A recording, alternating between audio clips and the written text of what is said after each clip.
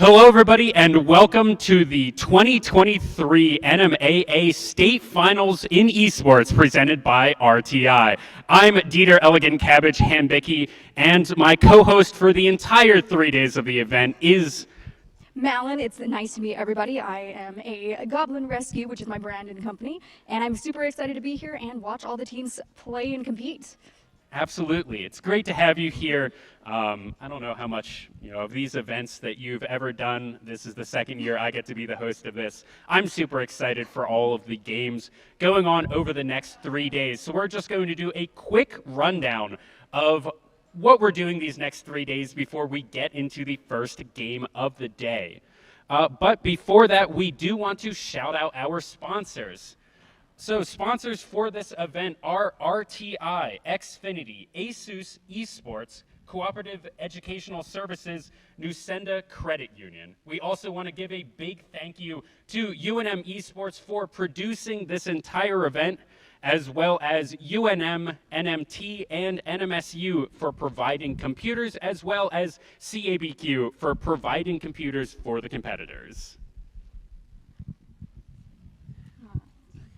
So for this event, there are going to be 8 titles over 3 days. That is right. We are going to be having a League of Legends in Hearthstone today, which is going to be very exciting and very competitive. Absolutely. I'm really excited for that. Tomorrow we have Rocket League, Madden 23, and NBA 2K. And then finally on Saturday, which is probably I'm most excited for, is going to be Mario Kart 8. I'm fired up for that. Splatoon 3 and Super Smash Brothers Melee. Or I'm sorry, not Melee, just Super Smash Brothers. Melee's an old one. Smash Brothers Ultimate for that one.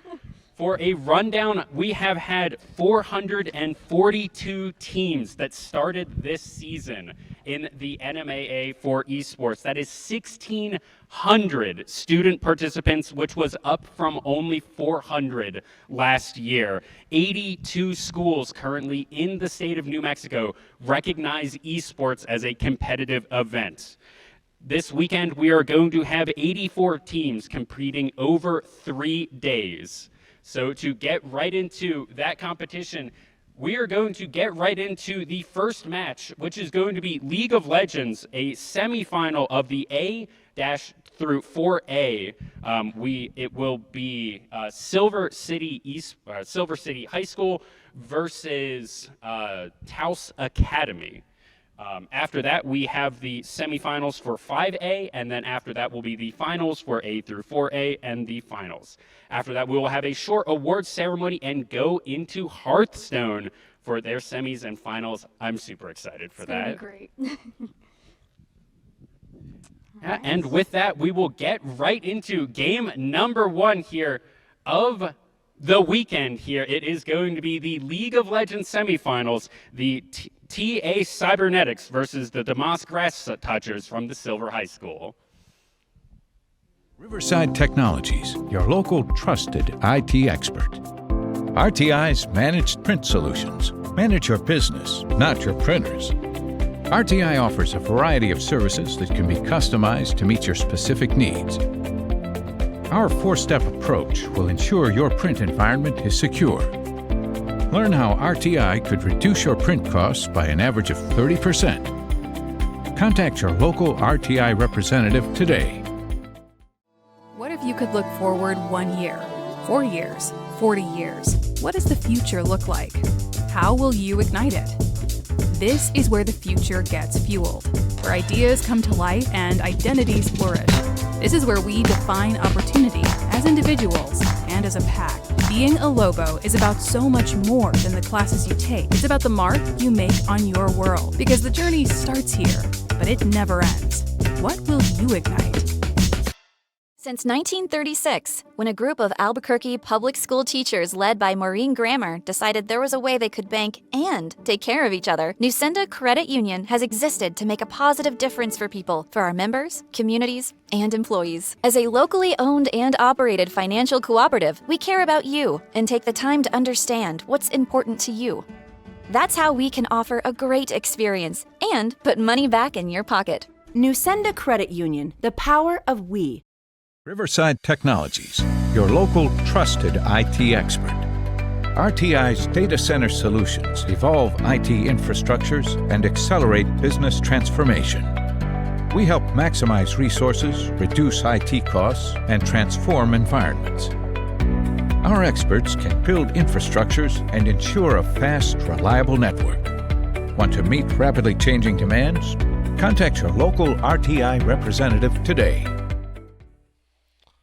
Hello, everybody, and welcome back. Here we are getting right into our first series of the day. I'm super excited once again. I'm Dieter Elegant Cabbage Hambicki. Joined with me is Marcus Ninja 9. How are you doing today? I'm doing good. I'm excited. We got a very exciting game coming up here.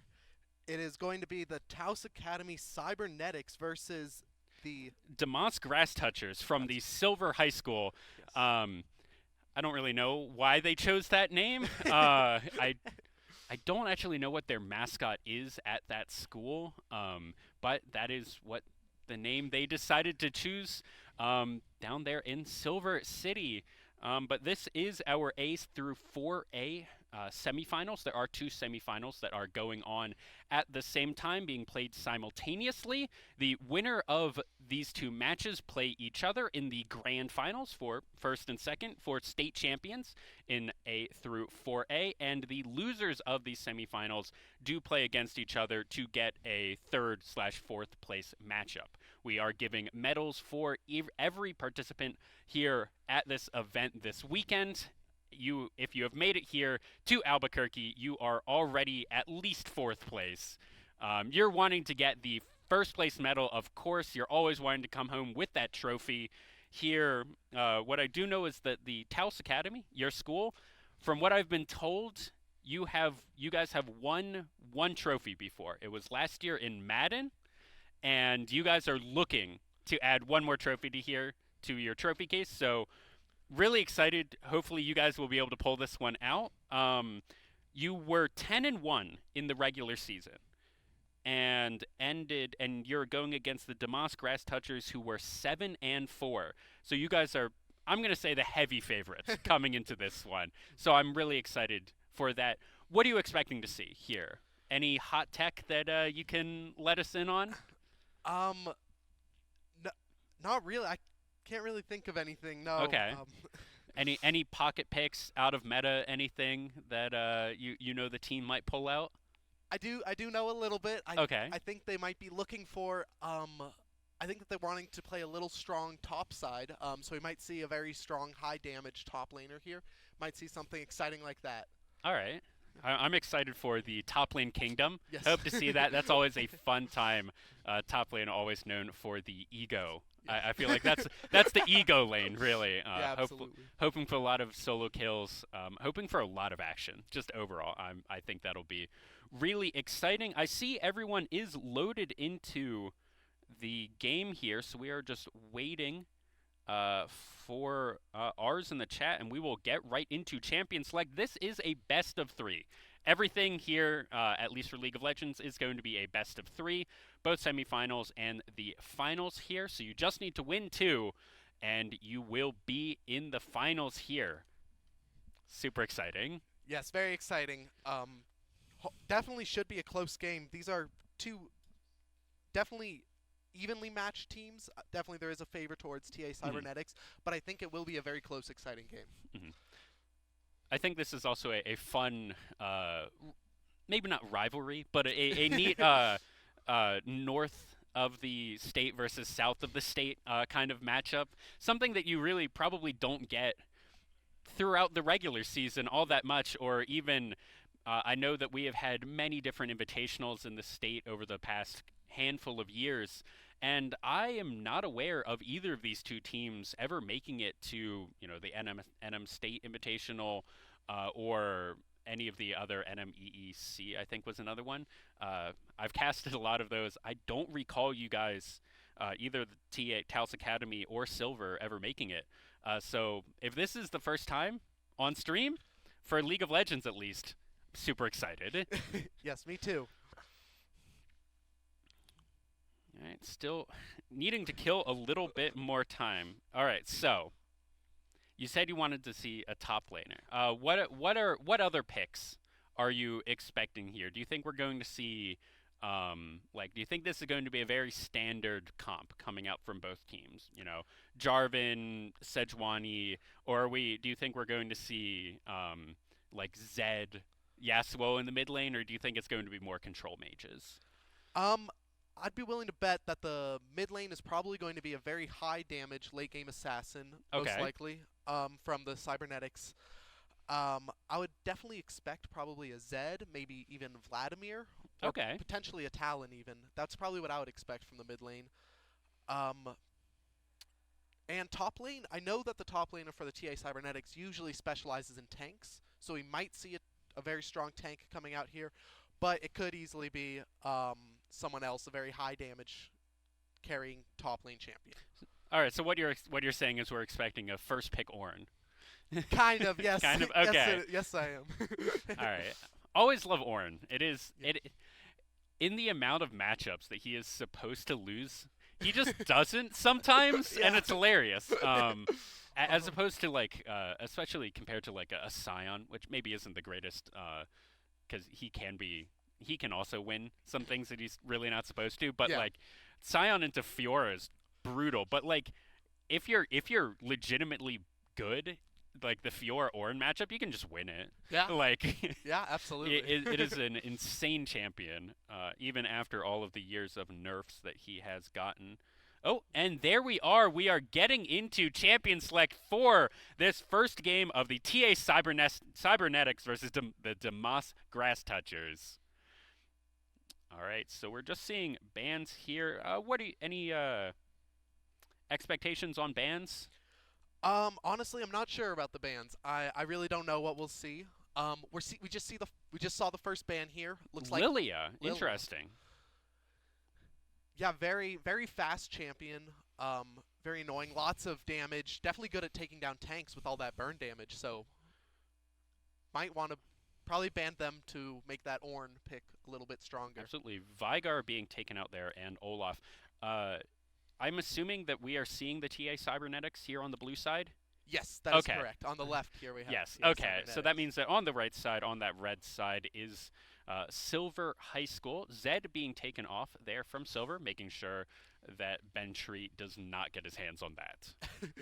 Yes, that makes a lot of sense. It's his highest mastery pick. He's a little bit of a one-trick with the Zed, so they did not want to see him have that Zed there. All right, Amumu being the last champion taken out right here, at least in ban phase number 1 from TA Cybernetics here, and Samira, that last ban. So let's see if we get that Ornn first pick, and it will be Mordekaiser instead. Wow, I was not expecting that. That's a very interesting pick. I love Mordekaiser as a pick. Very fun champion, you know, able to just take out the carry out of a team fight, 1v1 them, steal their stats. Very good champion for team fights there. Absolutely, and it's a bit of a flex pick. You can put that in the top or the jungle position in the current meta, and it is being responded with Ornn. I feel like that is just all right, this Mordekaiser's most likely going top. We'll just pick the Ornn. Nothing's going to happen in that lane particularly. You can send Ornn into the death realm, but barring anything super unfortunate, nothing's going to be accomplished there. Yeah, probably won't be a very eventful top lane. Just a good bit of farming, but hopefully we'll see a lot of action elsewhere. And there you called it, Vladimir being picked up for the mid lane here of TA Cybernetics. Master Yi has been picked up for the jungler there for Silver High School.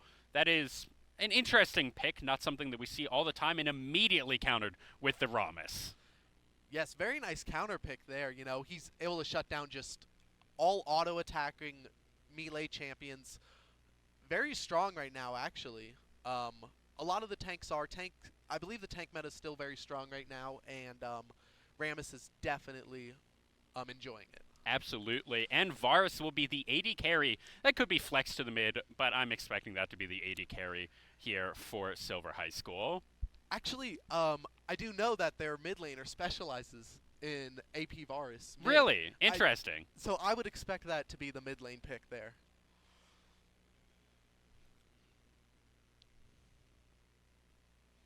All right, here. And we see Nami. No, that was Ashe. Kane and Yumi were banned right there from Silver, making sure that those cannot be picked up by Taos Academy. And then Ash and Caitlyn were the picks, or the bans here. So that shows to me that TA Cybernetics do not believe that this Varus is going in the bot lane. As you said, will just be that mid lane pick. Yeah, it looks like they're grabbing Xayah potentially as the ADC there. So we might see a Rakan support here. Very strong combo, Xayah Rakan. Definitely in meta right now. Absolutely. You can also pick something like the Nyla here, and you can pick Rakan, and you'll be perfectly happy just picking that away, and that is exactly what we see. The Varus, I feel like that is also a... Like, we've seen that historically as the counterpick to Vladimir. I feel like, so that is not just a comfort pick, but also a counter pick right there. And then finally here, Silver High School will round out the comp with a Lux. Needing a little bit more AP damage in the comp, but I also like that as a... really, you want the poke against the Neela, against the Rakan, to make sure that they can't just get level 6 early and jump on you and kill you and really get that ball rolling. You want to poke them out. You want to force them back. Exactly. Yeah, absolutely.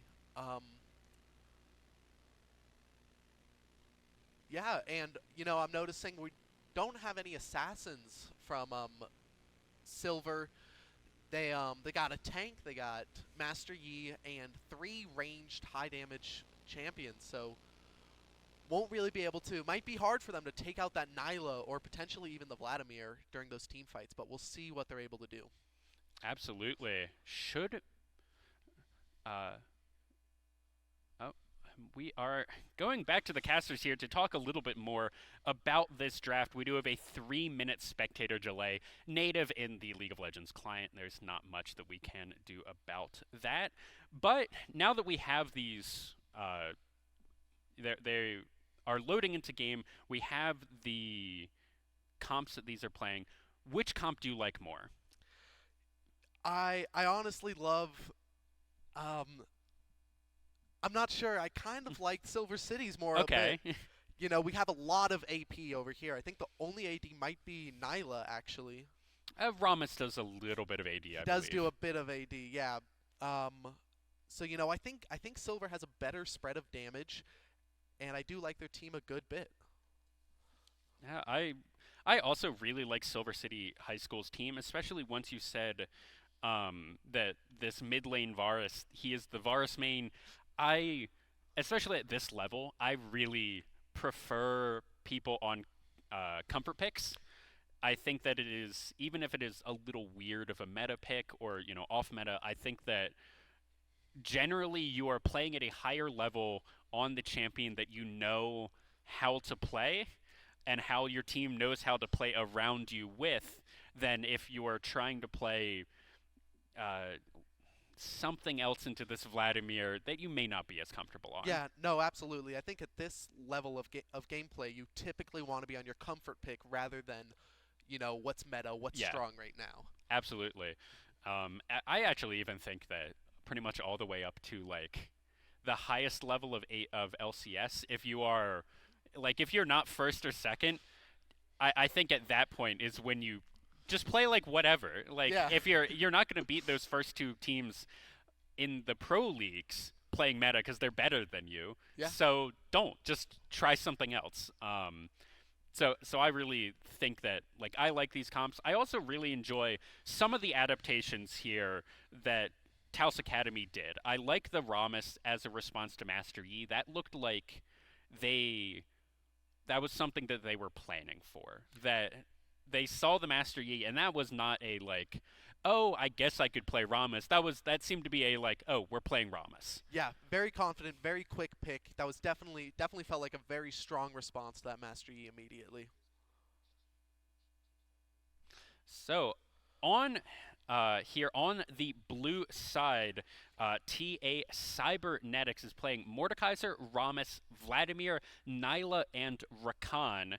And Silver High School over on the red side has a final comp of Ornn, Master Yi, Varus, Xayah, and Lux. And we will introduce the teams in a moment. As we are loading into the game, there may be a little bit more of a delay. The spectator client is not always the most reliable thing in the world. I've been doing this long enough. There's so many known bugs with this client. But it looks like we are actually pretty good. We are not going to have any problems loading in as we get into game number 1, Taos Academy versus Silver High School. Welcome to Summoner's Rift. So here over on the blue side, it looks like we're not going to have much action, just a 5-man spread for everyone. Taos Academy, we have Pantheonix in the top lane, a true bot in the jungle. Bentry, oh, but hold that. Bobo top, he's going to need to get out of here. Already popping Ghost. It looks like he will be able to get out, but that is a summoner down, level 1. Wow, yeah, very early. Master Yi stepped down into that bush. He thought he was safe, but they were able to collapse on him, chase him up towards Baron Pit, and he was forced to use Ghost to get out of there. Absolutely. We'll have to see if that stops his gank paths here. But also with Master Yi, I think you're going to be farming.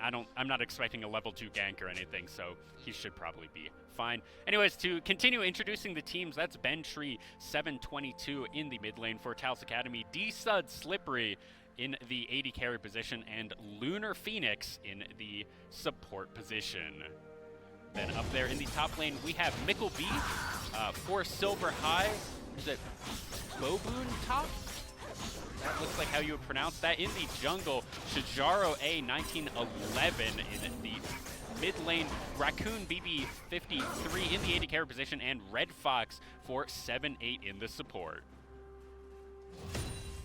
Any itemization things that look a little bit odd to you, or anything that you want to point out? No, it looks like Varus started a cull here. You know, he's got that range advantage on Vladimir and that stronger early game. He's going to take advantage of that and just try and farm up, get lots of gold, try and scale into the game. Yeah, and we do see the Lux already getting a lot of that poke down. What's a little bit interesting to me is that Xayah is not playing this particularly aggressive. I think when you're Lux Xayah, you could really try and force this level 1 to get this level 2 early. You're not super worried about a Rakan level 1, or even if they get level 2. I don't think Neela has enough in the tank to kill you. But you're Lux Xayah, you have so much power just in this lane. But we're already seeing the Lux throw out those Lucent Similarities, as Kasud Slippery used 1 pot already and is down to a couple hundred below full. Yeah, and we're noticing here very early on, if you can see at the bottom there, Mordekaiser's at 13 CS, only 1. Looks like Mordekaiser zoning him off of the lane, not letting him touch it early on, you know, taking advantage of that very strong early game that Mordekaiser has. Absolutely. A good use of the Unstoppable right there to make sure he did not get pulled in. But this wave, I think it should still crash here, and Ornn should be able to pick up a lot of this. But this is a level 4 versus level 3 here. And in the mid lane, Powerball coming in into a good taunt. Sanjaro has Flash available. No, he already used it, and he's going to walk right out, and that's going to be a light binding down in the bot lane. Red Fox getting jumped on by 2, but now Raccoon having to use heal as everyone walks away from this with 1 summoner burned. And something that I did just realize is both bot laners here for Silver High School are running heal. That is a mistake that may cost them. Oh wow, I did not notice that. That is very but now Powerball coming in. Good light binding. That's going to be Red Fox coming down. First blood going over to a true bot. And there we see kind of the power differential in this jungle. Master Yi will not be able to get much on this map done, whereas Rammus is going to be able to get these early ganks off, use the Q into the taunt, and basically just like that, I don't even know if he really needed to flash for that kill, but he got the kill, got first blood, and there is a 1.3 thousand gold lead already for Taos Academy.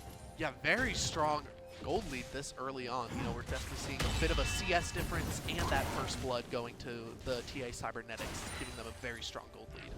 Absolutely.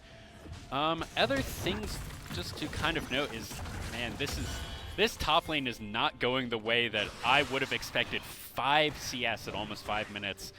this Mordekaiser is doing a really good job of not crashing this wave. The other thing is this mid lane, what should be, I believe, the counter matchup that Varus into the Vladimir. The jungle attention there from a true bot burning that flash early means that this Varus has to play much more respectfully of the Vladimir.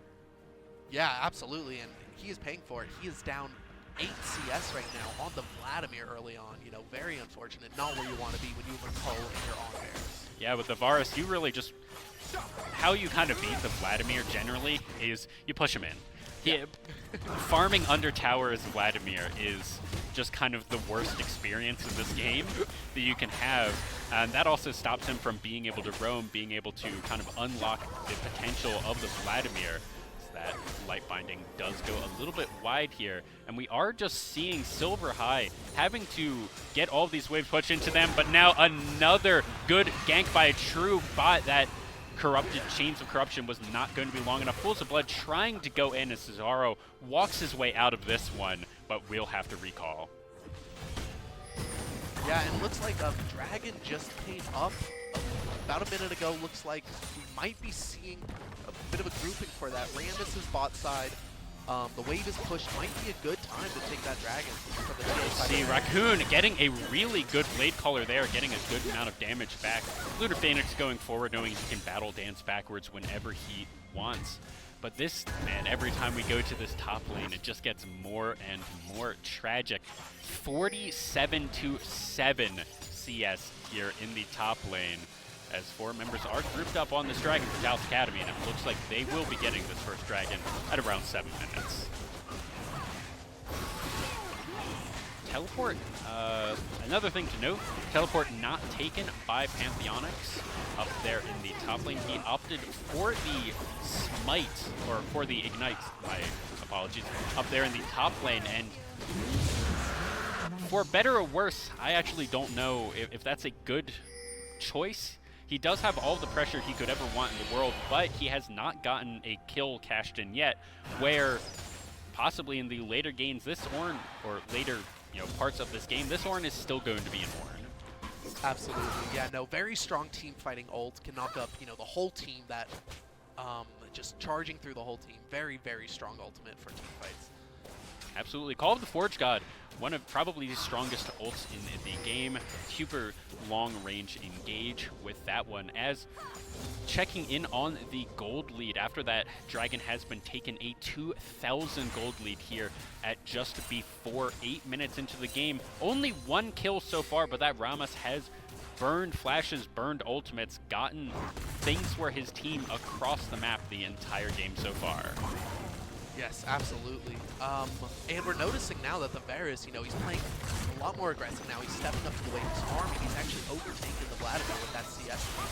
Absolutely. Here, a little bit of things going down into the bot lane. Good Blade Caller to make sure that the level 6 engage does not happen for the bot lane, but Master Yi popped Highlander, and he is here, going into the Alpha Strike, trying to get something, but Dirty Slippery, making sure he's not going to be able to get anything. A good ultimate, but they was not able to get anything. Light Binding coming down. That's a good ult from Neela. Now a 3v3. Everyone's having to run for the hills. Good ultimate in from a true bot, trying to get something. Alpha Strike maybe trying to trade one back, and that's going to be a really good exhaust as one goes down and none get traded back. Taos Academy 2-0. Wow, that was a very exciting 3 versus 3 here in the bot lane. Wow, that Master Yi came into that gank, but Rammus was ready with that counter gank. He was nearby, and he came in and just shut that down. Did not let it happen. Absolutely, and it was looking really dicey there for a little bit. But Raccoon got his level 6. I thought he was going to be able to get a kill there, but the Blade Caller, the Feather, were just not quite in the right position. They weren't able to trade it onto a Rakan, and once that didn't happen, they were too far overextended. They didn't get the kill, and the Rammus was able to re-engage over top of them. The one thing that I would like to point out with that is the Rammus hadn't backed at all going into that, so he now just bought. He has full plated steel caps, the full bramble vest, and almost an entire Bomby Cinder. I don't love that. I think if you're the coach here of Taos Academy, your one takeaway so far, this game has gone really well for you, is just tell your jungler, back more. Items are actually important in this game, it turns out. Yeah, no, absolutely. Rammus definitely could have afforded to go back to base earlier, but, you know, it did happen to work out for him, worked out very well. Yes. So Luckily for him, he was not punished. yes, for exactly. that. Exactly. But this top lane is, we're getting dangerously close to a Flame Horizon situation. 81-14 should nearly be a completed item on the Mordekaiser as well. As soon as he goes back, he might be able to have the Rift Maker, which I have to assume is what he's building. That is what I would assume also. You know, it's good against Ornn. I believe it's his best mythic. But the quickness did get popped down here in the bot lane. As we are going all over the map here, everyone's going in. Looks like the bot lane was not able to do anything with the ultimate pop from Cont. Yeah, I know that Mordekaiser, he builds Riftmaker and also Jack Show, the Promethean. I think it's the Promethean? Yeah, I'm not entirely sure about that one, but I know those are the two mythics he mostly builds now, and just, I mean, we see his blasting wand right now, so I would assume it is going to be that Riftmaker. I have to assume if you are this Mordekaiser and you're looking at, you are the highest CSD or the highest CS in the game, you're not going Jack Shows this game. You're looking at yourself and you're like, all right, we just got this tower. The Rift Herald was popped up. This might be first kill up in the top lane as well. That's first tower going to get this kill here as Ornn goes down. Pantheonyx gets that one. A kill for his troubles, plus 70 CS and an entire tower at 11.5 minutes. Wow, that is a lot of gold for that Mordekaiser this early on. You could definitely see, I definitely think we would see that Riftmaker if he were to back now. You have to imagine he is backing now. We now do want to see where the lane assignments get thrown to. I don't think this mid lane is going to change all that much, but it would be interesting to see after the second dragon, which is spawning right now, if Taos Academy wants to send their bot lane to the top lane, get Mordekaiser more gold, if they're trying to get him to be the full carry. But Senjaro, let's see what he wants to do. They want to fight this. Everyone is coming over. Ornn does have the ability to TP in here. Master Yi is high landing. He's trying to go in. Alpha Strike. Good ultimate out from Lux. That's going to be a true bot out of the pit. But Beam Top is right there. This is so much damage coming down. Varus is dead. Master Yi is dead. And even the Xayah is dead. Good Slippery gets two of those. Leaner Phoenix unfortunately gets another one for him as the Lux is chased away. No one died from Taos Academy. 6-0 and 2 dragons to their name. Wow, I am so surprised. That Rammus, he got down to, he was, I believe, just one shot away from being killed. No, good grand entrance. Okay, Red Fox should be fine here. But yeah, that fight looked like it was going to be where Silver High was going to turn this game. So many people were low. The Rammus was so far away from the Dragon Pit. With the Master Yi in the Dragon Pit, I saw an easy 4-0 sweep and the Dragon being taken away here. But unfortunately for Silver, that was not how the fight ended up going in their favor. Yeah. Varus about he's 6 gold away, 6 minion kills away from finishing off that Cull. We're seeing the AP Varus build, you know, that's typically what's played mid lane. I don't know much about it actually. I'm not sure how strong it is and whatnot. I'm guessing it's a variation on the on-hit build. I don't entirely know either. I do like AP Varus, I think, more than Lethality. Lethality Varus, to me, is one of those, like, trap picks, almost, in my opinion. I really am not a fan. It just never seems to do enough. But here we're going to see if we can gank a Mordekaiser. Generally not what you want to do, because he's just going to send the Master Yi to the Death Realm. Flash on him. He gets 1, and he's going to be out of the Death Realm. Let's see if he's able to get 2. But no. That Ornn is going to be able to trade 1 back. The gank did sort of work, as the shutdown does go on the Ornn. Yeah, no, very, very unfortunate. I think he tanked about 4 tower shots there. He was just under that tower a little too long. Might have been able to make something happen if not, but that was unfortunate. He took too much tower damage there. We were actually wrong with the Rift Maker. It is going to be Rylai's Crystal Scepter, and then I think that is Jack Show, the Protean, that is going to be built there. I think that's a fairly standard build for a more tank Mordekaiser, a more utility thing, which, I mean, he's also looking at this game and he's saying, I don't need to 1v5, I can just build the tank. There's nothing that's going to happen, but now we're going to see the counter matchup as Rammus has found Master Yi in the jungle, and as you can see, Master Yi just unable to do anything here, but both bot lanes are roaming. Rammus is going to be here first, and that Gromp should be his. Let's see, Powerball coming in, and a good grand entrance that we're stopped by a light binding taunt coming in. Druid Slippery trying to get something, but a good final Spark's going to get something. Druid Simply going to get that. Boo Boo Top trying to do something. Lunar Phoenix is so low. Good light binding under the tower. That's going to be the Rammus going shut down onto the Lux, and a little bit of gold, a glimmer of hope here for Silver High. Yeah, no, two pretty good shutdowns there. I believe they were both 200 gold bounties, so 500 gold total kills there for both. So that's a 1,000 gold just in those two kills going to the silver. Oh, but Sejaro, he may die here, and that's going to be Hemoplague going down. That should be enough. Let's see if he goes down, and that's going to be a good solo kill from Bentry in the mid lane. All right. So if you are Silver High, how do you get back in this game? You know, it's not going to be easy. You're down 6K, 6.5K gold here, but, you know, I mean, we're seeing the Mordekaiser living here in top lane. He might be able to collapse on him, maybe get another kill out of him, but typically want to be going for those bounties, those shutdowns, so maybe trying to collapse on the Nyla might be the best idea to try and bring back this game. Absolutely. Unfortunately for them, Master Yi Nyla is not the greatest 1v1 for the Master Yi, as Nyla wants you to be right up in her face, and, well, that's all Master Yi is able to do. That would be where I would want to go. I really would want to see either a Chains of Corruption or a good light binding onto the Nyla, and then Blade Caller just kind of... She is tanky, but she's not that tanky. Yeah. They have enough damage in the tank if you bring both the Varus and the Master Yi to the party. She will die. And I think that is where we do want to look here if you are rooting for Silver High to take this time. Oh, but that's a good grand entrance. Moving Top trying to do something. That's a good getting everyone back. Moving Top getting taunted, and that's going to be Lunar Phoenix going down, but now maybe it'll be something as Druid Sleep goes into the ultimate, gets a huge knockup. That's 2 dead here for Silver High. It looked really good as the Master Yi took 1 down, but it was unfortunately only the support. Oh, but maybe more. A true bot does have the Rift Herald.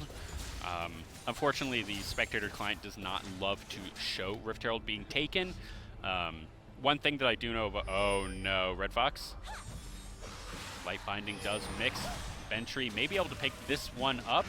Hemoplague is available, not looking for it, just getting a good transfusion on the way out. And that's going to be Red Fox probably having to recall. It looks like they're staying around. Chemtank Drake, third dragon of the game here, being started by Taos Academy at 18 minutes. We're on pace for a 23-minute soul. Unfortunately, it is Chemtank, kind of the weakest of all the souls, but I think if you're Taos, you don't care that much. Yeah, no, probably not too worried about that. Oh no, Bobatop, he's not going to be able to do anything. He's immediately deleted, and now Zaya's on the wrong side of the map, going to be taunted, not going to be even able to do anything there. As Bentry on a killing tree, 3-0-3 for the Vladimir right there, and now the mid laner, he's in the death realm. He's going to be brought to heal by the Mordekaiser right there. Ornn trying to do something, but it's not going to be enough. 3 dead for Silver High. Yeah, no, very unfortunate team fight for them there. It looks like they were just split up in their jungle, you know, separated. It was kind of a two people over here, 3 people over here, and because they weren't grouped up, it was definitely easy victories for the Taos Academy team there. Yeah, that looked to me here. Ornn needing to get out of this one. I think he should be fine. He is still quite tanky, but he's taking quite a bit of damage.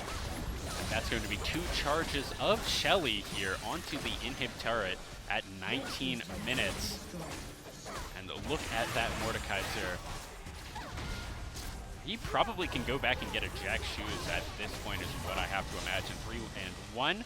Highlander has been popped by this Master Yi, but he really doesn't want to go in. Maybe trying to go in onto that Ramus or onto the Rakan, but this Ramus pick, Taos Academy, they scouted Silver High. They said Boboon top is a Master Yi player. I will play Ramus. And honestly, it seems to have worked. Like the top lane was super unfortunate here from Silver High, but I mean that Ramus has kind of just controlled this game everywhere else. Absolutely, you know, very fast jungler, so he's just had lots and lots of influence on, I believe, every lane. I believe he has ganked every lane a good few times. So definitely had a large influence on this game. I think he only went top once. The one criticism that I would say is you probably could have abused this Ornn more. That being said, I don't think that was super necessary, especially when he was just running around mid, blowing the Varus' flash, running around bottom, blowing the Lux's flash, as we already see the Baron being started, and that's going to be a dead Master Yi here, going down a true bot, picking that one up as the rest of his team just still on the giant purple worm, and this is going to be Baron at 21 minutes for Taos Academy. Can't even hope for a good steal as Boboon top dead. No one else looking to throw even a arrow over the side or anything, as everyone here, 5 members strong, Taos Academy wearing purple. Ooh, Ramus. Looks like we're seeing a bit of grouping up here mid lane. Mordekaiser staying in that top lane though, trying to shove that out. This is very, very dangerous for Silver High here. They can be dove around this tier 2. Unfortunately for them, I don't want to say give it up, because they've already given up so much in this game. It's a 12, 13,000 gold lead for Taos Academy already. The goal of this game is just try to survive, try to scale up, because eventually this Xayah will output enough damage. The Varus will do enough, and now Lunar Phoenix going in, trying to get something, but he's really split from his team. Everyone else now going in for the dive, but down Druid Slippery going to go under the tower, and he's going to be able to pick up 2, pick up 3 himself. A triple kill for Druid Slippery under 2 towers. Lunar Phoenix going to flash out. He's going to go down as well. But that's 4 dead for the bot lane, while in the top lane, things have already gone down as well for that. We do have a little bit of a spectator bug right here, but hopefully we will be able to get into the game again. If you just click on the client, it is still going. Little technical difficulties here. As we are... Oh, there we go. Back into the game. And a little bit of spoilers right there. That is the one bug I really wish they would fix, but that is just going to be a taunted up Master Yi pulled back in. He's going to be dead right here. Call of the Forge God doesn't hit anyone, but a good light binding does hit too. Final Spark tries to burn down everyone, but now Vladimir, last one standing versus 4, but he ghosts and he should be fine, as the arrow just barely misses his back as he walks out, and that's going to be only 1 inhib down here for Silver High.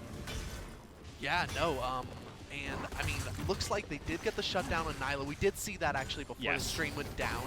But now we're seeing 4 bounties on the TA Cybernetics. You know, they have a very strong gold lead. They are ahead. It's 20-5, and it definitely won't be easy for Absolutely not. Silver City to recover this game at this point. Yeah, and we are seeing in 6 seconds that 4th dragon spawning. So this will be a Chem Tank Soul, which gives you 8% damage reduction below 25% HP, I think is what it is. That sounds correct to me. I'm not 100% sure though. It is some version of those numbers. You get damage reduction below a certain health threshold, which isn't useless, but it's definitely the least powerful of all the other souls. I would even prefer Cloud over Chem Tank, honestly, or Chem Tech. Just because that move speed when you cast your ultimate is kind of absurd, especially for something like Vladimir here, as he may... I think he could have just threw down the Hemoplague and really gone in, but now Highlander going in. That's going to be a dead Master Yi. Phoenix picking that one up as the Ramus goes over the wall. That's going to be a good ultimate out, trying to buy space, trying to get something for the Xayah, and another ultimate used by the Varus. Flash forward Raccoon. He's going to go down as Ventry gets one more. 4-0 and 10 on this mid laner here, as the Nexus turrets are the next in the sights of Taos Academy. Ornn from behind trying to get something, trying to keep this game going. But it looks like Taos Academy just want to end this game, just want to bring it to game number 2 and get that much closer to being in the finals. And honestly, a clean game from Taos Academy. There is, maybe you can criticize them for that one dive in the mid lane going a little bit too far. But I mean, even after that, they only lost their bot lane. They killed 4, and they were able to push down an inhib. So, I mean, you know, maybe a little over-aggression, but they still won the game fairly cleanly. If you're Silver High School, you know, if you're the coach, what do you say to your team? What do you want to see to bring them a game 2 and eventually a game 3? You know, I would say that, you know, what they had to worry about most there was probably TA Cybernetics jungler. He had so much pressure. They took I believe every objective, 2 Rift Heralds, Baron, and up to Soul Drake. So I'd say, you know, maybe you want to ban that Rammus, get that out of there, make that mastery a bit safer. Maybe I'm really not sure what else to do. I also agree. Ban the Rammus. In these series, I always like the theory of you ban what worked, see if they have anything else. Exactly. But with that, congratulations to Taos Academy. They are up 1-0 in this series, and we will be getting into game number 2 shortly after a quick ad break. Okay, we will be cutting the stream real quick. Don't go anywhere. We are just resolving a couple of technical difficulties, but we will be back soon. Don't go anywhere.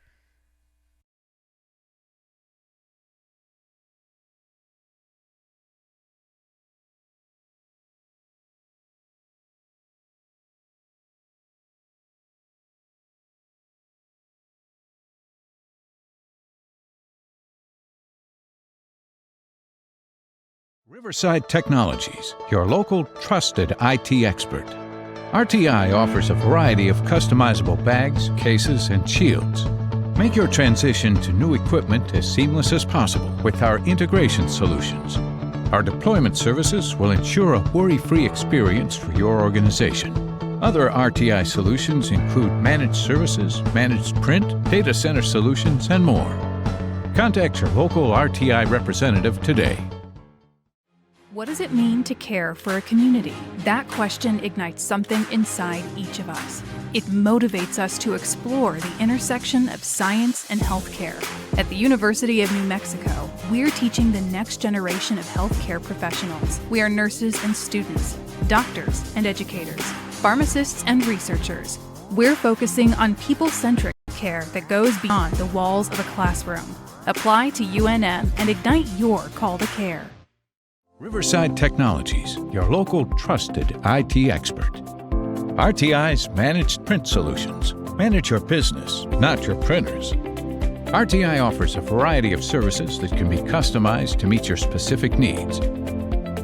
Our 4-step approach will ensure your print environment is secure. Learn how RTI could reduce your print costs by an average of 30%. Contact your local RTI representative today.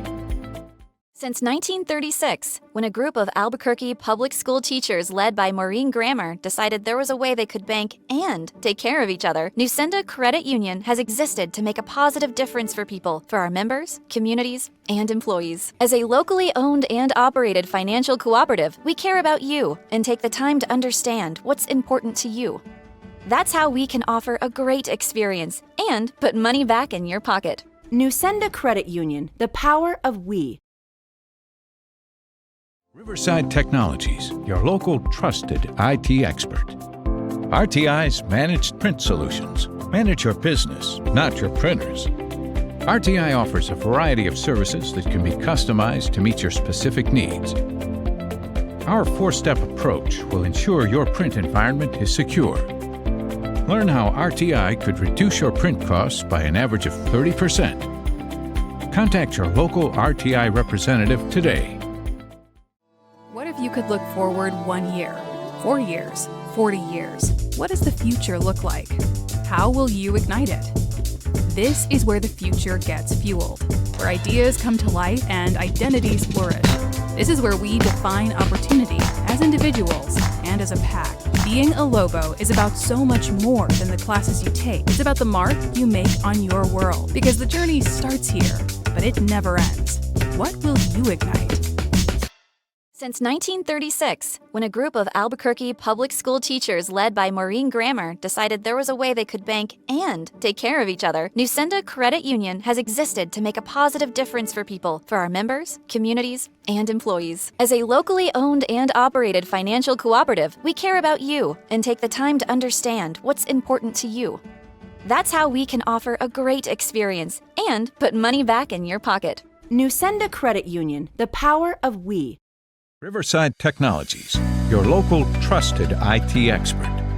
RTI's data center solutions evolve IT infrastructures and accelerate business transformation.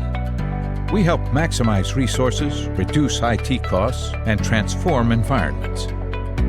Our experts can build infrastructures and ensure a fast, reliable network. Want to meet rapidly changing demands? Contact your local RTI representative today. Hello, everybody, and welcome back. We are going right into game number 2 here of Taos Academy Cybernetics versus the DeMoss Grass Touchers from Silver High School. Any thoughts on game number 1? Game number 1, it was a pretty short game. I believe it was about 23 minutes. Somewhere around there. Yeah. You know, not much to be said. It was a very quick game, a little bit of a sweep. Silver City wasn't able to come back after that. After they started losing a bit of gold early and falling behind. Absolutely. Do you know what prediction I have? Ramos will be taken off. That's I'm guessing. I don't know what ban will be changed, but I have a feeling we will be seeing a Ramos ban, especially if the only reason they wouldn't see a Ramos ban is if Silver City decides to not play Master Yi. But I actually really liked the comp that they built.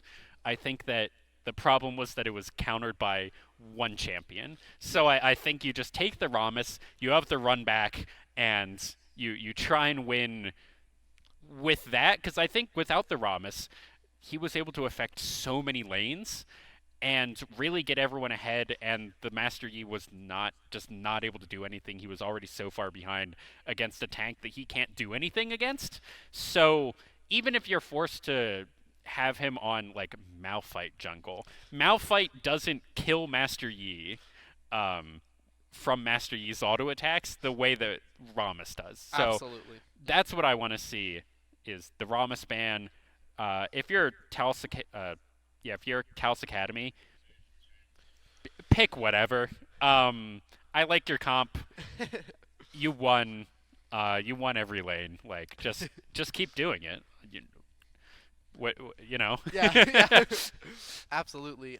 But I definitely wouldn't be surprised if we saw that Ramos ban. I know that the jungler does have a lot of comfort picks, though. Ramos is just one of them, so he definitely wouldn't be on anything he's not comfortable with. Absolutely. And I think jungle is also one of those. It's a more evergreen role, I want to say. You always can. Even if all the meta picks are banned out, you always have Sejuani. You can always play Nunu. You can always play Lee Sin if you have the mechanics, right? There are all these things where it's like, oh, they banned out everything.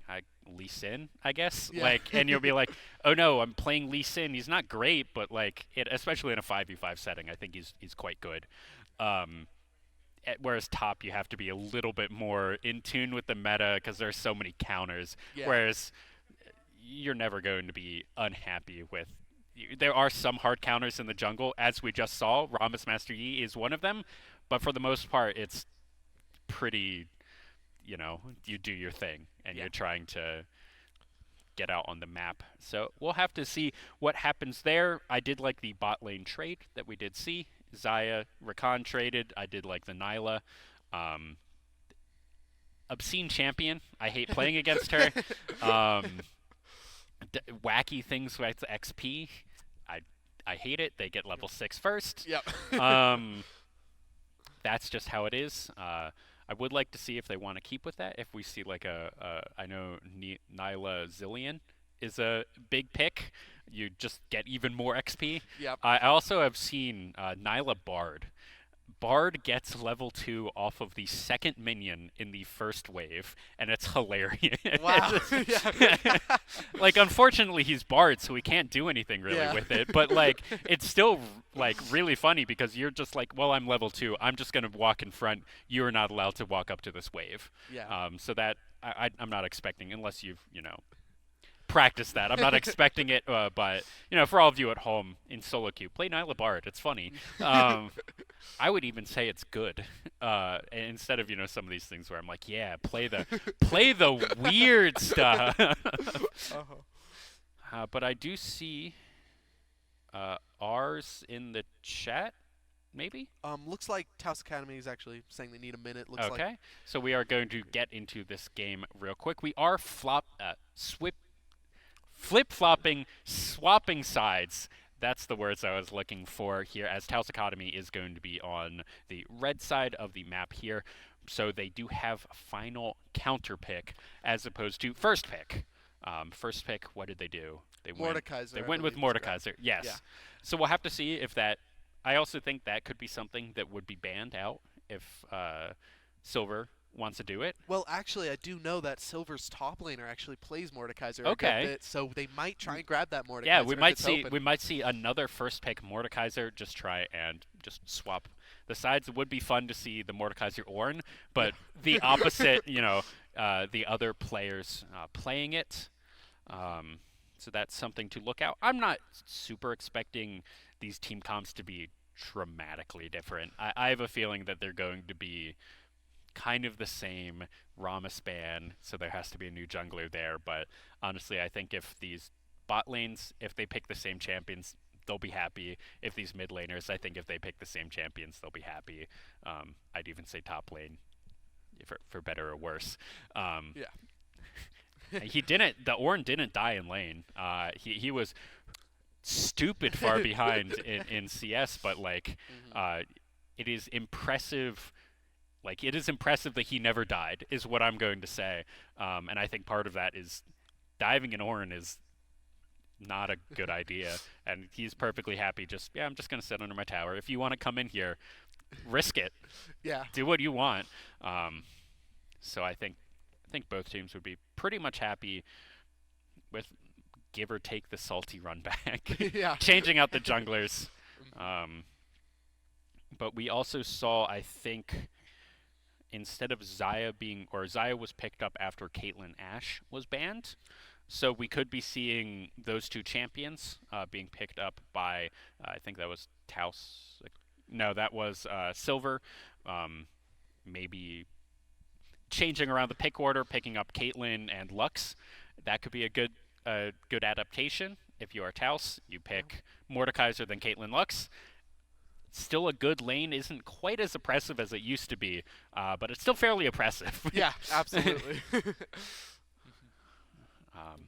So I do like that. We do see a lot of...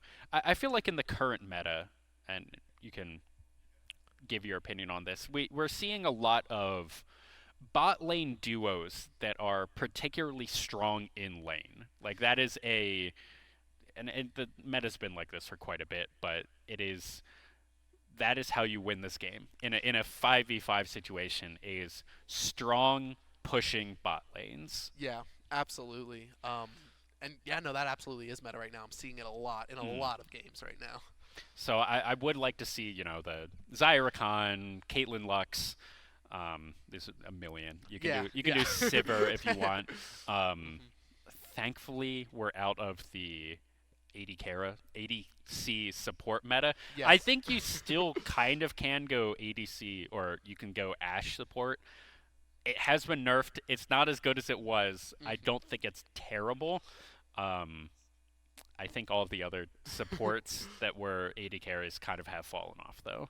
Yeah, no, I'm definitely happy about that. Yeah. I did not like seeing all those Ashe supports and all that. It was not fun in your game. I was a Taric main, and Taric is surprisingly a counter to Ashe, because basically, if I stun her at any point, she dies.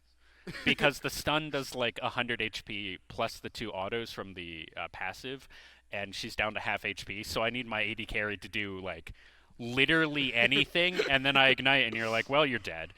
That's what you get. Never play that again. You come into my lane. Yeah. So that was the only good thing. As we are into Champion Select here for game number 2, TA Cybernetics versus the Demas Grass Touchers. Demas trying to get this series to 1-1 to keep their finals dreams alive. And that is going to be the Olaf top banned out once again here from Silver High School. Yeah, it looks like we're seeing the same bans right off the bat. You know, Lilia and Olaf first off, but we'll see if anything changes. I'm hoping we see that Rammus being banned from Silver. Yeah, so far the exact same bans. Actually, as game number 1, I think this is probably where it would change up. I want to see the Rammus banned out, personally. And there is the Vigar. Here, I think if you're TA, band 3, same things. Yeah. That's whatever, you get the Samir, the Olaf, and the Zed. You don't have to change anything. You're the ones who won. It's the opposing team that has to change up their strategy, or force you to change up your strategy. And that is the Mordekaiser being banned out. So here, first pick. Let's see what Silver High School wants to do with it. Could be Caitlyn. You could do Varus here. I don't think that's super risky. Oh, looks like a Mumu. That was the third ban from the first game, and that is also just going to be making sure that they get it and it is not picked away. Here I would like to see, okay, this is going to be the Ornn. Interesting. Here, Taos Academy picking up the Ornn for themselves. We're seeing A-Soul potentially. Aurelion Sol here locked in. I really love this pick.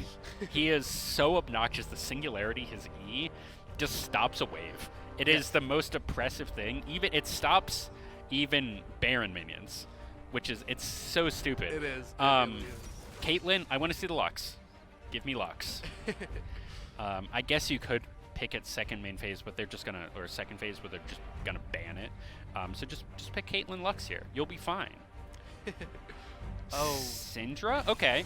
Picking the Syndra into the Aurelion Sol is one of his very few counters. The shards are good. You can get the assassination on him.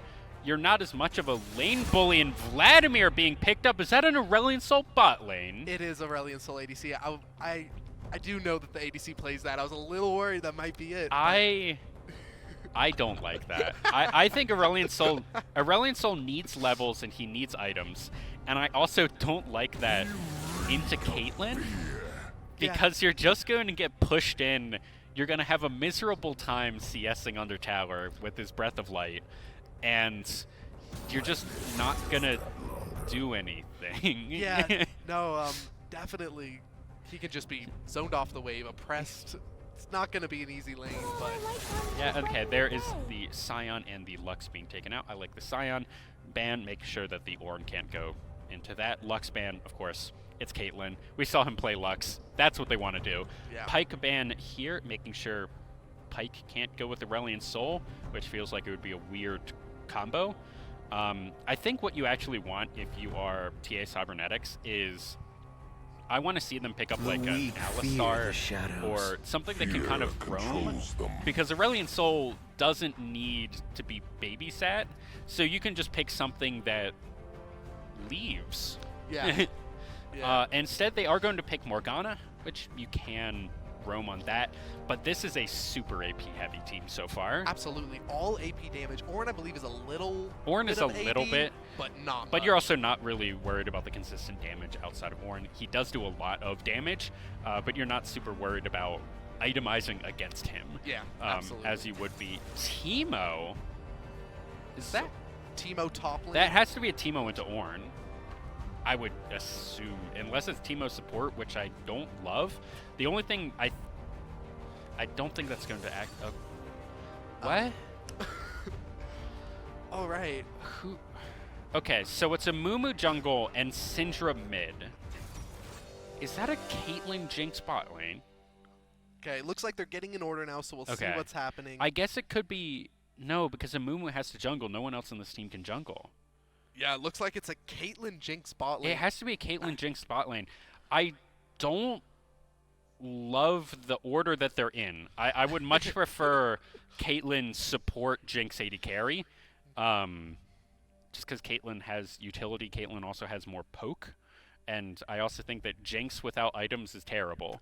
Whereas Caitlyn without items, you can still do a little bit. You still have your traps. You still have your 90 caliber net to do a little bit of slowing down. But like Jinx without items, you have like nothing really. Yeah. You have your flame chompers, but that's going to be about it. And it will be the Vi jungle against the Amumu. I think that's kind of a wash for both teams. Similar power. AP versus AD. They did need the AD there with the Vi. I think also if you shut down this Vi, the bad news is there's no true tank here on the Silver High School team, so there's no one who can itemize for MR like we were talking with the Ornn, the Vladimir, Aurelion Sol, Morgana. Yeah. However, what I will say, this is the freest Merc Treads build. like you just build Merc Treads here. Not only is it good against Morgana, Aurelion Sol, and Ornn, but they're all AP. Like if you're not doing that, I would talk to your coach. Is what I'm going to say to put it diplomatically. But yeah, this is the freest Mercurial Treads. I think is the full. I haven't said the full name of that item in years. I think it might be Mercury Treads. Mercury? I'm not entirely sure. No though. idea. Yeah, me neither. But I mean, looking at these team comps here, they are both. I don't think I've ever seen. I've never seen teams like this. This is absolutely very interesting. Usually, sometimes you get like one weird team, like you get, they went Aurelion Sol bottom this time, but instead, both teams went a little bit off meta, and it's Caitlyn Jinx versus Aurelion Sol Morgana. I have to imagine Caitlyn Jinx wins this lane. I think it shouldn't really even be close, honestly. Caitlyn Jinx should have just simply more pushing power.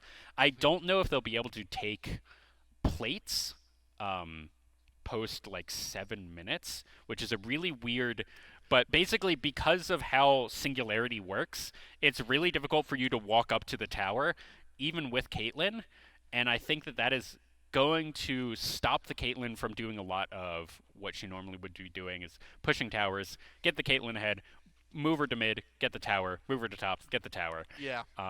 That's still going to be this is still going to be the game plan.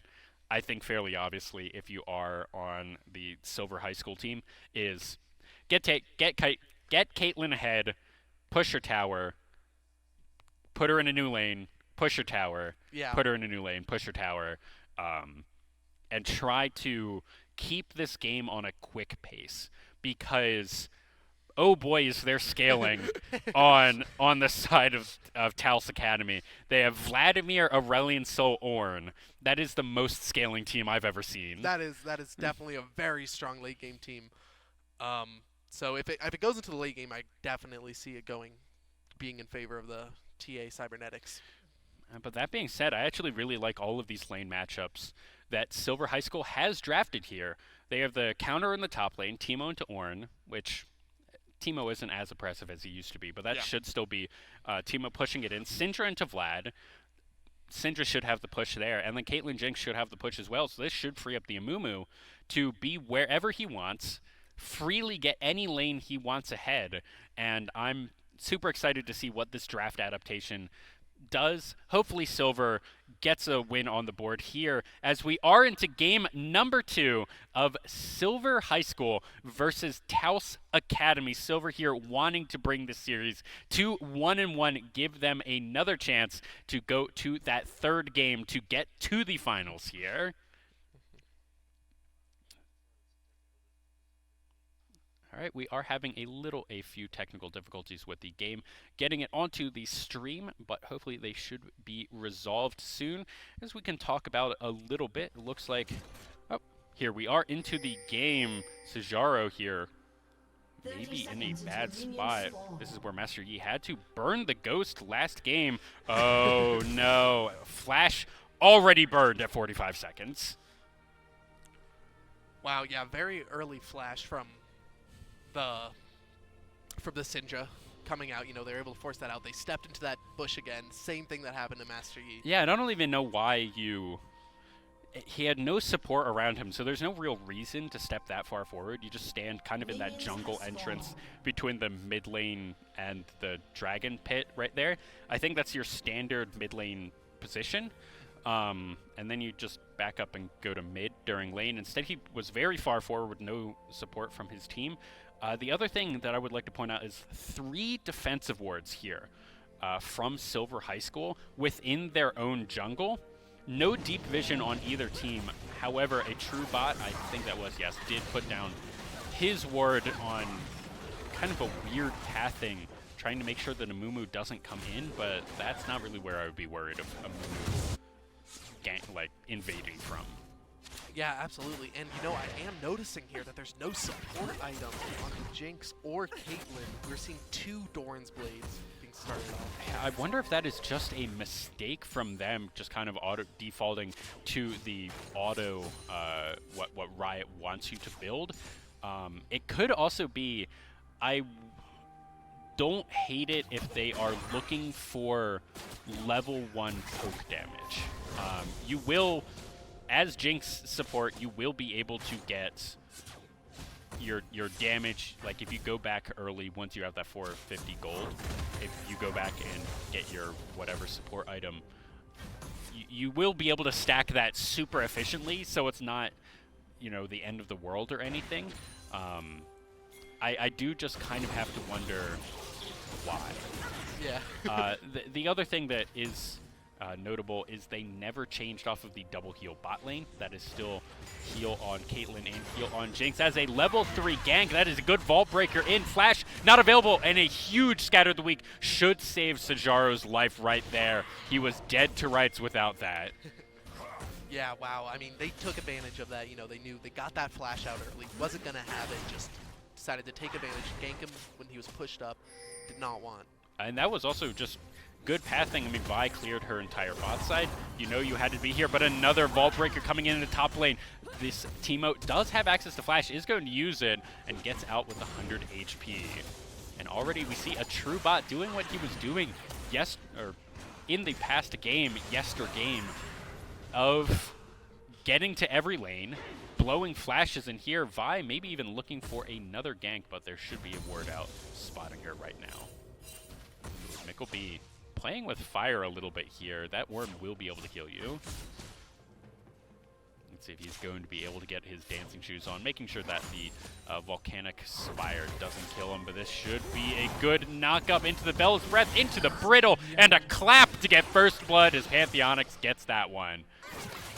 Yeah, wow. And, I mean, we're seeing here the bot lane a good bit of poking, but Hazel getting a lot of damage on that Jinx just right there. But that was half of Jinx HP for half of the HP on both Morgana and Aurelion Sol. Jinx is just going to chug potions. She'll be fine. All the potions are still available for the bot lane here of Taos Academy. And this lane is still going about what you would be expecting. The only thing is the 6 CS on the Jinx that I don't love. It's a confusing lane. It is. I don't understand it here. Sajaro out of mana, but trying to get something. This is going to be a ball breaker, and no flash is available. Scatter the Weak only hits 1, and that's going to be Bentry picking one up with 1 auto there. A good repeat gank thing. They know the flash timer from her standing in that bush at the beginning of the wave, at the beginning of the game, and punishing her for that. Yeah, no, very smart play there, getting that early game kill on Vladimir. And Vi again into the bot lane. Good Flame Chompers, though, is going to dissuade the gank. This wave is in an unfortunate spot here for Mickleby, pushing against him, and he does not feel comfortable walking forward. Overall, it looks like things have calmed down a little bit. Huge CS gap in the mid lane, and I think that's all from all of the pressure that this Vi has put out. CS differential in the top lane, not quite as bad as we were seeing, and it looks like Taos Academy will be starting up this first dragon, but let's see if Silver High School has anything to say with it. That's going to be a really good bandage toss into other things. Second bandage toss does hit. Now, Boom Top trying to be here. That is Hemoplay going down. as Bentry is going to run for the hill. And this will actually be the first dragon of the series going over into the pockets of Silver High. Wow, I was not expecting that. Looks like they came in. But that's going to be a huge Vault Breaker heal, making sure that the Jinx does get out, but now they're in a bad spot. Jinx does get executed now. Raccoon BB-8 trying to get something, but he's just going to go down, give that one over to a true bot. But now Bentry looking for something. Ultimate not available for Sinjaro. Good Scatter of the Week is able to get him out, but still flashing as Bentry just barely makes it out of that one. Yeah, no, so we saw 1 kill going to Silver there, so now it's 1-4. 3K gold lead for TA, but, you know, they got that Dragon, they got that Infernal Drake, very good for them. Oh no, Sinjaro actually just hit level 6, may be able to get a return kill here. Flash forward, Dark Binding has access to the ultimate, deciding not to send it to anyone. There it gets onto Desud Slippery, but it's not going to be enough to get the kill there as the Syndra party in the mid lane. That is her 4th gank, I think, of the game. And it's paid off. They know they keep burning the Syndra's flash on cooldown. And Syndra no flash, you gank it. Yeah, absolutely. And we just saw Vladimir and Asol both picking up Dark Seals. You know, they're both feeling confident. They have those early game kills. They're looking to push that at lead. They're looking to stack up the Dark Seal, get lots of AP early on. Absolutely. I don't love it as much as on Aurelion Sol. I think that delays your Rod of Ages by, you know, only 400 gold. However, that's a little bit important. You really want to get that Rod of Ages as early as possible. Whereas on Vladimir, you just get the Dark Seal every game. I think unless you're like really running it, you get Dark Seal on Vladimir. Yeah. Like if you're even, Dark Seal. It's just such a good item on him because it's health and AP. It is exactly what he wants. As Jinx is the one, they're splitting CS in this lane. I really don't love that. I really, if they win this, I would love to have a conversation with the coach, like the winner's interview, and ask like, what is the thought here? But that is going to be a Dark Binding going into the Astral Glide. Red Fox is burning down, trying to get some return damage as Desud Slippery is going to just basically kill Jinx right there. She has to back.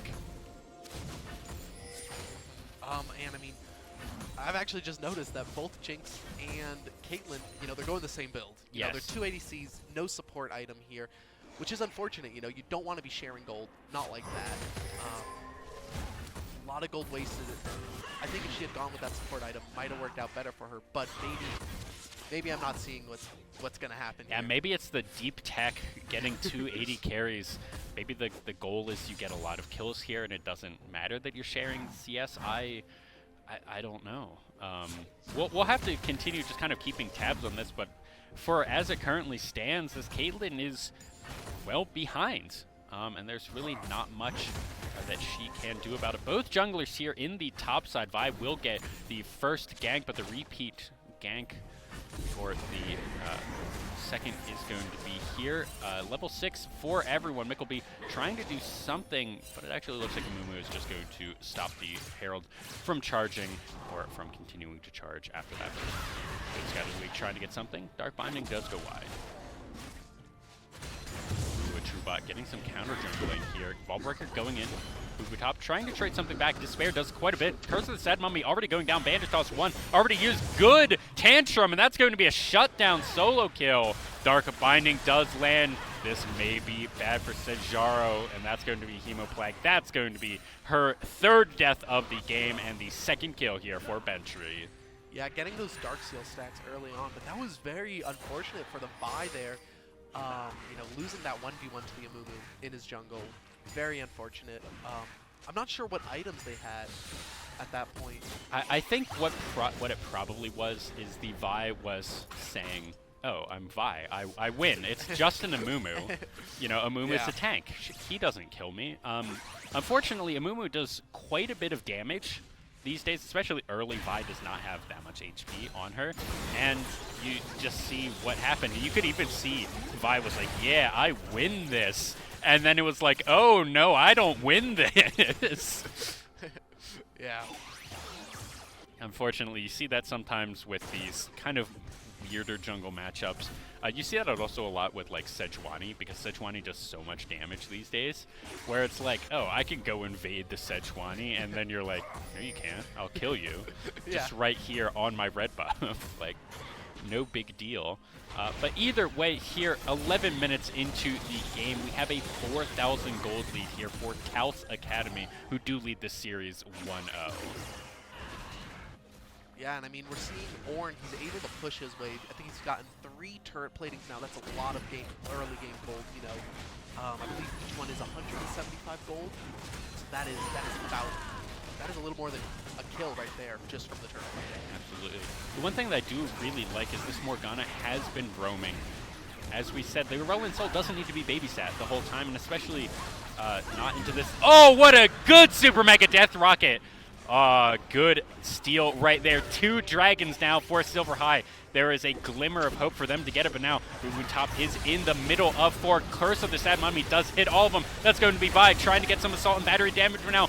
The Caitlyn is in the middle of 3. She's trying to live. She's trying to do something. The Sky's Descent not quite available. That's just going to be a normal ultimate, but now Sejuani going into the 1v1. I think you should be able to turn. That's going to be a triple kill out from D-Sud Slippery, and that dragon is online. Wow, we just saw, I mean, a lot of Darksteel stacks. We're seeing the Vladimir now with 4, Asol with 6, but that Jinx did have a very, very nice steal on that dragon, securing the dragon for their team. Absolutely. Oh no, Teemo may just be dead here. Forces the flash out, and the flash to follow. Call of the Forge God just barely gets him. Let's see if this is going to be enough, and no, it's just going to be flashes out for everyone as Mickleby is able to get out of this unfortunate situation. Yeah. And we're seeing just like the first items coming in here. Asol was able to get his mythic. Vi, Ornn, and Amumu all have their first items now. Yeah, absolutely. Oh no, Mickleby. I think that could have been just one slap that may have actually killed the Teemo right there. Yeah, the brittle damage is so high on it. Let's see. Going to go down another good dark binding, and that's just going to be Raccoon going down. Looks like they might want to go for even more, but now in the top lane, trying to find something. Mumu is here. That may be a kill onto the Mumu, but this Ornn is just so tanky. Mickleby trying to give a little bit of help, and that's going to be shut down. Teemo picks up that one. Yeah, no, Ornn tried to get out with that blast cone there, but he was blinded by that Teemo, so unable to hit it, and he was just stuck there. Vi is here. Curse of the Sad Mummy is available. Teemo should be able to come over. Curse of the Sad Mummy is going to come over, but that's Boom Top going to get cease and desisted.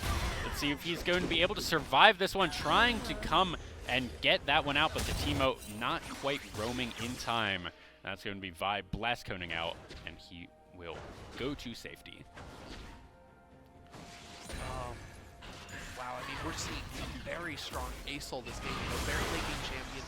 Oh, no, Pools. That's just going to be a dead Syndra, not even needing to wait for the Humo Plague right there. This Vladimir is online, unstoppable, doesn't even have a full item to his name. Yeah, unfortunate. Not what I was expecting, but Cal's Academy, they knew that this Syndra's flash cooldowns. I have no idea if they're tracking anything else in this game but those Syndra's flash cooldowns, but they have abused it every single time. 1 and 5 on that. Just kind of a really unfortunate game for her, for the Syndra, and this might be bad. The Sky's Descent is available for the Irrelevant Soul. Astroglide going down, the Sky's Descent is going to just obliterate the Caitlyn right there, and now Boom Top trying to trade one back, but now he's in a bad spot because the Sad Mummy not available. They're going to give it 2-0 over onto the Irrelevant Soul, 7-0-2. Wow, we are seeing a very strong Irrelevant Soul this game. You know, I'm very surprised. I thought he was going to be absolutely bullied out of that lane. You know, got the it was the 280 carries. Yeah. I was expecting, you know, the Irrelevant Soul to just be having a miserable time. Yeah. But unfortunately, I don't know if it was miscommunication in champion select or what, but this is just going to be another dead Syndra.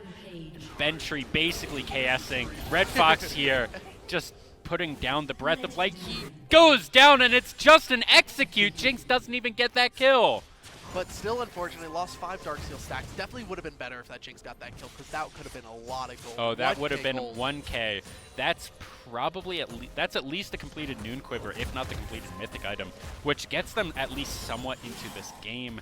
If they get the Kraken Slayer Jinx online, that is scary. Kraken Slayer Jinx does just all of the damage, but not going to be quite enough, as we're seeing Silver High, just all these lanes kind of collapsing across the board. Something needs to change here. All right, as we are seeing the third dragon is going to spawn here in 11 seconds. A Mumu going to his Grump on the top side. It looks like the call may be give it up. We do also see that Vi has Rift Herald here. I'm not sure if we saw her taking it or not, but we might see that drop before Dragon, or maybe they're going to hold on to it, wait until afterwards. I think you actually want to fight this dragon, because if you are Silver High, if you get this next dragon, it's only 1 steal away from getting Soul accidentally, basically, and you're back in the game. You are really, maybe not fully on top, but that's just going to be Jinx completely disintegrating Decent Slippery, getting that one at moving top. No vision on that because they have no support item. Very limited wards as everyone's trying to face check into this dragon, but it's been set up so well. 3 dead for nothing. Yeah, no, looks like that's going to be a free dragon for the TA Cybernetics there. Mickleby might even go down here. No? Okay. Tower has charged up too much, but now that is going to be a call of the Forge God going in, and a good Bellows Breath. 1 for 1 overall as Raccoon trying to stay alive here. That's going to be a just breath of light. This will be the tower for Taos Academy. And it looks like we're going to see the rest of the Drakes are going to be Mountain Drakes. Very strong for that Orange. Pretty good for that Vi also, definitely should help out that Ornn with, survivability, lots of armor for that Ornn there. Absolutely. And what I'm going to say for Taos Academy, right, is, giving up those 2 dragons, that's actually good because they're scaling. They want the other 4 so that they get the maximum amount of stats from the soul when they get it. It was a plan. They definitely did not mean to give up the first 2. I mean, the first one was actually a really good steal from Red Fox, and then they unfortunately lost a fight for the second one. But either way, Taos Academy fully in the driver's seat. 11,000, 12,000 gold lead here at 19 minutes. This is going to be the 3rd outer going down right now. Sajaro may just die here. That's going to be so much damage. She's dead. Dude, Slippery is so far ahead right now. Bentree, they're just going to dive. That's going to be Curse of the Sad Mummy coming in. Let's see if they're going to be able to trade one back. But now Vi is here. He's going to be able to pick one up. Decent Slippery. That's a 3rd one. Cease and desist. This is going to be an unofficial Penta, maybe. And that's going to pick that one up. The skies descend. And that's going to be 4 kills into the pockets of the dragon. Wow, and they're dropping Rift Herald mid here now. They're already at Inhibitor turret. Definitely probably going to see Inhibitor taken here. 4 are dead. They got Teemo there, but not incredible wave clear. So, I mean, we'll see what they're able to make happen. Oh, what a good Super Mega Death Rocket that kills the dragon. That's so much gold into the pockets of the Jinx. Just from downtown, they were not expecting it. That's going to stop this push as well. They may be able to keep at least the inhib up right then. It looks like they got the tower on the, just one more auto attack from the Victor, or from the Vladimir, not Victor. But still, that bought so much time just from a random ultimate from downtown. Yeah, absolutely. Oh, and look at those items on Aurelion Soul. Yeah, Rabadons this early on. That is bold. That is a fully completed Rabadons.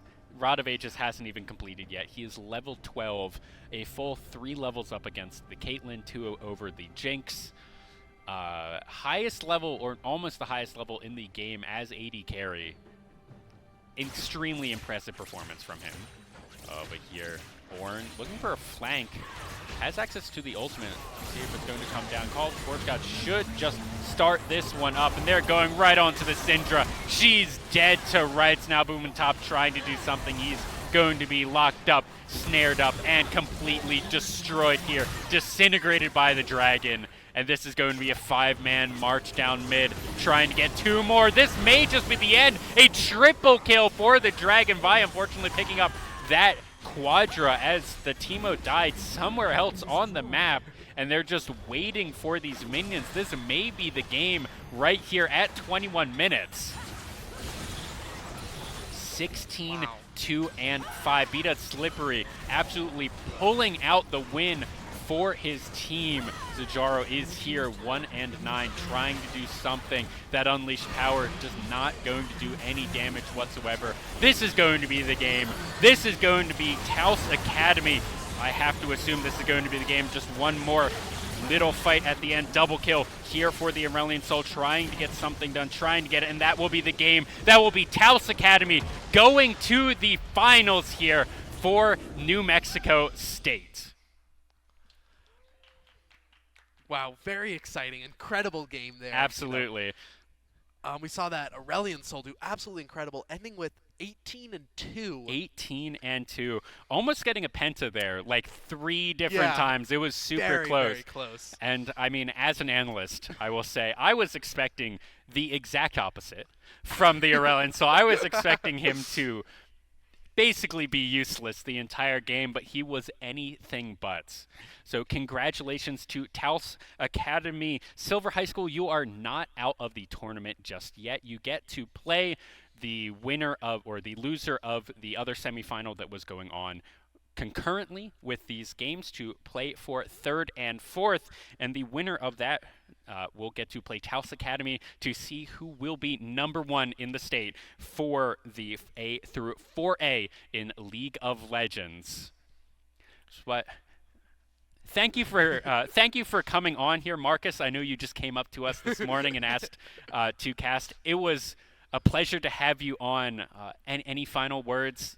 Anything for your team going into the finals? I mean, you know, I hope they pull through. You know, I hope we're able to take that trophy home, add it to the collection because we got that Madden trophy. But you know, I hope we're able to bring this one home. It would be great. Awesome victory for our team, and thank you so much for having me on. Thank you for being on. It was a pleasure to cast alongside of you. We'll be going to a quick commercial break, and then we will be back with the, I believe it is the semifinals in the 5A category for League of Legends. Don't go anywhere. Riverside Technologies, your local trusted IT expert. RTI's Managed Print Solutions. Manage your business, not your printers. RTI offers a variety of services that can be customized to meet your specific needs. Our 4-step approach will ensure your print environment is secure. Learn how RTI could reduce your print costs by an average of 30%. Contact your local RTI representative today. What if you could look forward 1 year, 4 years, 40 years? What does the future look like? How will you ignite it? This is where the future gets fueled, where ideas come to life and identities flourish. This is where we define opportunity as individuals and as a pack. Being a Lobo is about so much more than the classes you take. It's about the mark you make on your world, because the journey starts here, but it never ends. What will you ignite? Since 1936, when a group of Albuquerque public school teachers led by Maureen Grammer decided there was a way they could bank and take care of each other, Nusenda Credit Union has existed to make a positive difference for people, for our members, communities, and employees. As a locally owned and operated financial cooperative, we care about you and take the time to understand what's important to you. That's how we can offer a great experience and put money back in your pocket. Nusenda Credit Union, the power of we. Riverside Technologies, your local trusted IT expert. RTI's data center solutions evolve IT infrastructures and accelerate business transformation. We help maximize resources, reduce IT costs, and transform environments. Our experts can build infrastructures and ensure a fast, reliable network. Want to meet rapidly changing demands? Contact your local RTI representative today. Riverside Technologies, your local trusted IT expert. RTI offers a variety of customizable bags, cases, and shields. Make your transition to new equipment as seamless as possible with our integration solutions. Our deployment services will ensure a worry-free experience for your organization. Other RTI solutions include managed services, managed print, data center solutions, and more. Contact your local RTI representative today. What does it mean to care for a community? That question ignites something inside each of us. It motivates us to explore the intersection of science and healthcare. At the University of New Mexico, we're teaching the next generation of healthcare professionals. We are nurses and students, doctors and educators, pharmacists and researchers. We're focusing on people-centric care that goes beyond the walls of a classroom. Apply to UNM and ignite your call to care. Riverside Technologies, your local trusted IT expert. RTI's managed print solutions. Manage your business, not your printers. RTI offers a variety of services that can be customized to meet your specific needs. Our four-step approach will ensure your print environment is secure. Learn how RTI could reduce your print costs by an average of 30%. Contact your local RTI representative today. Since 1936, when a group of Albuquerque public school teachers led by Maureen Grammer decided there was a way they could bank and take care of each other, Nusenda Credit Union has existed to make a positive difference for people, for our members, communities, and employees. As a locally owned and operated financial cooperative, we care about you and take the time to understand what's important to you. That's how we can offer a great experience and put money back in your pocket. Nusenda Credit Union, the power of we. All right, and welcome back, everybody, to the NMAA Finals. We just wanted to give another thank you to our sponsors, RTI, Xfinity, Aces Esports, Nusenda Credit Union, and many, many more. We are currently going into the League of Legends semifinals with La Cueva versus Las Cruces High School. We also have the second semifinals going on with the Gadsden Panthers Gold and the Jaguars League of Legends, LOL Turquoise. Yes, and that Jaguars team is from the Capital High School. But to get into our first semifinals, it will be La Cueva versus Las Cruces, LCHS versus LCHS from the two cities here in New Mexico, or at least the two, La Cueva, UNM, Las Cruces, NMSU. We've seen this match all the time at the New Mexico State Invitational, NMEECS. I've casted this exact League of Legends matchup many a times in my career. I'm super excited to see it again. But to add on to that, La Cueva has never lost a state title in League of Legends, so they are hoping to make this a three-peat, I believe.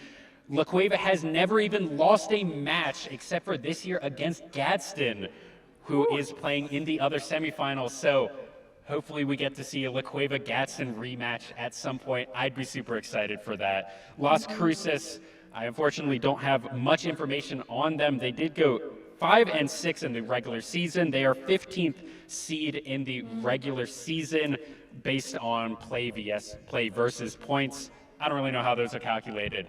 Someone else did the seeding.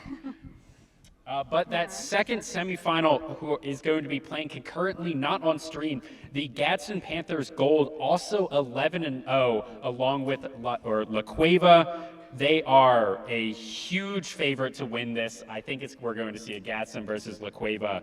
But they are the Gadsden is the reigning New Mexico State Invitational champions for League of Legends. That happened back in March, April, somewhere around them. So it'll be exciting to see them play in the finals if they get there.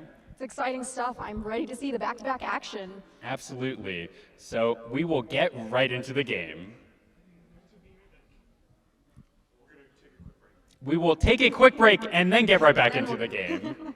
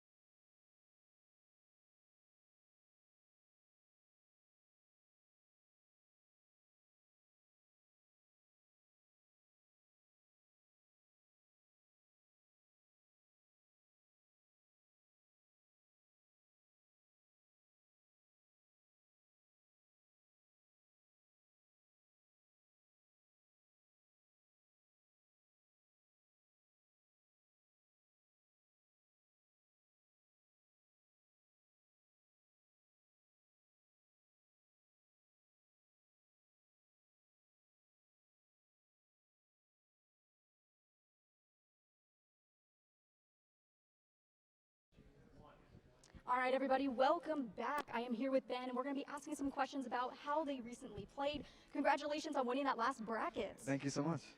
How do you feel about your team and how you guys were playing? How did everything go? You know, I feel like my team is really strong. We've been putting in a lot of practice, and I think that showed. We played really well together. This has been our best performance, and I think we have a good chance in the finals. Awesome. It seemed like you guys were playing really, really well. It was a very great game to watch. Thank you. How do you feel about the next bracket coming up and who you will be playing? Well, it's going to be a really tough game for sure. Our toughest game so far, but I think we have a good chance. We played them before. It's been tough, and but I think our team has a good shot. Excellent. Yeah. Is there anything you want to say to anybody or anything you want to comment on? Well, I want to thank my team and my coaches. They've done so much training us and worked really well. Nice. I am glad to hear it. Do you guys think you're going to be meeting up here recently, getting a team game plan going on and everything before the next game? Yeah, for sure. Our coaches have been making a draft plan and stuff like that. So. Awesome. Well, thank you guys very much. It was great to have you on here, Ben, so thank you for that. All right. Riverside Technologies, your local trusted IT expert. RTI's Managed Print Solutions. Manage your business, not your printers. RTI offers a variety of services that can be customized to meet your specific needs. Our four-step approach will ensure your print environment is secure. Learn how RTI could reduce your print costs by an average of 30%. Contact your local RTI representative today. What if you could look forward 1 year, 4 years, 40 years? What does the future look like? How will you ignite it? This is where the future gets fueled, where ideas come to life and identities flourish. This is where we define opportunity as individuals and as a pack. Being a Lobo is about so much more than the classes you take. It's about the mark you make on your world, because the journey starts here, but it never ends. What will you ignite? Since 1936, when a group of Albuquerque public school teachers led by Maureen Grammer decided there was a way they could bank and take care of each other, Nusenda Credit Union has existed to make a positive difference for people, for our members, communities, and employees. As a locally owned and operated financial cooperative, we care about you and take the time to understand what's important to you. That's how we can offer a great experience and put money back in your pocket. Nusenda Credit Union, the power of we. Riverside Technologies, your local trusted IT expert. RTI's data center solutions evolve IT infrastructures and accelerate business transformation. We help maximize resources, reduce IT costs, and transform environments. Our experts can build infrastructures and ensure a fast, reliable network. Want to meet rapidly changing demands? Contact your local RTI representative today.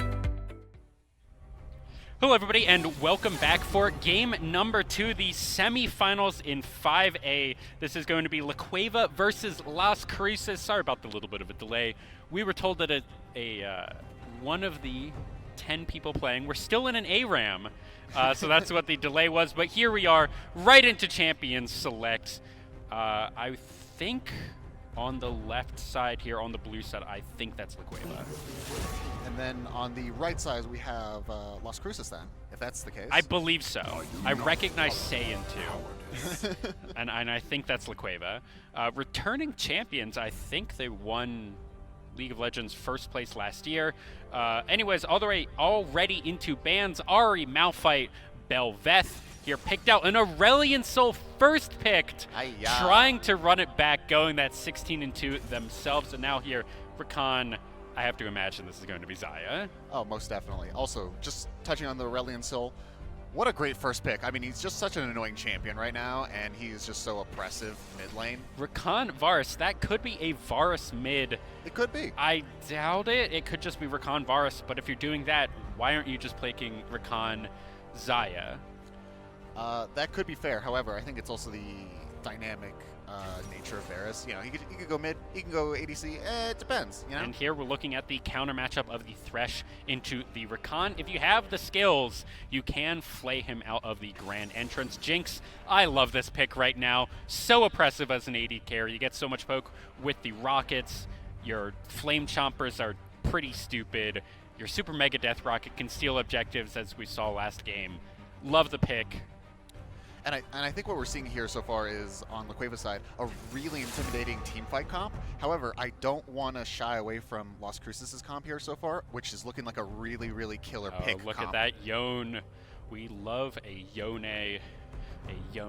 I mean, if they have to be able to do this thing. They have to press the Q button. They have to be able to hit the Mortal Steel. They have to snap back to reality.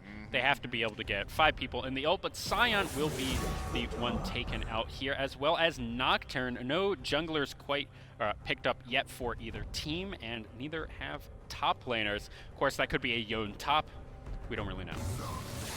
Both sides really just kind of keeping it open, keeping it flexible to both options for either bruisers or tanks in those top and jungle positions. Absolutely. With the bans being taken against LCHS here, I have to assume that this is going to be a Yone top because of the Scion Mordekaiser, and now a set pick being banned out.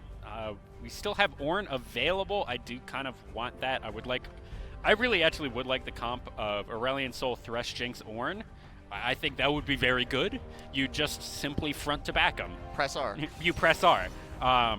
Always a big fan of easy to execute comps. Shen here picked up in the top lane as Yone is going to be in the mid, and that does signal that Varus is AD carry. And Las Cruces over here saving their last pick for jungle, trying to get an advantageous spot in that jungle position. Not to mention Shen, super hard to counterpick. Like, he has some counterpick matchups in the top lane, but they aren't really counterpicks, They're like soft. Like, oh yeah, I guess you kind of do a little better, but it's still Shen. Well, it's now Shen versus Ornn. You're just going to be getting grasp stacks off of each other the whole game. Oh yeah, That's the top lane experience. 2 tanks just running it at each other. I would say it's a wet noodle fight in the top lane, but both of these characters have percentage HP damage, so some very strong noodles. Leaded noodle fight in the top lane. And as Zac is going to be the one, I really like that pick. More engaged. You have this insane front-to-back comp from LaQueva here. I love this comp. They very clearly know what to do. They have go buttons. Everything is in their favor. I think that's going to be good. Here, on the other side, it's going to be a little bit harder to execute. Not the hardest thing in the world. And there is going to be that Viego coming in. I like the Viego as a response to Zac. You have a little bit more early game pressure. Zac, however, does have interesting gank angles that you have to remember to ward out. And I really... So you like LaQueva, and I do as well. In a general sense, my only issue, you have 2 damage dealers. Yes. You have 1 AP threat, 1 AD threat. Oh yes. You get rid of one of them, or one of them falls behind. Forget about it. It is 2 damage threats, and either one of them can 1v5. Now, Aurelion Sol and Jinx are very huge damage threats, but you also now have Rakan, Viego, Yone, Shen on top of any of those 4. Diving your back line. And that's the thing, is that I'm not the most apprehensive about the 2 damage threats because there's only Shen there to really like brunt all of it. If they catch anything else, like the Viego or the Yone or the Varus, really easy picks to just kill them out, even with just baseline tank damage. But like the issue with that, all right, say you find a Varus with a Zac Ornn, right? All of a sudden, now there's a Shen on top of him, and then there's a Rakan on top of him. Like it's nothing. Yeah, absolutely. Now that's a problem. This is going to be a lot of, I think Thresh is going to be really important where his positioning is to lantern the Jinx out to safety, to lantern the Aurelion Sol out to safety, but also flaying out the Shen taunt, flaying out the Rakan engage, making sure that Yone doesn't get right on top of your AD carries, but also because of the Thresh, they also have enough damage if they get a hook, get a good death sentence onto really anyone except for Shen, I guess, because you can't explode a Shen. But, you can freely explode a Viego, a Yone, a Varus especially. And it is going to be much easier to do that. Jinx Thresh, able to burst someone down, get the hook, get the Flame Chompers, flame into it. Super easy. And now you have a 4v5, and the Jinx is excited. And I think it's what it's ultimately going to come down to, besides just, technical skill based on, the people piloting them and everything, is which team utilizes their team comp to the fullest. We have one team fight comp and we have one pick comp. That is the ultimate, like, is the Shen going to stay in the side lane and just always be there a nuisance to make sure the Ornn has to respond? Or is he just going to be there A-ramming with everyone looking for the 5v5 and then, lose the 5v5? Because, I mean, it's not the strongest 5v5 comp. It's not a bad one, necessarily. I mean, Varus, if he finds Jinx or Aurelion Sol slacking, press that R button, the easiest kills of the century. Absolutely. Something I just realized we never did. I'm Dieter. That's Dylan. We are your casters for the rest of the day. We will be getting you through this semifinal and the next two finals. We get to see, I still never heard who won the other semifinal that just played concurrently. Oh, they're still playing. Interesting. Must have been a three-game series. So I'm excited for that final, which we get to see after this. That will be TA Cybernetics versus whoever wins the other one. Of course, going concurrently with this game, we are seeing the Gadsden Panthers Gold, who went 11-0 on the season, 22-0, second seed somehow. Also notable, the only team to take a game off of La Cueva. Yes, the only team to have taken a game off of La Cueva. The other thing about Gadsden is this is only the third year of their program existing. Last year, only one of their teams made it to states. And I think this year, every single one of their team has made at least top 10 if they're not physically going to be here in the next 3 days. And that's not to say that their opponents, the Jaguar Lowell Turquoise from Capital High School, is any slouches themselves. They themselves going 8-3 and ranking 12th in the regular season. 12th in the regular season. A note about the rankings: every time I do say any of the rankings, there is just kind of like every single team from every single division is ranked. So like when I say like 16th or something, it's not as bad for League of Legends, but for like Rocket League tomorrow, it's going to be like this 16th seed team is going against the 12th, and you're like, well, sort of. But either way, here we are into the game number 1 of La Cueva versus Las Cruces in the 5A League of Legends Championship. All right, normal. Actually, no, it looks like we will be getting an invade here from Las Cruces.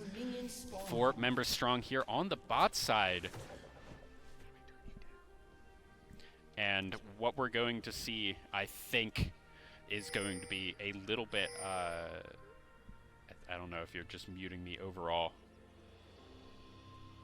All right, there we go. Better? Are you good? Yes, good? I had some technical difficulties Technical there. difficulties. Okay. This is a really weird four-man stack, is what I'm going to say, from Las Cruces. I think it's defense against invade is what it really is. Because they see the Thresh and they're like, they might invade. But the downside of that is I don't think you're invading with an Aurelion Sol. Like, you just kind of don't have any damage early. I mean, I like the idea as well, but it's kind of, they were stacked in a 4-person formation, but also spread out. So even if the Thresh showed up, what are you going to do? Just run away as a 3-person group, and whoever gets hooked, gets hooked, We're just seeing normal leashes here from bot side. The one thing that I would like to point out that we don't see all the time here is it is going to be the exhaust on the Thresh. I really like that. The other interesting thing is he went Guardian instead of the normal Aftershock. And I think that's mostly because this La Cueva team saw what was built over on Las Cruces, saw their 2-threat team and said, we need to keep Jinx alive. Guardian. Guardian isn't the greatest right now, but it'll definitely, it could help. If it helps just once, they might just win the game off of it. And then we also see that with the Jinx taking cleanse over the standard going exhaust herself, and just wants to avoid getting picked off by like the single crowd control ability, especially just this Varus ult just getting Oh, good Death Sentence. That's going to be a flay, a really good grand entrance to make sure that no more damage does go in, but that is still going to be the flash out from LHS. That's HS1 red. And honestly, good on the Varus for just hitting that hitting that flash button, getting out of there as soon as possible, because I mean, what's the point of using some of your ability if you're just going to save it for next game? Absolutely. Right? But here, that means that the next hook that does land on the Varus will be quite dangerous for him. something that we did not do is we did not introduce these teams here at the beginning. Bad with introductions, what I just learned. So we have Saiyan 2 for La Cueva up in the top lane, Asian Potato 1 in the jungle position, the Moon that rises in the mid lane, Juten down there in the 80 carry position in the van that goes Vroom, but here Warden is going up into the top lane, Taunt into the Spectral Mars, Saiyans just going to walk out, but here Zach is available, getting a good Let's Bounce, trying to get something else. Warden very, very low, having to flash out himself. That may be a dead Warden. First blood going in, the flash on from Asian Potato, picking that one up as Warded Elf does go down. Wow, and I think we're just finding out that there's just too much action going on to finish introducing these teams. On the red team, though, we do have Las Cruces High School with twos up in the top lane playing Shen. Is that Warded Elf? I think that's Warded Elf 99. Warded Elf 99 playing Viego in the jungle. We have, oh my goodness. Common Hivel? Common, I don't know. Let's call him Common. Common playing Yon in the mid lane. LCHS 1 Red. I think we'll just call him Red. Yeah, we'll just call him Red. We'll just call him Red for now. Red playing Varus there as in the ADC position, and other new guy. Other new guy playing Rakan support. Yeah, I do love some of these. I'm a big fan of the Moon that rises. Just weeb enough is what I'm gonna say. Is it not just a Diana reference? I probably is. Do you think a potential Diana play? It might be. I would like to see the Diana one of these games. Moonfall is just an obscene ability. Yes, an early lead here for La Cueva. Already getting to a 1K gold lead here, just that first blood and minor CS differences here. Yeah, a little bit here and there. The one thing that I think is actually a little bit impressive is the Aurelion Soul pretty much dead even with the Yon, not what you would expect here. The other thing is Ornn is up with this massive wave crashing into him, despite the Ornn having to back up because they were ganked. And I mean, that's Ornn, baby. That is the power of this champion on display right here. Van goes Vroom looking for more hooks. We probably saw that one hook is what got the 10-ish CS lead already in the spot lane, but Juten, the perennial 80 carry player for La Cueva here, we've seen that them at so many different events over the years. Them and Saiyan 2, I feel like, are the last of that original squad that we saw from La Cueva. I could have sworn that Moon That Rises has been around for a while, if I want to say so. I think so. I do remember that name. But I particularly remember Saiyan 2, his top lane Kingdom there for a couple of years in New Mexico. Really only Yellow Cactus being able to ride him in the top lane. What? I never heard of this person before. We also see a small, actually not insignificant, a very significant CS difference here in the bot lane. Yeah, it's both in the bot lane. 48, we should be seeing recalls. Yep, Jenks recalling right now. That should be an entire Noon Quiver. And I thought you were actually going to talk about the top lane. 43 to 15. Twos does have level 6, but now so does Saiyan 2. And we're just seeing the power of Ornn, just kind of overall. Zach is here, getting a Let's Bounce, or not Let's Bounce, but should be able to go in there. Twos, he's just going to evaporate right there. Saiyan 2 gets that one, and his lane kingdom just is going to get even bigger. And that's really tough for the Shen. I mean, he does have TP, so he's going to be able to at least get back to lane so that he can kind of come back from this discrepancy a little bit, but like, it's a really tough position right now for the Shen because it's a even matchup until one side gets a little bit too ahead comparatively to the other. And I would say that at this point, one side is a little bit too ahead compared to the other. A little bit. I mean, just seeing Chain Vest and the Bomby Cinder versus Boots and No Magic Mantle, that's going to be a little bit of a rough one. Basically what the Shen wants to do, I think at this point in the game, is wait for Dragon, stand United down onto someone, pick up 5 assists or whatever, and then you'll be fine. Oh, for sure. And that's the thing, the Shen will never be down and out of this game forever, which is a great thing, you know?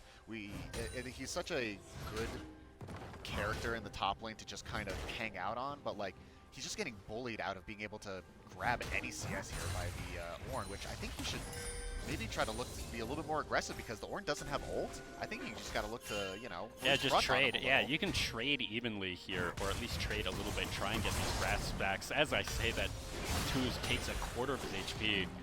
And I think what you're just trying to do is Spirit's Refuge, the brittle, the clap. But ooh, good miss right there. That actually may be quite a bit of damage onto Saiyan 2-2's trying to trade something back. And that's going to be a trap rooted up the other guy. Unfortunately under tower, so it will not be that much damage. And let's see if there's anything. I mean, yeah, we're just seeing the gold lead slowly start to build over on the Quavo side in the bot lane, but top lane is where it's really starting to hit hard. I mean, you have two options here as Warded Elf. You either say, all right, we're sacking top lane, we're going to go somewhere else, or... Thresh experience right there, but that is going to be a really good Lantern to try and get everyone out. Flash forward. This may be Thresh going down, but he's just going to flash out as well as Juten gets out completely safe, and they're going to try and trade a little bit of damage back as Twos outside tries to get something. The Ornn there just wants to make sure that Twos cannot join this at all as Zach joins the fray in the bot lane, but everyone's just going to disengage and be fine. That's really dicey. Oh, Call of the Forge God goes down onto Twos, and that's a clean solo kill. Saiyan just going to pick that one up, and he's going to be absolutely dominating in this lane. Doesn't even need to flash. Doesn't even need to flash. And that's another way of making sure that the Stand United doesn't come in. Just kill the Shen. Best CC is death. Best CC is death. The Moon That Rises, unfortunate lane position for him, but I think he will be fine. Here, this Yone does have a little bit of a CS lead overall on the Irrelevant, so what you would expect, 10 or so. That's probably about normal for Yone into any caster or mage that is weak in the early game. But unfortunately for him, the rest of his team not doing as great in the CS department. 30 or so, but Zach jumping in from downtown, trying to get something. The Yone ulting to try and get out, and both ultimates are going to miss in the mid lane for Laqueva.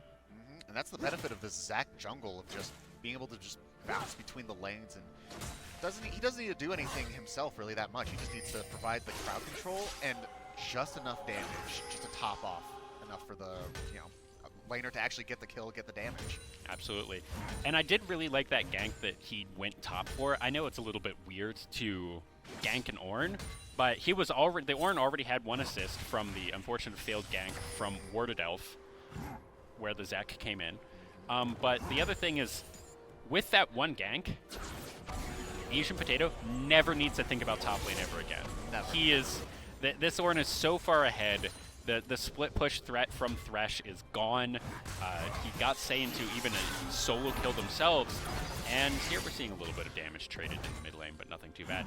But this is just Saiyan going to be able to knock down this turret slowly by themselves. Oh, and an amazing... Oh, good, but a good flash now. Van goes room. He's just going to be stunned up and killed under turret. Is he going to be able to get out? That's one more turret shot, and he's going to go down as Red picks that one up here. Saiyan in the 2v1, and he's winning it. He's trying, and now it's a 2v2. That's going to have to be the Call of the Forge God's going to go down. It's going to tag one. Are they going to get it? Twos does go down, but now Warden Elphys goes down as well as Saiyan picks up the double kill for the Ornn. Oh my god, Ornn gameplay. Oh, but now Ornn's going to go down a shutdown onto the mid lane. Exactly where you want it. Is Kami Kamen going to be able to get this one? I think he will. That's going to be the Cell division out, but it is not going to be fast enough as Kamen picks up the double kill for himself. 2-0 in the mid lane. And a breath of life coming out of Las Cruces here. They weren't necessarily just permanently losing, but it was definitely looking dicey there, especially after that double kill under tower with neither Ornn or Zach dying initially. Oh no, here Red maybe not wanting to be here. Super Mega Death Rocket is not available, otherwise he definitely would not want to be here. Vanguard's room, maybe looking for something, but they're just going to go for this plate and back up. No! That is a good hook. That's going to be a good kill as Juten picks up one. Oh, man. You hate to see it, honestly. But an amazing hook there. Oh, what a good hook, yeah. Okay, what I want them, there's like 4 wards that they can freely clean out in the bush right below them. That's a grand entrance. Vander's room taking turret shots, self-rooting. That may be bad. He may go down here, but Flame Chompers do dissuade as Juten trying to get more. And I think Warded Elf could have kept going. I mean, he didn't have ult. He didn't have Viego. I think that's why they backed off. They definitely could have been kited him, I think. I mean, We don't know how to cool down on the fresh, ulti. They have no idea. Yeah, that is true. However, But I do have a wild Yone here appearing in bot lane. Yone here did realize that the rest of his team have been falling behind here a little bit, trying to get up on the map, trying to use the push advantage that he does have to help other lanes, and he did help in the top lane. Unfortunately, a little late, no assists on that, but he did get 2 kills for himself. And we already have both Sunfires completed on the side of Quaver here. Those are some tanky boys that are doing a lot of AoE damage. Absolutely. Saiyan 2 here, absolutely having the time of his life in the top lane. You love the Ornn gameplay. That is exactly how I wanted this. That's how you play this lane if you have the Shen. You Spirit's Refuge, the clap on the brittle, and make sure that nothing happens. And he's really just trying to be annoying, make sure that Saiyan takes all these tower shots, is stunned under the tower, so Saiyan can't get up, can't get these demolished stacks, can't get more things into his pocket. But what we are going to see is a fight over this second dragon here at 14 minutes. Las Cruces is the first one here. They do have the vision control, but it looks like they may be willing to cede. And what's really awkward here is that Laqueva is ahead, so they do have the advantage in this scrap. However, because of how the dragon and everything, they're in a much more awkward spot of half of them want to do dragon, half of them don't really want to commit that far because they don't want to be facing against 4 people who are just waiting here on this half of the jump. Oh, but that may be a little bit too far forward, and that's going to be Zach being on the front line, teleporting, coming in. That's not going to be an ult anything. Heartbreaker does not get it, but that may be something from Aiden Potato, but no, Jinx is unleashed. She's just going to burn through everything as Juten picks up 3 themselves. Aurelion Sol picks up 1, but that is an ace for La Cueva. Las Cruces goes down. It looks so good for them, but even Van Gogh's Broom gets 1.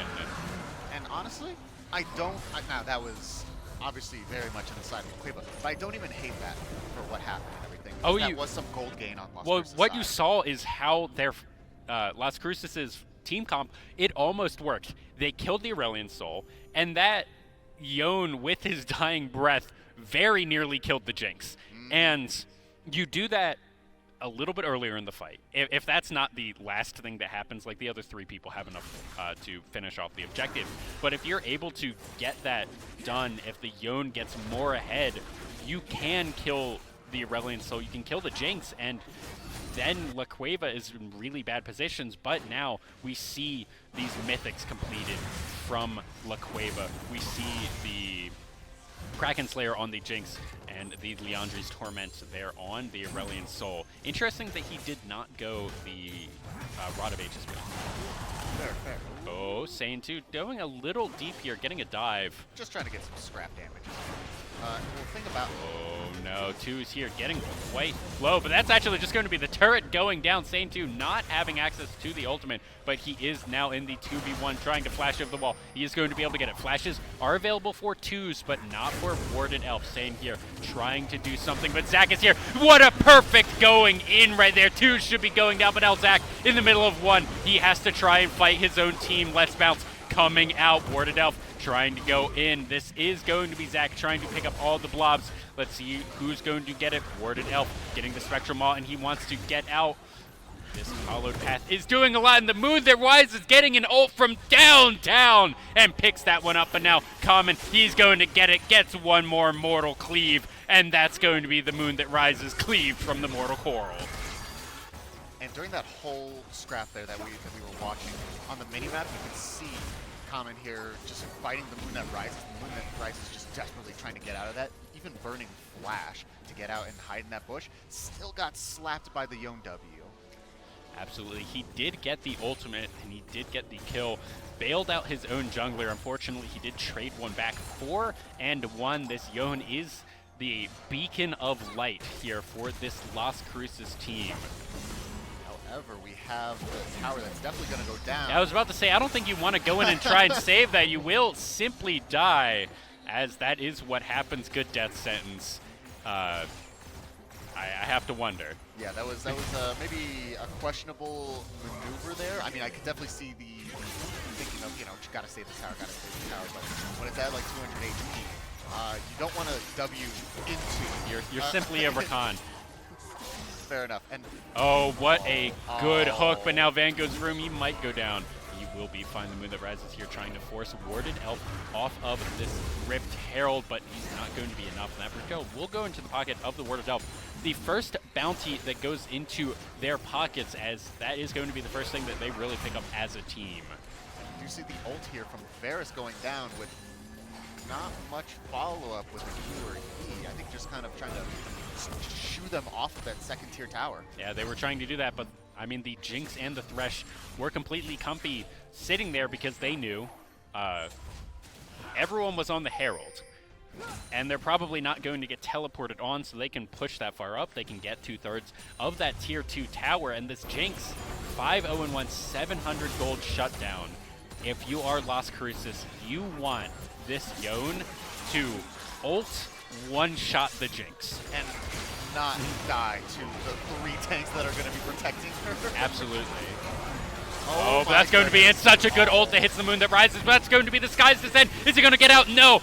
Good Spirit Cleave now, Asian Potato. Next one on the chopping block, trying to get something out before the snapback. That's going to be Cell Division, but now the Cavalry has arrived. Can they get the Cell Division? That's such a good hook. Warded Elf having to ult defensively to get out. Saiyan has arrived. Saiyan has picked up one. Juten is dominating. He missed the call of the Forge guy, but that Super Mega Death Rocket is going to be good. Saiyan 2 will get the tower. He'll be fine. That's a quadra kill for Juten. This 80 carry can do no wrong.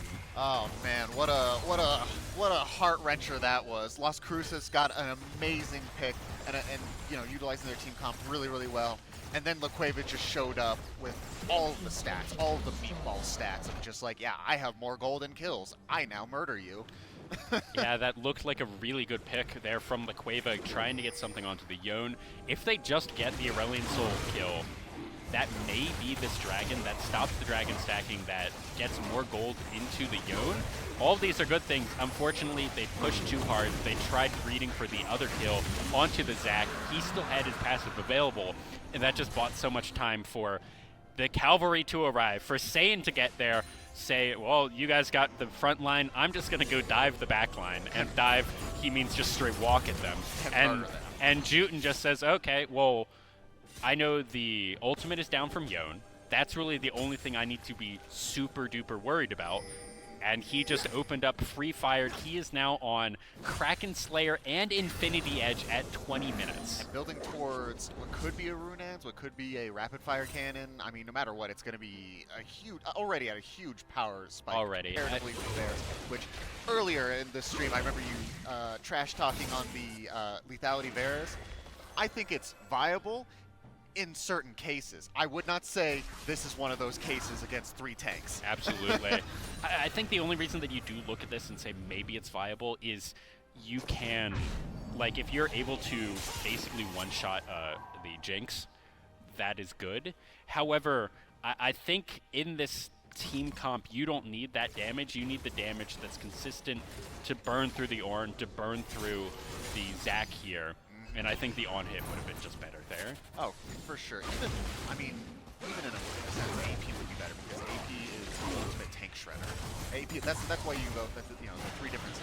You go lethality if you want to pop somebody really squishy. You go on hit if it's just like a generalist, like good, you know? You go AP if it's like super big meatball tanks. Absolutely, but here, Juten 9-0-3 looking to get another tower in the pockets here for La Cueva. Already have all 3 outer turrets pushing down everything. As the Ripped Herald has been summoned, that must have just timed out for Warded Elf 99 in the bot lane. No one's coming down to help the Moon That Rises. I think he should be fine at stopping this, but he will have to stop. But that's a good death sentence. That's going to be a Rakan just going down. As no, this is going to be even more. The Jinx gets a double kill. She's excited. She's going to run down this Yone. No. Okay, they decide to just chase the Yone out. Singularity is such a wacky ability. The Shelly's not even going to charge. And yeah, they were focused on killing Rakan and everything, but Zac was there just pestering the Yone and embarrassed that they just couldn't do anything to him. Oh no, but maybe they bite off more than they can chew as the Zac may go down, but no, the Yone, his E timed out as Asian Potato gets out with like 2 HP as Jutun here. Just 1v1ing the enemy jungler. Super Mega Death Rocket not available quite yet. Zap doesn't land. Oh, but Spectrum Maul, let's see what Warded Elf is going to be able to do. That Heartbreaker is going to be able to do it! The shutdown going on to Jinx! And that is so much money into the pockets there of Warded Elf. That's what this team has to needs. Be careful here. Saiyan has to be really careful here. He has a huge bounty on his head, and he is looking prime and ready. That was Jutun thinking he was much more powerful than he was. Tried to cleanse. He almost did it. He almost did it. But, you know, it was just enough damage there from the Viego, which, honestly, I'm surprised he won it. Yeah, I mean, it looked close, but I think if you're the Viego, you go for that 50-50, because if you get it, you have so much money in your pockets. You get the Jinx off the table for, that was 30-ish seconds. They cannot do Baron during that time. You buy time for your team. And it's also just I mean, yeah, you always go for that 50-50, especially if you're in a situation where you're already behind, because you have to do something in order to get back into this game. Absolutely. As Las Cruces. And that is going to be the completed Blade of the Rune King and the Divine Sunderer onto the Viego right there.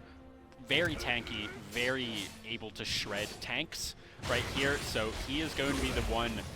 Him and Yone, I think, are now the two hopes for this team. You have a Shen on top. If he doesn't even make it in, you just need the shield. That's what you want. And I do think that Las Cruces is still definitely in this because, yeah, you have a Viego who he needs time in order to shred the tanks and everything like that. However, you have that time with Shenton, with Yone Oh no, that might be the Viego going down. No, very good disengage call before it's gone. Just going to pick up Rakan. Jutun gets a Super Mega Death Rocket and gets that. That may be this soul point. 3 dragons already for La Cueva in a 4v5. Does Las Cruces want to face check into the completely dark jungle? Oh man, and it's just one thing after another, isn't it? It's really just, it's so hard to stay in this game as Las Cruces in the sense of like, you wanna farm your jungles, you wanna farm your lane and just exist so you can passively like, you know, gain some gold and even out that like level and gold differential. But then you have a Zac jump on top of you. Then you have an Ornn ult you from a whole screen away and it'll hit That you. is going to be an even more difficult to kill Jinx now with. No. Might be bad. Jutun looking for something. Rand goes Rune looking. Does get the hook. That should be Shen going down, but no, a perfectly timed taunt to get out to make sure the Flay does not land. And you see Red. He did literally no damage to the Ornn right there. Didn't even break the shield.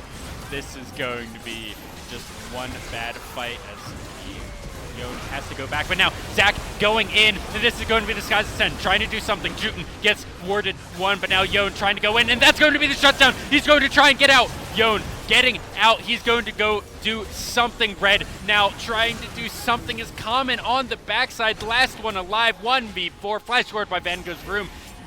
Common there did get the kill onto the Jinx at the very beginning of the fight, but unfortunately, everyone else on the team is so far ahead here for La Cueva. And Saiyan taking that tower the entire time, barely at half HP.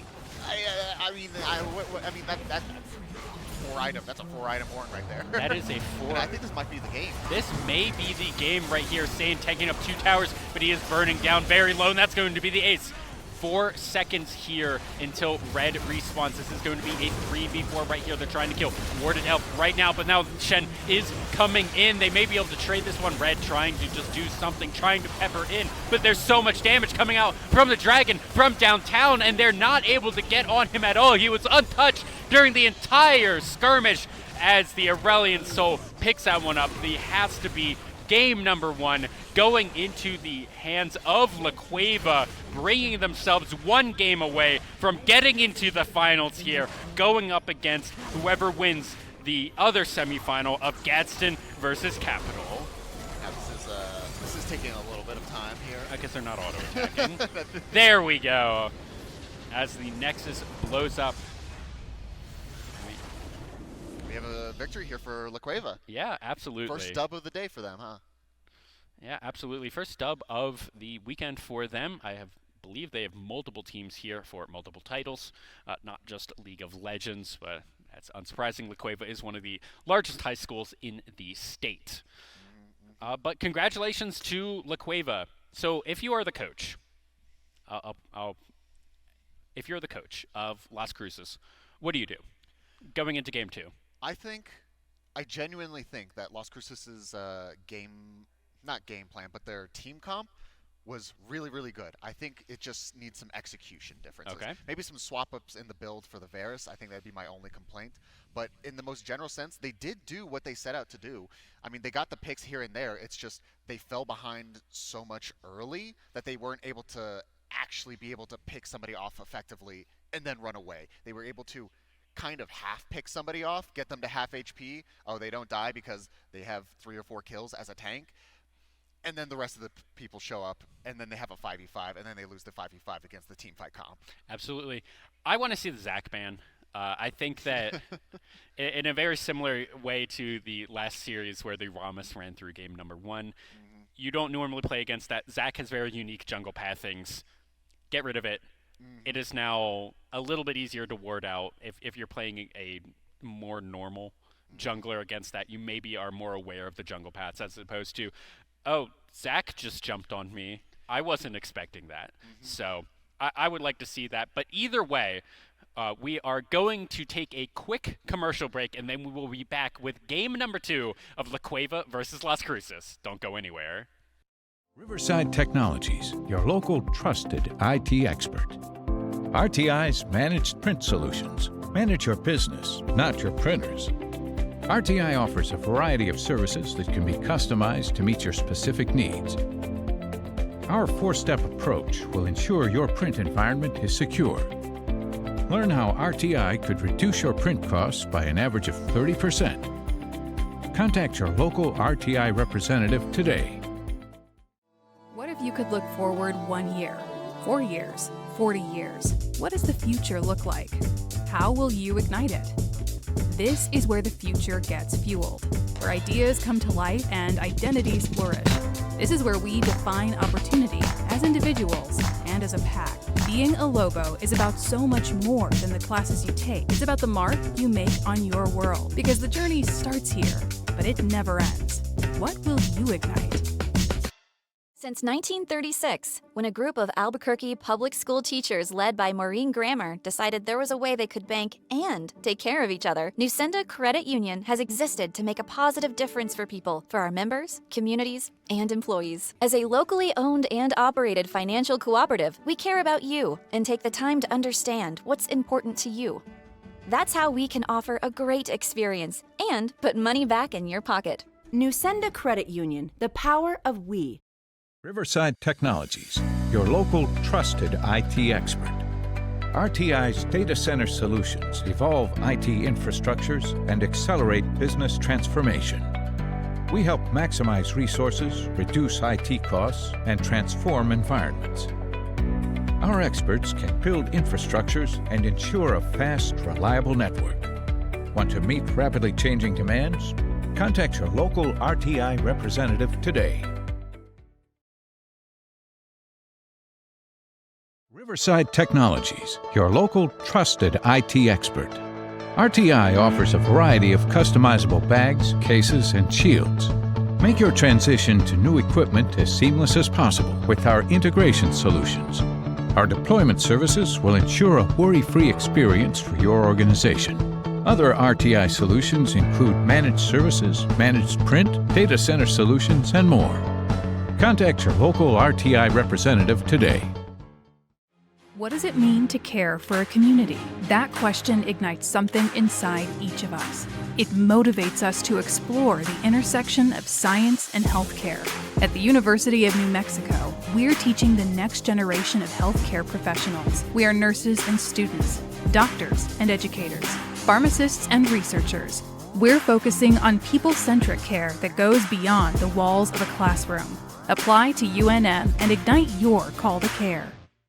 Riverside Technologies, your local trusted IT expert. RTI's managed print solutions. Manage your business, not your printers. RTI offers a variety of services that can be customized to meet your specific needs. Our 4-step approach will ensure your print environment is secure. Learn how RTI could reduce your print costs by an average of 30%. Contact your local RTI representative today. Since 1936, when a group of Albuquerque public school teachers led by Maureen Grammer decided there was a way they could bank and take care of each other, Nusenda Credit Union has existed to make a positive difference for people, for our members, communities, and employees. As a locally owned and operated financial cooperative, we care about you and take the time to understand what's important to you. That's how we can offer a great experience and put money back in your pocket. Nusenda Credit Union, the power of we.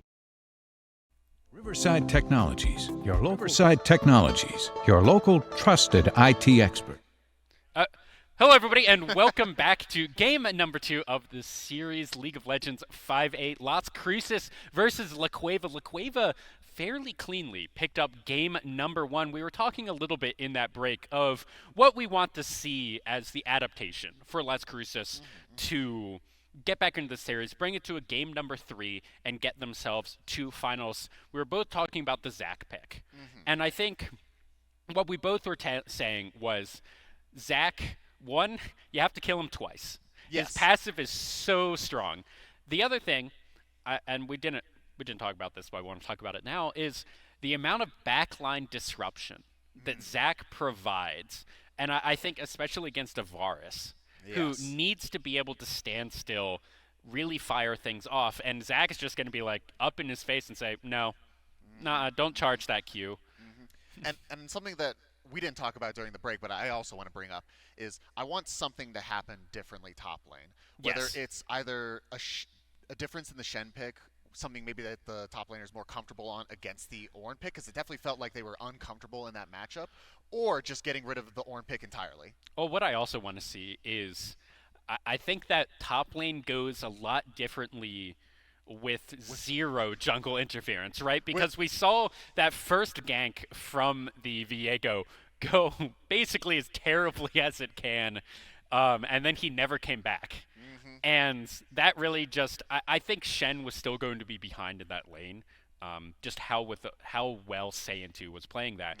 But it also was, I think it would be more even. I don't think the Shen would have died under tower multiple times. I think he would have been a lot, like, it would have just been your more normal tank versus tank. Sure, the Ornn still probably takes the tower, but the Shen is not 0-8. He's 0-2 maybe, but he's a Shen, so you don't care. Yeah. And he's not getting bullied on for CS, just to grab some 14, 15 gold here and there, losing half of his HP just for that. So that would be, I think, if you get rid of the Zach, it's a lot harder to gank the top lane, and I would love to see the pure 1v1, because, I mean, it sort of was, but man, that Ornn got a lot of help. Yeah, and not only that, we can also maybe look for an adaptation in just don't even go top lane as Las Cruces. Don't even go top lane. You saw the bot lane was just constantly shoved in. Just go there. I mean, just be like, all right, top lane, ward the river. If he shows up, just back up. Just chillax, man. And then just focusing on that bot lane to not only give them a little bit of breath of fresh air, but also to maybe swing that and then turn that into the winning lane. Absolutely. The other thing that we can talk about, other lanes. The mid lane, I did like the Aurelion Sol pick, and I like the Yone pick. I think the Yone needs, I don't know if it's more jungle attention, more hovering, to really be able to punish that Aurelion Sol pick.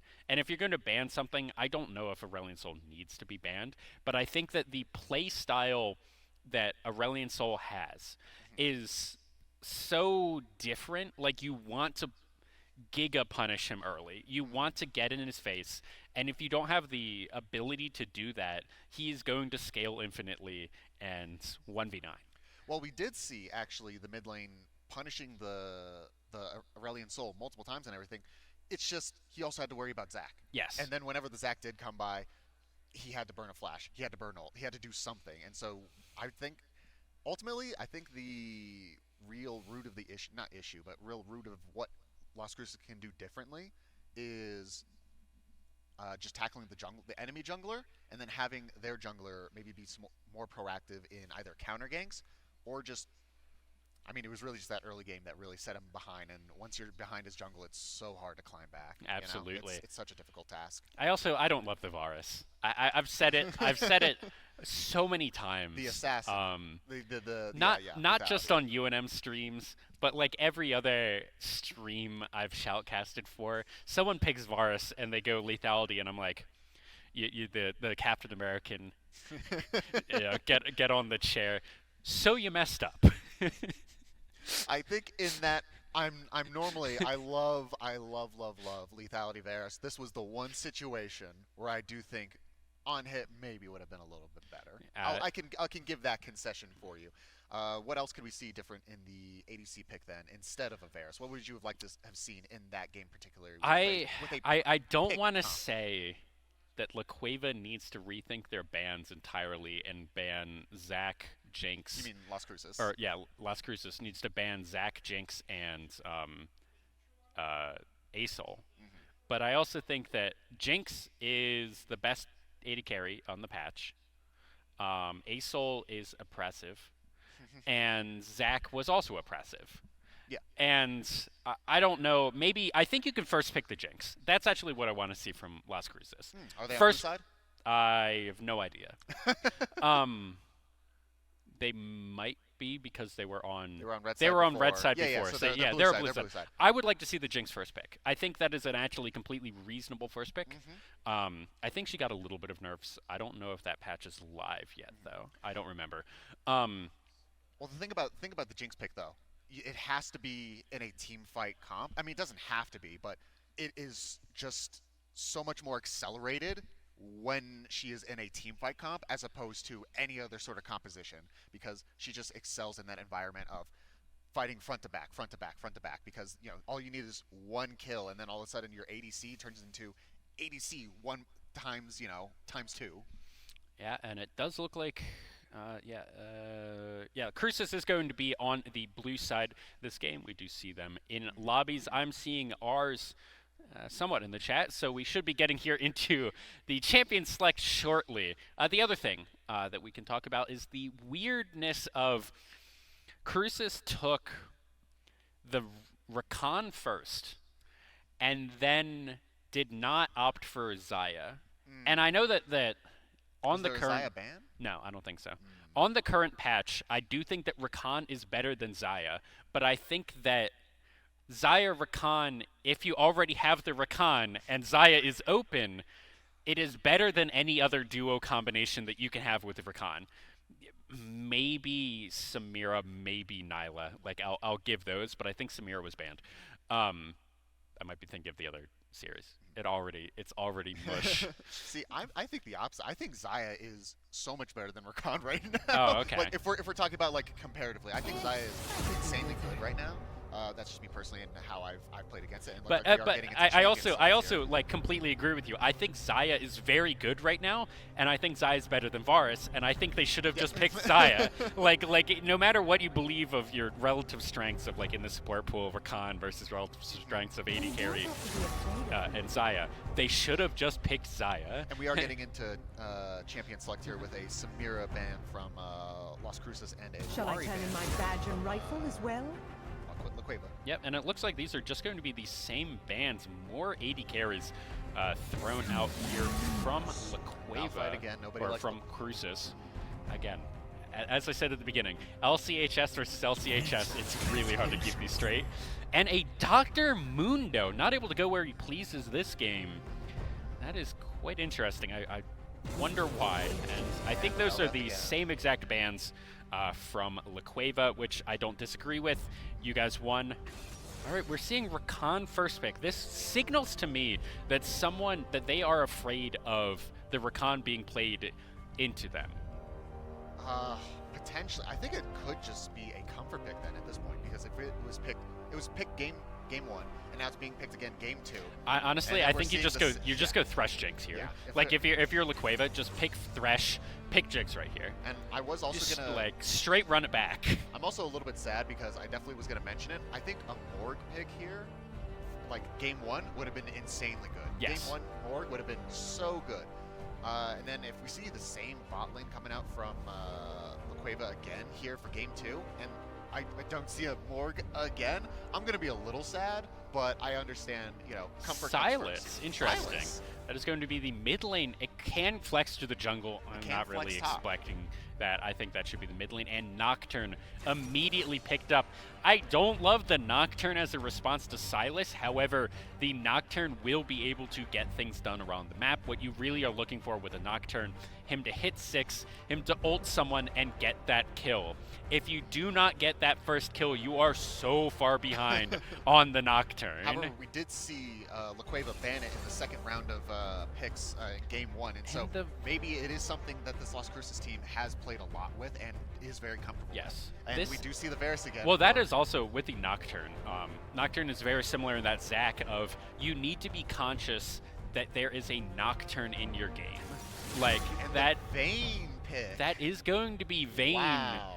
Thresh, bringing us back quite a few seasons, and that's going to be the Varus picked up there from Cruces, playing that one again. I wasn't impressed, but we'll give him a second chance, see if the Jinx was really the problem, see what that was. I am surprised the Jinx wasn't picked up here from Cruces, just running it back, or from Cueva, just running it back. I do like the Aurelion Soul ban.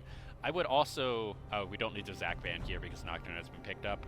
Now, I think the Vayne pick here is entirely to have her be more self-sufficient against all these people that are going to be diving on top of her, freeing up the other lanes to be more damage-oriented themselves, aka we see a Silas pick up here. Could be mid lane, so, you know, still a damage dealer, but, you know, in the essence, what they're Absolutely. About. We see an Urgot being taken off the top lane there from Saiyan 2. I love me an Urgot pick. Love me an Urgot. I love an Urgot. I think it's Let's see what they ban, and it is going to be the Yone. I do like that. It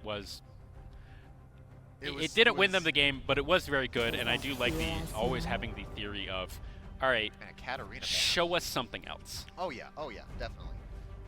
Katarina ban, quite an interesting run of bans here from Don't tell me Cueva. that's a blind pick, Susan? That is a blind pick Nasus. Oh my goodness, that is confidence. that is saying I'm gonna win top lane no matter what you pick. Ornn is still care. available though. It is, but the Ornn.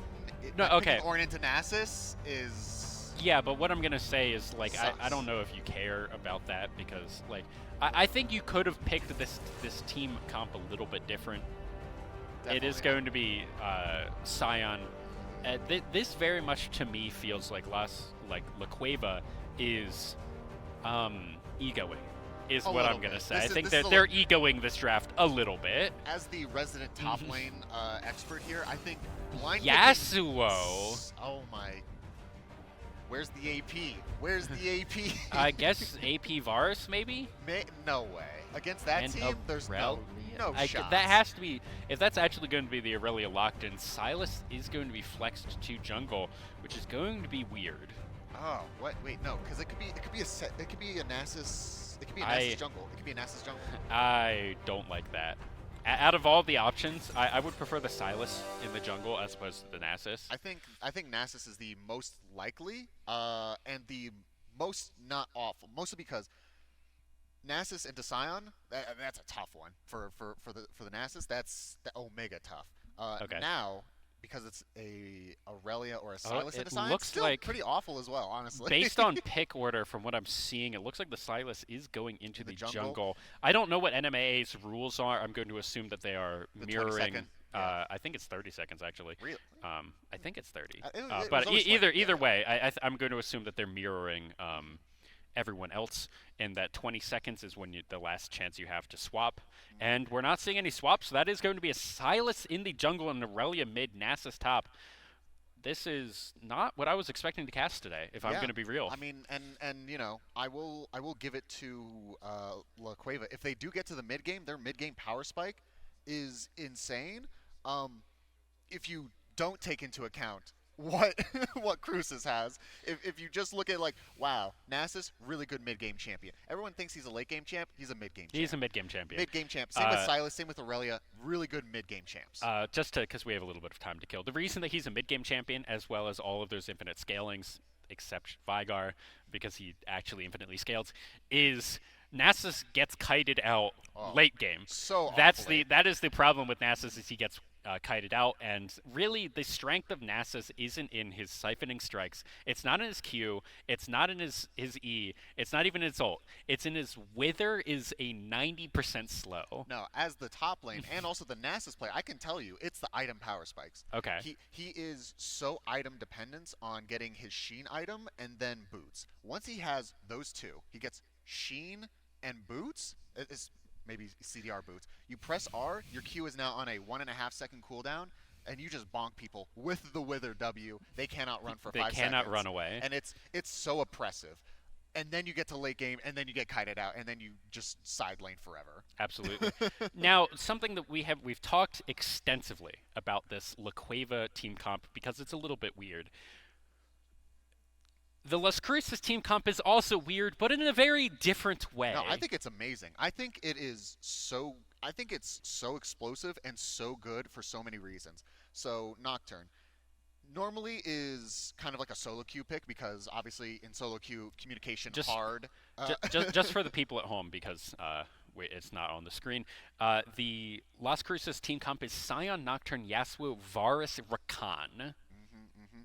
Yeah, and so with the Nocturne pick, you press that art button, everyone on La Cueva now has to talk about what's happening, and if they stay silent for any part of it, that's information lost, and they have no idea what's going on. So if there's like any side lane pressure picks or any like team fight that like could possibly happen, now the Nasus, if he's in that side lane, he can't TP until that Nocturne ult goes down, unless he preemptively TP'd, which is ballsy, and yeah, that's not consistent. Yes. And then you have like this really just like, not only is Nocturne press R and then, oh god, don't die until then. You have that same idea with literally every other character. Sion, he presses R, oh, just don't die, hope you don't die. Same with Yasuo, Varus, Rakan. I mean, it's a really explosive and easy to play comp there on Las Cruces side. One thing that I would like to say, Nocturne ult, generally in competitive settings like this, where all 5 players are on computers right next to each other, what you do is you simply look at the screen next to you, and you're like, well, I can't see anything. Let's look at the person next to you. But what I did notice when I was up in the rooms is the tables that they're set up on pretty far away. Like, I don't think if I was the support, I'd be able to see what the top laner was doing. I could definitely see what the AD carry was doing, right? But I think that is going to be actually something to keep in mind here from this La Cueva team, looking to clean this one up, looking to go 2-0 in the series, and Cruces here looking for that little bit more of disruption with the Nocturnal, as we are loading into game here for game number 2 of Las Cruces versus La Cueva for the semifinals in 5A for the NMAA High School League of Legends finals. And I am excited to see, I mean, we've been talking about how this match could play out. Oh, 5-man invade here. Hook and a flash already down. Warded Elf, honestly, that's tough, but honestly, again, didn't save it for next game. I'm glad he just got it done, you know? I think he probably would not have gotten hit with that, but I'm not entirely certain. It's better to be safe than sorry, honestly. It's okay, note, we have a, I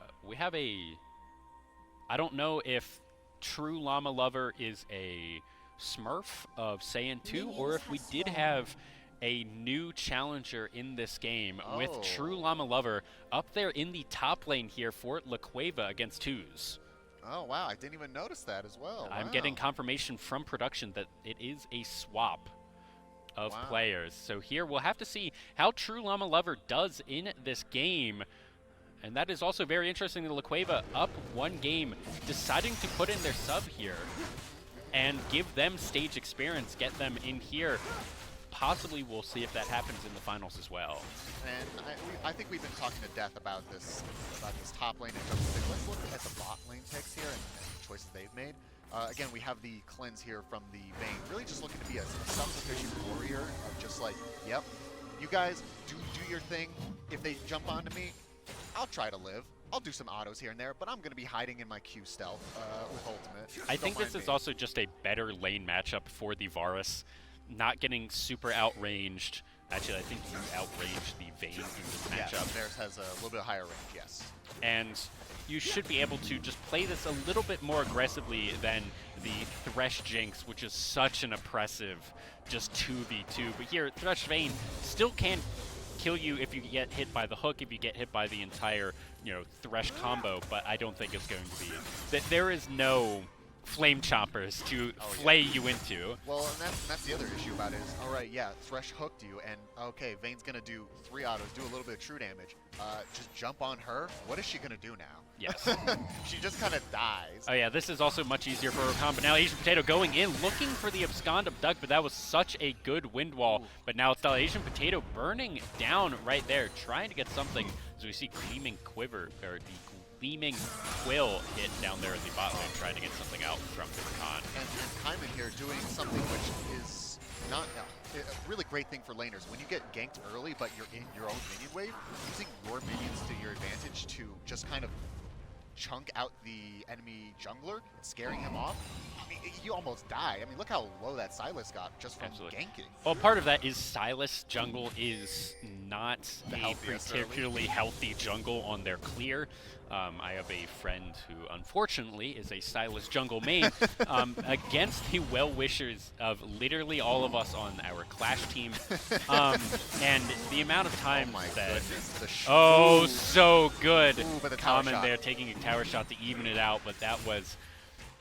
I mean, that's the Aurelia-Yasuo matchup. You need to predict, you need to dodge, dip, dive, but now that's a good hook and a grand entrance to get out. And honestly, I understand the grand entrance to get out and everything and just kind of nullify the hook. I kind of wish he went in. I mean, never mind. Actually, the Varus is way too low on mana to ever really do anything. And the Scion really falling behind here on the CS, which is... Oh, good lollipopping on that. Another flay, but here what we're seeing is the difference, but here the tether coming in, and that's going to be the flash force out of true Llama Lover.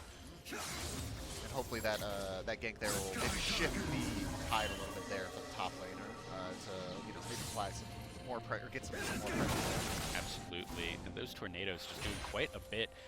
This Yasuo up almost 5 CS here. Not the biggest deal in the world, but that's still pretty good. Potential gank here in the mid lane with the Sylas hovering. However, he is 2 levels down on this Yasuo. That Sylas may just die. The Ignite's still available, and looks like the Sylas, they're not actually going to get any damage done. The Yasuo simply walks away from that one. Very, very good lane awareness and positioning from Common here in the mid lane. I mean, it's just really just a class act, honestly. Like the more and more I'm watching, the more and more I get impressed, honestly. Absolutely. The other thing that I do want to point out is the Thresh Vanguard's room still hitting all the hooks, but without the follow-up of the Jinx of the Flame Chompers, it kind of doesn't matter. The other guy here, he got hooked a couple of times and he's realized, wait a minute, I'm not getting punished at all. Like, he's still full HP from getting those hooks, and, that's perfectly fine. Roar of the Slayer doesn't hit, Abscond Abduct also doesn't hit. Decimating Slash trying to get a good slow down, but Twos here has no mana. He may be able to get out of this one just because True Llama Lover doesn't have any either, and he's just going to walk away from that gank. And even though there is not the same follow-up, and we do see the dragon going down here for Warded Elf here, slinking that by while Last Cruise is getting one. So something I was going to say is, yeah, there may not be the follow-up with the thresholds and everything, but because of the Vayne, I mean, honestly, the Thresh is just kind of scaring off the definitely like superior in concept, like, Varus from actually doing anything. So the Vayne's just getting free.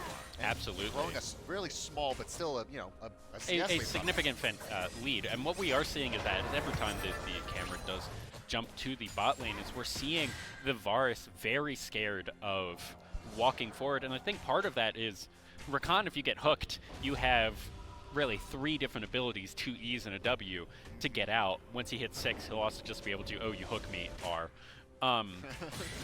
And get out. Whereas Varus, if you get hooked, I don't think you're going to die necessarily, but you're definitely going to start panicking. 100% sure. And I have to ask, was the Zac banned this game? No, it was... No, because you remember they early picked the Sylas. Do you think that was a flex pick that got shoved into the jungle? I don't know.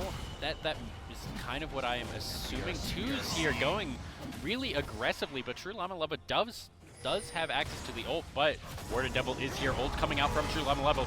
That is going to be a good tether going down. True Llama Lover, no anything for him, and that's going to be first blood going over into the pockets of Nocturne before even level 6, and he's already on a roll.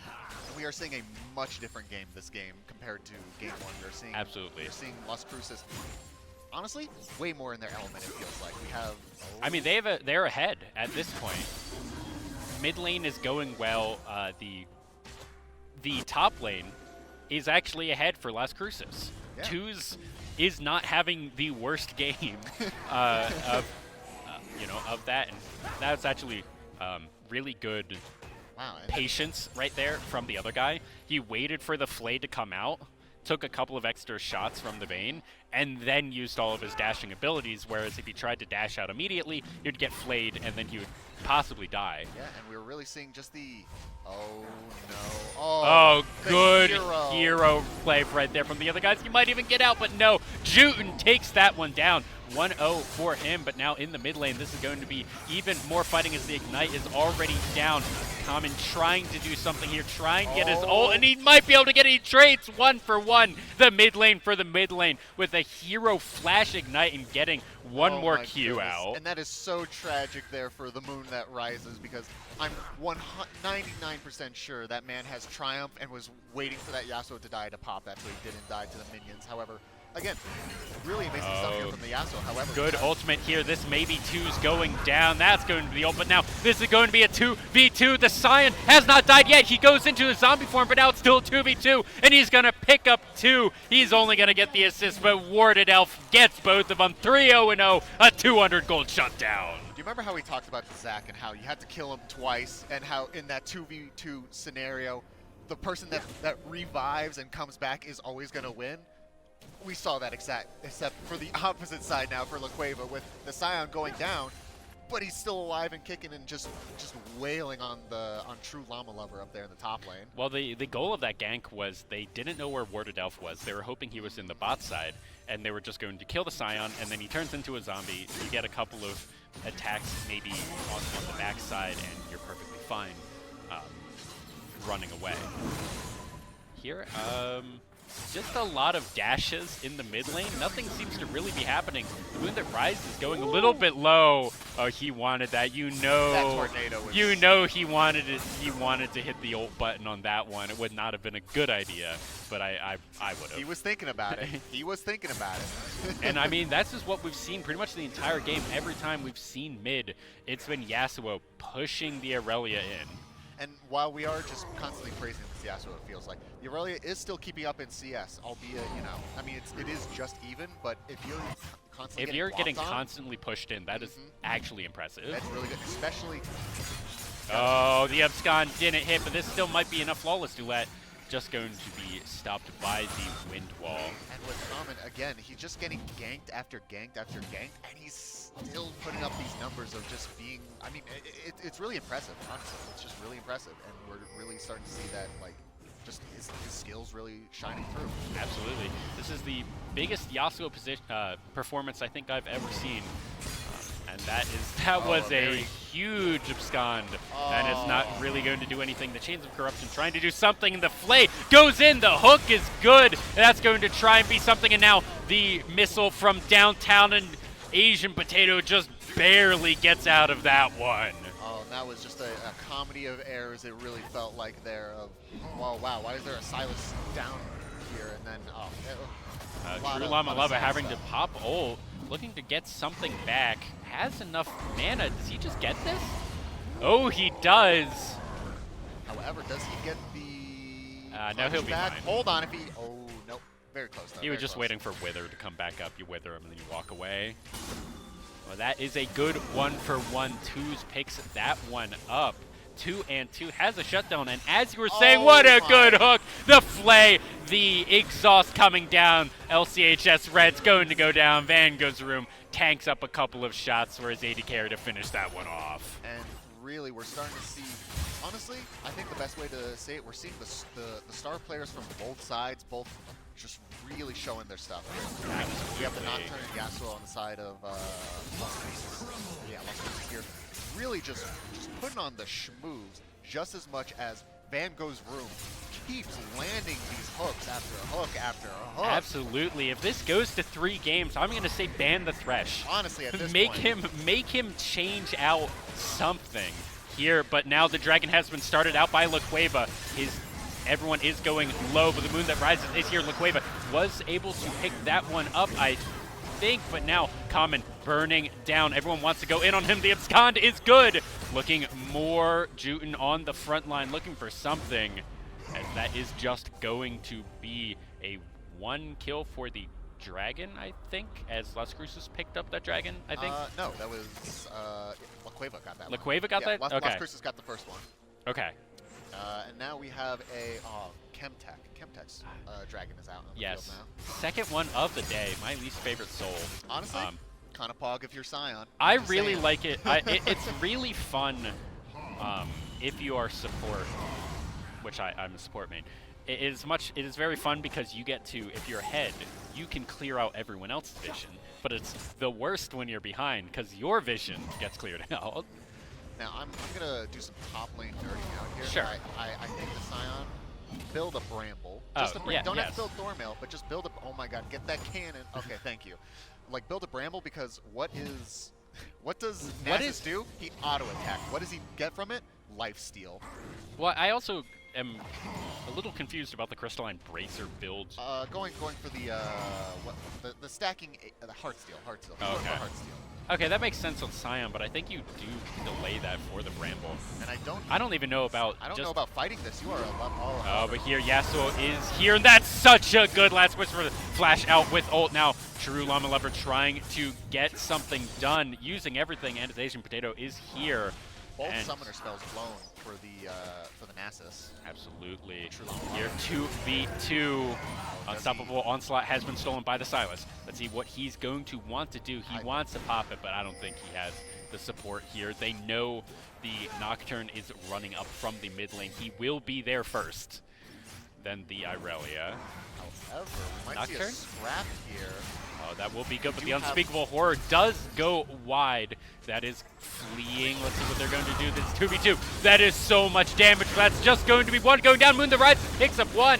And now that's going to be a killed Sylas as well. Nasus, he may be able to run out. He doesn't have any summoners left. His Common flashing forward, trying to get something. Wither is such a big ability, but that's going to be the shutdown going on to Common. 3, 2, and 1. And even though Warded Elf did die in that exchange, so worth it there for Las Cruces. And we also saw the blind, like map-wide blind, coming in clutch because we saw Nasus, while he was walking down in good graces to go help and everything, he didn't see where they were, and he walked way too close. I mean, not way too close. He walked just close enough where, Common here was able to do that flash Yasuo knock-up to get him close enough to, secure the 3rd kill. Absolutely. He thought he was going to be safe enough with the Wither, but it was unfortunate with one of those. You call your top lane down, it's like, yeah, we're getting the 3v3, and by the top lane gets there, it's like, hey, why are you all dead? And I'm really loving this game too here. No matter like how you slice it, I think this is turning out to be, as I would say, a real slobber knocker. That's one way to do it, but now we are seeing a possible 1v1 in the Rift Herald, but now Common, he's going to just be perfectly fine. No, he isn't. The Flawless Duet actually hits. That is not going to be a good tornado, and he's just going to fancy feet his way out of that. And again, Flash Forward, and he isn't going to hit it. Asian Potato taking quite a bit of damage, and I don't think Common wants to try and do anything but an excellent just W into ult. Common, he gets 1. They're looking for another. They want to give this one to Red, but the Moon that rises, he's going to try and kill the other guy, but now everyone is here. That's the Bane trying to do something. He's nearsighted. They might just try and look for anything but Juten. He gets 1. The other guy does miss his grand entrance. Condemn away. Warded Elf is here. Does have access to the Unspeakable Horror. Is going to get it. Is going to get the shutdown as Vars picks that one up. Las Cruces 10-9 on the game. And I think it might be. Oh, and another. Oh, another hook. I don't know if you want to but I don't know if you want one. Van goes through him a little too hard, and Wardadell picks up one more. He's feeling himself too much. He's landing too many hooks. He's feeling himself. And that's going to be first tower, or actually second tower of the game, as Juten did pick up the one in the bot lane. But now Asian Potato wants this. No, he he's does not just want this. Don't do it. Don't do it. I think he's just pushing him off the tower, making sure that there's nothing else that happens there. And now it might, and we also see the gold lead now shifting finally to Las Cruces very slightly. It now looks even, but it was like dead even right now in the game. One thing that I do want to point out, as we've been talking the whole time about the top side, you know, this Yasuo popping off, the Nocturne, I think True Llama Lover's fine, right? Just ults? Okay, yeah, this is just top Honestly, lane. I think Trillamular got back up. He don't got no mana. He has no Juice mana. could I think turn they're this just... If he really tried to. Oh, but not another fight in the bot lane. That's going to be a huge amount of damage onto the other guy. And then a last Whisper trying to do something. Juten getting a condemn into the wall, but Common, he's going to go down the shutdown, going onto the moon that rises as the third dragon of the game has spawned. We see both top laners trying to book it down here, but True Llama Lover... Oh, he's just going for the honey fruit. Okay, yeah, he's just getting mana. He's going to say, this is fine. I don't know if that was a miscommunication or not, but was the Nocturne ult up during the entirety of that? Or I think it was just too far to ult. Probably too far to ult. And, like, I think what I was going to talk about is that Laqueva here, stumbling a little bit here and there just because they're not playing a team fight comp necessarily, but they're playing as if they are, you know? Yes. And they are very much playing like they are still playing the comp from last game. Like they have the Jinx, like they have the Aurelion Soul. And instead, they really want they don't want long, drawn-out fights. They want like 3v3s. Kind of. But onto the Nocturne who's already there. That's really what they want. The problem with it is that you just have Nocturne just swooping out of nowhere. You'll have a Scion. Oh, Nocturne, speaking of swooping in out of nowhere, that's a good unspeakable horror. That's just going to be Juten going down right there. And now Van goes through. He's going to be the next one who is targeted. Asian Potato is here. Flash forward from Van Gogh's room. He should be able to get out as Asian Potato wants to go back in. He does have access to the Chains of Corruption. Let's see what he's going to be able to do, and he misses it. Ward Elf trying to get something. He's going to go down as Asian Potato picks that one up, and now the Aurelia is here. Lantern builds a lot of space for the team. The Moon that Rises wanted something, but no more ultimate for them as Asian Potato maybe playing with fire right here. This is going to be an arrow from downtown to pick him up as LCHS1 Red picks that one up. And now the Moon that Rises trying for something, a good hook. Let's see if they're able to do anything. But a knock up into the last Whisperer. The Moon that Rises trying to get something onto Red. He gets one. Let's see if he gets two. Another good hook. Van Gogh's room is out of his mind this game. But have they gone too far? The Moon that Rises picks up a triple here for Laqueva. Oh my god. Ban this man's Thresh already. He's so nasty with it. Hook after a hook after a hook. It's like he's got a magnet on the end of that thing. Oh my god. And that's going to be mid lane tier 1 going over into the pockets of Laqueva. That's 3. The Moon that Rises. Okay, he's fine. He's fine. He's fine. Get a little hypey there. However, oh my god, this is just like one team overextending after the other one, but then it turns out they were not overextending because they got back up, and it's what a great game so far. It feels the very LPL-esque. The only macro handshake you make is that we're fighting here and we're fighting now. I do like how on the other side of all of this fighting mid lane, we have top lanes. Top yeah, lane, both out of mana. Both have no mana. Here, out Asian Potato, they should be able to pick this one up. And that's going to be Asian Potato forcing the flash there of Llama Lover.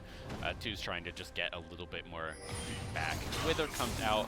And I actually don't love how these top laners are playing it. One, I think True Llama Lover can back more. Like, I don't think he's super worried about his tower going down. Back more, get more mana, get back on the map, try and really bully. Oh, but this is going to be the Paranoia coming out against one more time, but that's another charm coming out, but now Juten trying to kite it back. Is he going to be able to? And yes, he will, and that's such a good ult from downtown. And Laqueva's, or Las Cruces' engage was completely turned by Laqueva. And I think what we're starting to see here is, yes, Las Cruces was able to really, really punish these like awful positioning choices from Laqueva early on. but now they still think that they're doing that. It's like, oh, I'm just going to go in on this 2v1. And yeah, you may have the Rakan there to back you up, but he's like a whole screen away. He's got to get to you. And even then, you're still trying to fight this Vayne, who at one point was 4-1, now 6-2. Like, this Vayne is not behind anymore. 2 items on the Vayne, Gwinsu's and having the Immortal Shield Bow. Very difficult to burn her down. That's what they were trying to do. Warded Elf did it once. They're like, yeah, we'll just continue Paranoia onto the Vayne, but the really good cleanse. The Rakan just wasn't quite able to make it up to her. That was a lot of space buying by Van Gogh's group. And here, True Llama Lover, finally, as you said, Nasus is a mid-game champion, and it's mid-game, he gets the tower.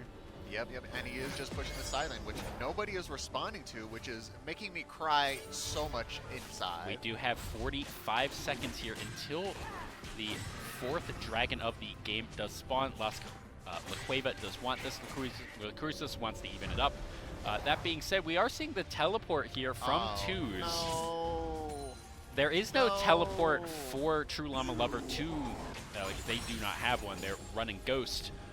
But that is going to be a little bit weird because Twos can't make it over here for this fight, as True Llama Lover just says, okay, I'm going to go back. But now this is going to be the Moon That Rises getting jumped on, but he's so tanky. FHB already going down, but now the rest of his team is here. Juten going into the final hour. They're trying to do something. The Paranoia has already been popped, but Juten kiting back, doing so much. Flash forward as Red gets taken out and gets destroyed, as now Two's trying to do something, but he's in a 1v1 versus a Vayne. He's not going to have a good time. He's going to go down. That's a double kill for the Silence, and that should be both Dragon and Baron, honestly, if you are Laqueva.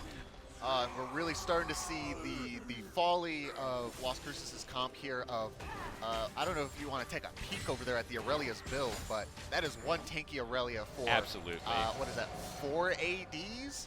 All auto attackers? Like, I mean, the one that auto attacks the less, funnily enough, is the Varus ADC. Yes, because they did in fact go the lethality, but they didn't even go for this 3rd dragon. They just said, we're gonna take objectives, half a turret in the bot lane, a full turret in the mid lane, and Nasus, well, he can just take the dragon. He'll get the plus 24 stacks. Oh my god, I'm not even seeing double vision. I'm seeing triple vision with triple Warden Mail here on Laqueva's team. I mean, why wouldn't you? Why wouldn't you just all build randoms? Asian Potato here trying to get space, but the rest of his team is backing over by the dragon. But they are still there and ready to back up their homie. Moon That Rises looking for something, gets the stun. Oh and no. Now he's in the middle of 3. And everyone's just going to walk this one out. Laqueva did pick up the 3rd dragon, is on Soul Point here, looking to get that in about 5 minutes. And I think we're really just, yeah, honestly, at this point, we're now getting to the comp diff. At first, very much like early game, like, you know, Las Cruces' side was really womping because, like, just no items built on, defensive items built on Laqueva's side, but, like, now we're really starting to see all this armor and no armor pen. Well, I really want to, I don't want to sound like a broken record or anything, but I think this would be a very good time for the Varus to have gone AP. Maybe. Oh, Asian Potato here getting locked up, stunned up, fleeing, going golden, so maybe buying enough time. The rest of his team is here. That's going to be a missile right onto the Vayne. Good cleanse out, getting everything off of him, and he's just going to roll backwards. Now there is a Scion coming in, but Juten doing all of the damage. That may be bad. Does get the Chains of Corruption on him, but he's just going to tumble away to safety, as now the Moon That Rises is here, is playing cleanup for the team. Juten and the Moon That Rises 2v2ing the entire team. And they just don't die. They just don't die. I mean, it's you get a pick, but then nothing comes from it because they're just not able to burst them down enough before the rest of the team shows up. It feels kind of like a repeat of game 1 in a sense, in a very different way, obviously, because they're not just meatball tanking, but they're just tanking. Absolutely. And it's kind of the same thing that we saw in game 1. What was a dead even game about 10 minutes ago has blossomed into a 12K lead here for Laqueva. Here, subbing in a top laner, looking to get themselves to finals. Now, what What can Las Cruces do here to turn this around? What do you think they can do? I think what they want is around this Baron. At this point, the gold lead is so big that Las Cruces can't do anything themselves. They need La Cueva to misstep somewhere. And I think the most likely thing that's going to happen is around Baron, as we are seeing right now. And especially right now, it's a 4v5 on the Baron. Vayne is not there. Hook has gone wide. Baron has been started and is burning down, but the rest of the team is here. Let's see if Warded Alpha is able to get a good smite. If they are going to be able to go in, try and get this right here. But Hooks, everything is going in. Warded Alpha finally gets in, but that's so much HP. That's everything going down. A lot of decimating strikes. I don't even know what's going down, but everyone on the side of Las Cruces is dead. A triple kill from True Llama Lover as a clean ace goes down for the side of La Cueva. They're all wearing purple. Actually, Van Gogh's room went down there, and that should be the game you have to imagine. Yeah, now that one was, I know you said a 45, but I'm over here seeing the Vayne, yes, walking to the Baron, but even further behind was the Varus trying to walk to the Baron as well. And I mean, it was just a real unfortunate on positioning. We have 10 seconds here on basically all respawn timers. Common is, the other guy is up here. Red and Common are here in 1 second. Warded Alpha is here. Two's here in 2. This is going to be another 5v5 before this game ends, but Thresh and Nasus are not here. That's going to be a good pick onto Asian Potato. Common gets that one. It is still a 5v2, but everyone is going to head for the hills. No, they are not. Paranoia going in, trying to get the Vayne, but he is so tanky. He has so many shields, so much ability to get out of all of these, and that's a triple kill for the Irelia, and that, you have to imagine, will be game. It's gotta be, right? Like, it's gotta be. We have the bot lane here against 4 members, all Baron, not all Baroned up, but, you know, Baron creeps. I mean, Here, La Cueva trying to put the finishing touches. 2v4, Las Cruces trying to do a final stand flash forward and gets it despite everything, using the final hour, the box trying to buy space, and this is going to be La Cueva finishing off this game and going to finals.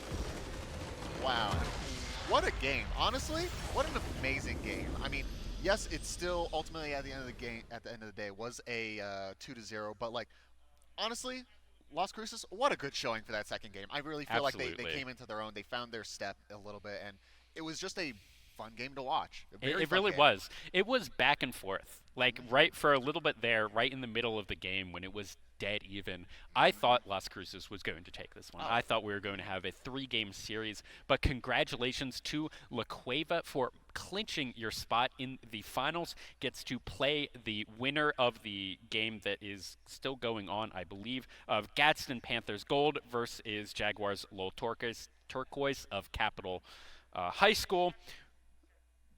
The Gadsden Panthers Gold, I don't want to say they're probably going to win that, but I really want to see Gadsden versus La Cueva, especially if we were given the information that Gadsden was the only one that took a game off La Cueva.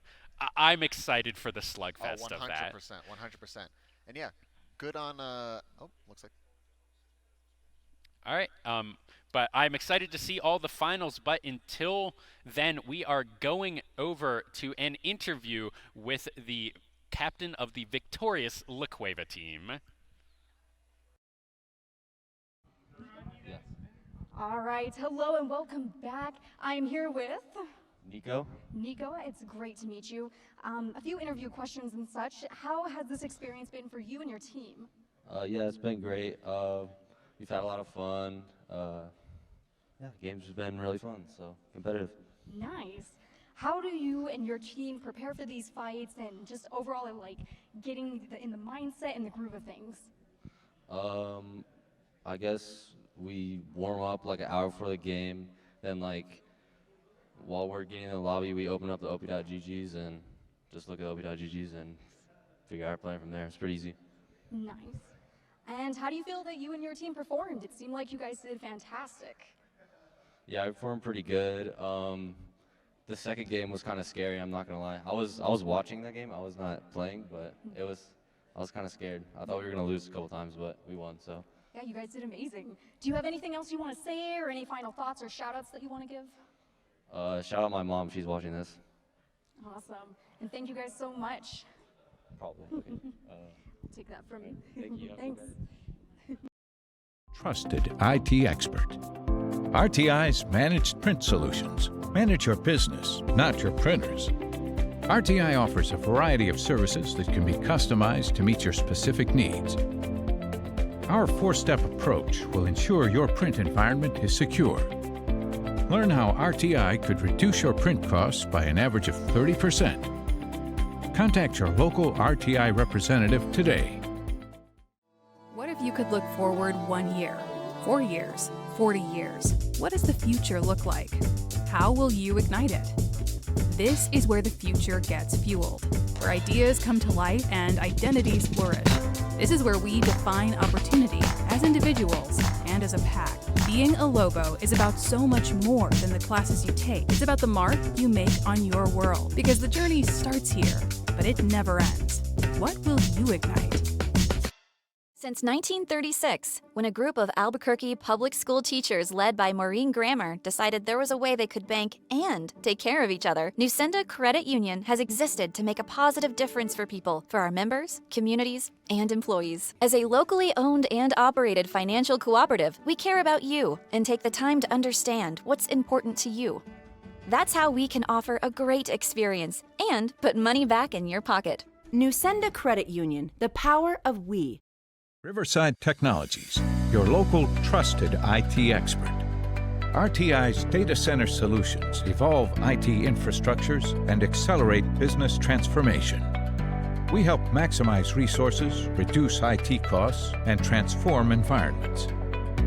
Our experts can build infrastructures and ensure a fast, reliable network. Want to meet rapidly changing demands?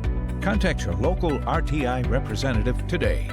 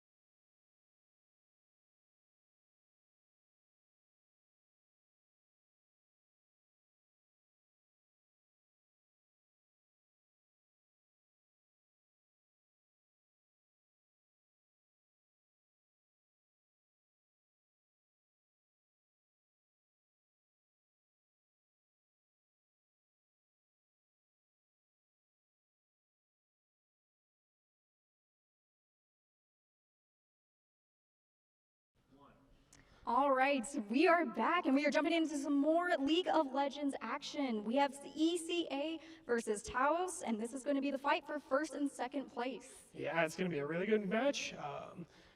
Both teams did really well in their semifinals, and now they're headed on into the finals. So we're looking to see some really good fights out here, and may the best team win.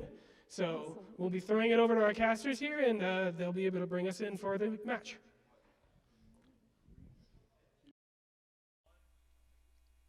Thank you, Ford and Mullen, for that introduction. I'm still Dieter Elegant Cabbage Hambicki. That's still Dylan Yellow Cactus Bowman. We're excited to get into this first finals match of the weekend.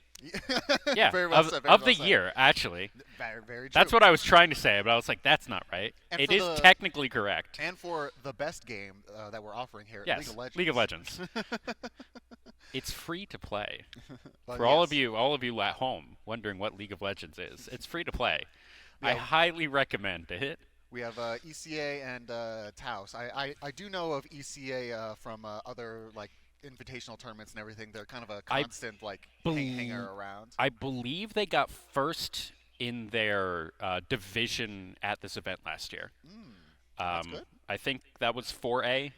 But I believe they were first in 4A for the overall. For everyone who doesn't know, this is an event similar to track and field, where every single title, game title, you can get points for your team in. There's the most points for first, least for whatever other, and all of that comes together, and you can get a first place trophy here at the end of the weekend, and I believe that's what ECA won last year. But here we are into game number 1 of the TA Cybernetics versus ECA Phantoms here, and we are going so many ADC through bans. this ban phase already. 3 AD carry bans. The Ezreal's the Ezreal's the one that I'm most suspicious about, but I do like the Jinx and Xayah. Wow. Also, every single game we've seen the Samira ban. Is this like a scrim meta that all of the teams playing each other lose to Samira, or do all of these teams have Samira one tricks? All I know is this is a really deep cut, but my boy Henry Hamill is rolling in his grave right now with all of these ADC bans because they're just kind of wasted bans. Are they? I mean, they can and they can't be. I don't agree with them that they are always a wasted ban, but I think with 4 of them, I think you're wasting some bans here. And we're seeing a Lilia ban again. This is the first time that we will be seeing ECA. They are on the red side, on the right side of the stream. This is the first time we are seeing them, and we are seeing the Mordekaiser first pick once again by the Taos Academy Cybernetics. And while I have my own opinions about Mordekaiser in professional play, it seems to be working so well for these teams, and it just seems to be like this contested pick that I just see over and over and over. Malfight me, yeah, let's go! Oh, into the Mordekaiser though, that's so rough. No, it's Mordekaiser jungle, that I'm sure. Oh, as the residential top laner, that's such a rough. Oh, not another one. On. There's 0 and 3 on stream. Oh my god! You gotta follow the stream meta. And what kind do you think we're getting this time? Is I don't know. AP on hit. I think we're gonna see an on hit one. We can only hope. We saw AP. That it's on hit. We saw AP. We saw lethality. It's gotta be on hit now. Okay, we see the Vi coming out here as the jungler. Let's see if I would like to see the mid lane here, just because it would be funny if they pick in pick order. I would like to see ADC. But yes, you should pick the AD carry here. 100%. Oh man, this Varus is already crying in the club. Oh, he's and crying so hard against a Vi and a Zed. And a Mordekaiser, yeah. I want to see I want to see a Lulu, a more anything. Please save what I this do man. know, Bentry apparently is a Zed main. So what we were talking about on that first game when I was casting with Marcus before the games, he was telling me like, yeah, we're gonna probably see Zed. I think it was banned out every game against Bentry here. We are seeing the Irelia as the response. I also like the Malphite first pick here, assuming knowing that they were going to go Zed. You take the Malphite, and then Malphite says, What are you gonna do about Honestly, it? honestly. Now, the only thing that I'm gonna harsh the Browns on, and oh my God, another I don't know one. what that means, Dylan. Harshing my Browns? Listen, it's you just gotta know. You gotta know. I wanted to see if you're gonna pick the Malphite. You know you're gonna pick the Malphite. Why are you banning so many ADCs? I do why agree you keep with banning that. ADCs. I Don't think force them on a mage. Especially, I think that's true of. I don't hate the Xayah ban, but I do think that like Samira Nyla against Malphite, you're perfectly fine because you're like, oh, you're gonna be up in my face. Press R. Thunderclap. Yeah. But besides that and everything, I also do want to draw. I really like the Aurelia pick into the Zed. Yes. Because Zed jumps you, press W, 40% Okay, damage and reduction Belveth.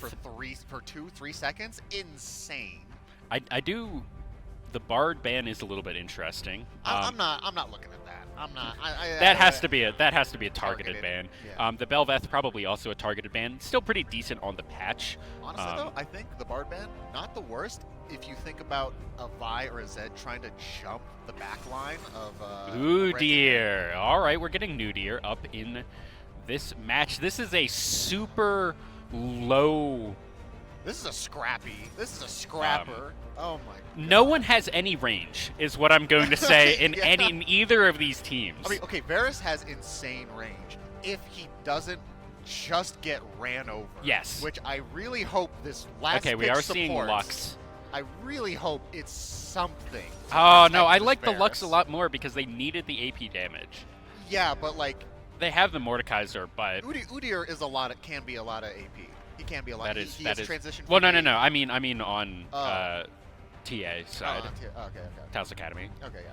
Is that okay? Heimerdinger. No. I kind of love it. I love it. Heimerdinger. I would like He'd be so good against this team. He'd be insanely good. Don't tell me he wouldn't be amazing. No. Okay. Okay, my Lulu. dreams. Okay, I love the Lulu, but the Heimerdinger would have been. That actually would have crazy been good because everyone wants to dive you, and you just put all of your turrets down and run around like a little bit of a madman. Also, it would have been insanely good to just punish a Vayne Rakan. Yes. Do nothing against Oh, him. absolutely. I do like the Lulu Very against good. all of these assassins. That's fine. I'm not going to be super upset about that, right? Oh, so here's the two team comps. Who has game one? Actually, first, who takes the series? We're gonna get that. I want that prediction from you takes the first. series? Who takes the series? Oh man, I'm going purely off of the fact that I played against them. I think Okay. ECA. ECA takes the series. I Okay. think- Who takes game one? Oh man, it's gotta be Taos, right? Because Okay. I'm looking at these comps. So you're saying we're getting a reverse sweep here? Oh yeah. Okay. Mostly because there's so much call out potential here on Taos' side of just yeah, I'm just gonna slap you as Mordekaiser. Okay. I'm just gonna ult you with Vi. I'm gonna do all of these things, so many things that I'm looking over on Taos' side, and they just press a button, and if you're not ready to just deal with that on ECA side, you're just gonna get ran over. Absolutely. However, I do like the comp more on ECA side. I like the comp on Way ECA more. side. I am not going to pick a side on who's going to take the series. So you're just outing me? Yes. Wow. Listen, I'm play-by-play. I'm allowed to do that. I don't have to think. That's what you get. Who do you have taking the whole series? I really like ECA's comp this game. Mm-hmm. I think that Udyr right now is so. I don't want to take anything away from the person who's playing it. I think it's super Udyr's brain dead, stupid tanky. You simply run at them, and there's nothing they can do about it. True. And I think that combined with an Aurelia, combined with a Malphite, I think that's better than Mordekaiser Vi Zed. I think Varus Lulu versus Vayne Rakan is kind of whatever.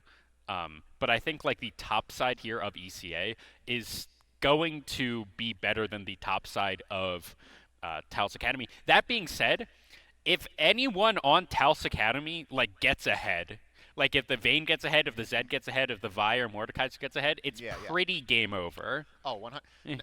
Well, what I was gonna say, I think the saving grace. I mean, obviously, it depends based on the player skill, yada yada. But just purely conceptual, the saving grace. even though it's not going to win the lane, I think the Vayne pick, because you have all these people that just kind of want to run at you, and if she is left alone, and you just have an Oot, and Malphite doesn't ult her, and also she doesn't get locked down by a stun or a snare, if all of that, then it's just kind of free low. Absolutely. I do like the Vayne pick against the Malphite, Udi, or Irelia, though. I think that it's the best you can do. Yeah, it's the best you can do. With all these ADC bans as well. Well, that's the weird thing is they have all of these AD carry bans. They have the Neela, the Samira, the Xayah, even a Yuumi, which is a little confusing to me. But you still leave the Vayne through, which is like historically the only AD carry that's good into Malphite. And you first pick the Malphite and you don't ban the Vayne. I will counter with also historically known, literally Vayne spotting to be a hard champion to play effectively. Not throwing any shade onto Desud Slippery over here.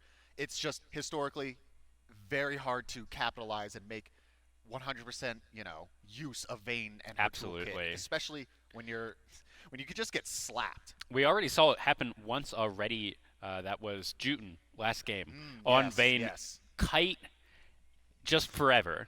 I think they only died like once or twice that entire game. As we are loading in to game number 1 of Taos Academy versus ECA here for the A-4A Championship Finals. Oh, wow. This is very exciting, very cool. We'd love to see it. Still have the controls there on the bottom left there. Thank you, thank you.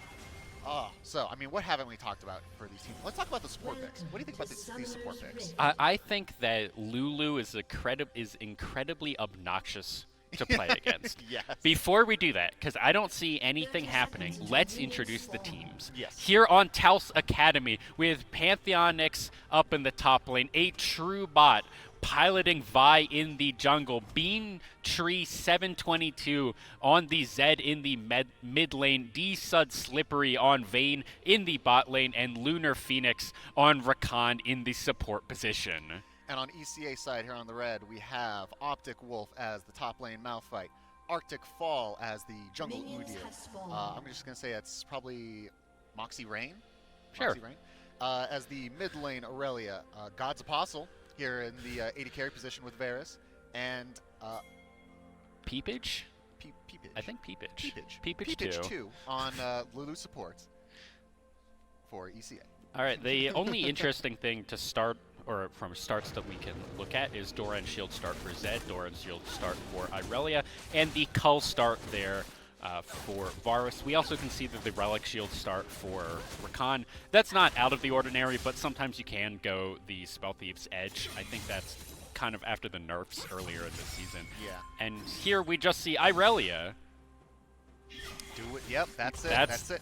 So back onto the Dora and Shield start. I'll always say, it's always the smart choice if you're not too sure about the matchup, but it's also not the confident one. Yes. And I feel like you got to put some confidence, some mustard on these first games, because this is what's going to be. You want to strike fear into your enemy laner, like dead ass, because then when you do that, they're going to be scared. They're going to be like, oh man, what do I do against this person? Oh god, they're just she's queuing on me. What do I do? Oh my goodness. Oh no, it's Optic Wolf getting flashed on Ignited, and that's first blood going over onto Pantheonix. Level 2 versus level 1. We're going to see a rubber band here from Optic Wolf getting the teleport up into the top lane. But that's definitely not what you want to see. And the call out that you made of why are they picking Malphite into the Mordekaiser? It's one of his worst matchups, and not even just because of the AP, but because it's just so oppressive. And I mean, I think we were quiet while it happened, but I mean, because we just saw what happens. It's like, yep, he E'd you, he Q'd, he's gets, just walking at you, and you die. Okay, he gets the cool. He gets the obliterate damage. I mean, he has the indestructible shield on from his W, and you just don't want to be next to him. And I know I did say about the Doran shield being, like, oh yeah, do some damage, get some confidence pick.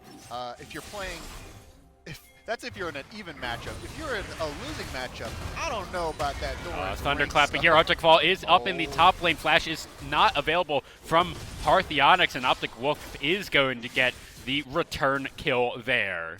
And that's just a ward difference right there. Ward River. Actually, oh no, Vault Breaker does hit Vault Arctic Fall, but Arctic Fall is a level up here. And on the Udyr, may be able to win this one. Flash was used from a true bot, but now Bentry is coming over to give support, and that was flashed down from a true bot, the one who got the flex on that, but now Lunar Phoenix, he's going to go down. You have to imagine Flash Ward, God's Apostle gets that one as dude D-Slut Slippery trying to get the kill onto the Lulu. He went forward and it wasn't enough as Lulu makes it out 2 in the pockets of God's Apostle. Oh man, you hate to see it. You really do hate to see it. You know, when you mentioned about Lulu being really annoying to deal with and everything, I was going to retort with, well, it's a Vayne. She doesn't really want to fight anyways. She just wants to wait to the first item. I guess yeah, that's tough. That's tough to see. Especially with the cold start on the Varus. This Varus is going to already has Noon Quiver, and brown bags on his feet, whereas all Vayne got was the Cull herself. So this, I mean, already this Varus leagues better than every other Varus we've had on the stream. 2-0. Oh, that's tough. That's tough. You don't gotta say that. Leagues better. However, has used the. I will say this differently. The deceptively strong early game of Varus. I mean, obviously, Varus really suffers early game from high cooldowns on his Q and his E. However, if you are able to get 3 auto attacks, an ability, and then another 3 auto attacks, and then another ability, it's an insane amount of damage early game. Oh yeah, it's ludicrous. Blighted Quiver does do quite a bit of damage there, his W, and then you want to hit him with a one of your other abilities, be it Hail of Arrows or the Q here. And we're just seeing some trades up in the top lane. Not what you want to see. Moxie Rain gonna just take a tower shot there for Troubles. Fair. However, striking fear. I'm not afraid of towers, says Moxie Rain. I'm still gonna Q you. Absolutely. Moxie Rain also was trying to, I think right there, was trying to do something as that was level 6. But Optic Wolf here. Oh no, Pantheonics just hit level 6. Goes into the death round with Arctic Fall. Arctic Fall trying to just kite this one out. Gets a good stun, but he's going to come out, and it's going to be a huge obliteration right there. Gets a good pull back. Oh, good dodge. Arctic Fall not quite dead just yet, but a true bot picks that one up as Optic Wolf. You don't want to be here, buddy. You will be dove level 5. Vault Breaker, can he get the dodge? He does not get the dodge, and that's going to be Pantheonics picking up 2. And now that's real tough to see. I think if Optic Wolf prioritized trying to get to level 6 to get the level up, along with the ultimate, maybe he could have turned that around. Otherwise, you just gotta either leave earlier or just hunker down. Oh no, the Ignite coming down the death mark, and that should be Moxie Rain going down. Another good Shuriken coming out as Bentry puts one on the board. And even though we have a kill lead here for the side of Taos, there actually is a gold lead on the side of ECA, funnily enough. Well, I think that's all on the Varus if you were to look at the gold. Also the Udyr, you see in that? That's that a is kill. 52. That's a kill. That's a kill worth, which if you didn't know there in the crowd, 15 CS, a kill. It's 15 to 20. 15, yeah. Okay, given. Another good fun item breakpoint. 100 CS, give or take, is an item. So prioritize those minions. Yeah, so prioritize the minions, prioritize the kills. If you hear anything from me, it's no matter what, minions only give 15 gold, but kills give 300. And something to look out for.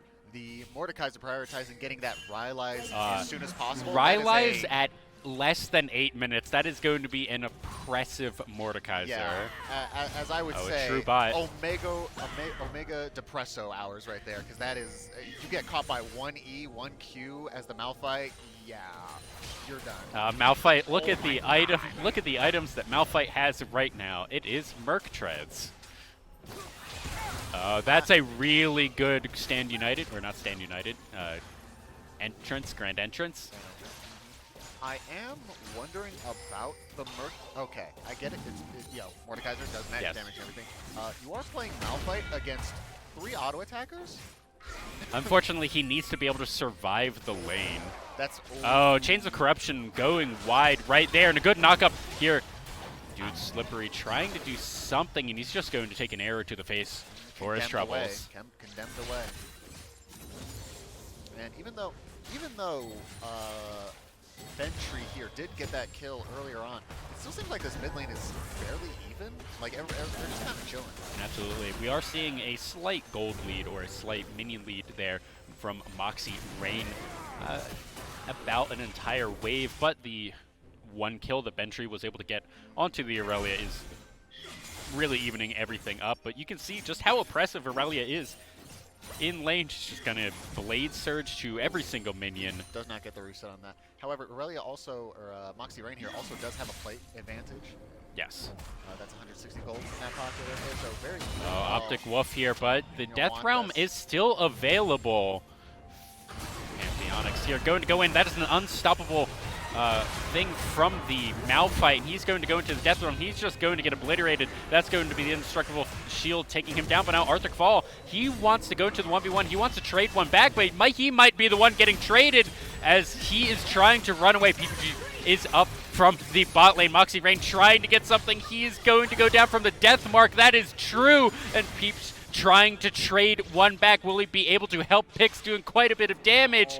He needs one more Glitter Lance, and he's not going to be able to get it. The minion block saved the life right there. As Arctic Fall looking still top lane as Optic Wolf is back up. As Arctic Fall super tanky on this Udyr's Pantheonics is going to go down. The shutdown going to go into the pockets of Optic Wolf.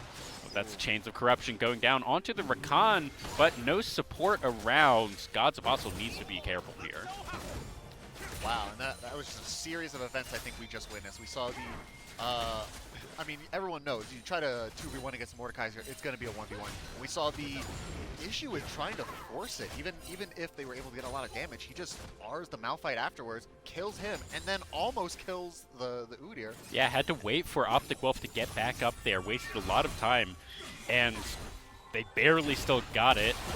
Yeah, and then we did see we saw the most tragic scene ever mid lane with not one, but two people walking away with 2 HP, not even close, baby. Absolutely. 0-2 and 0. The Aurelia still up in CS, still able to put all of this pressure onto the Zed.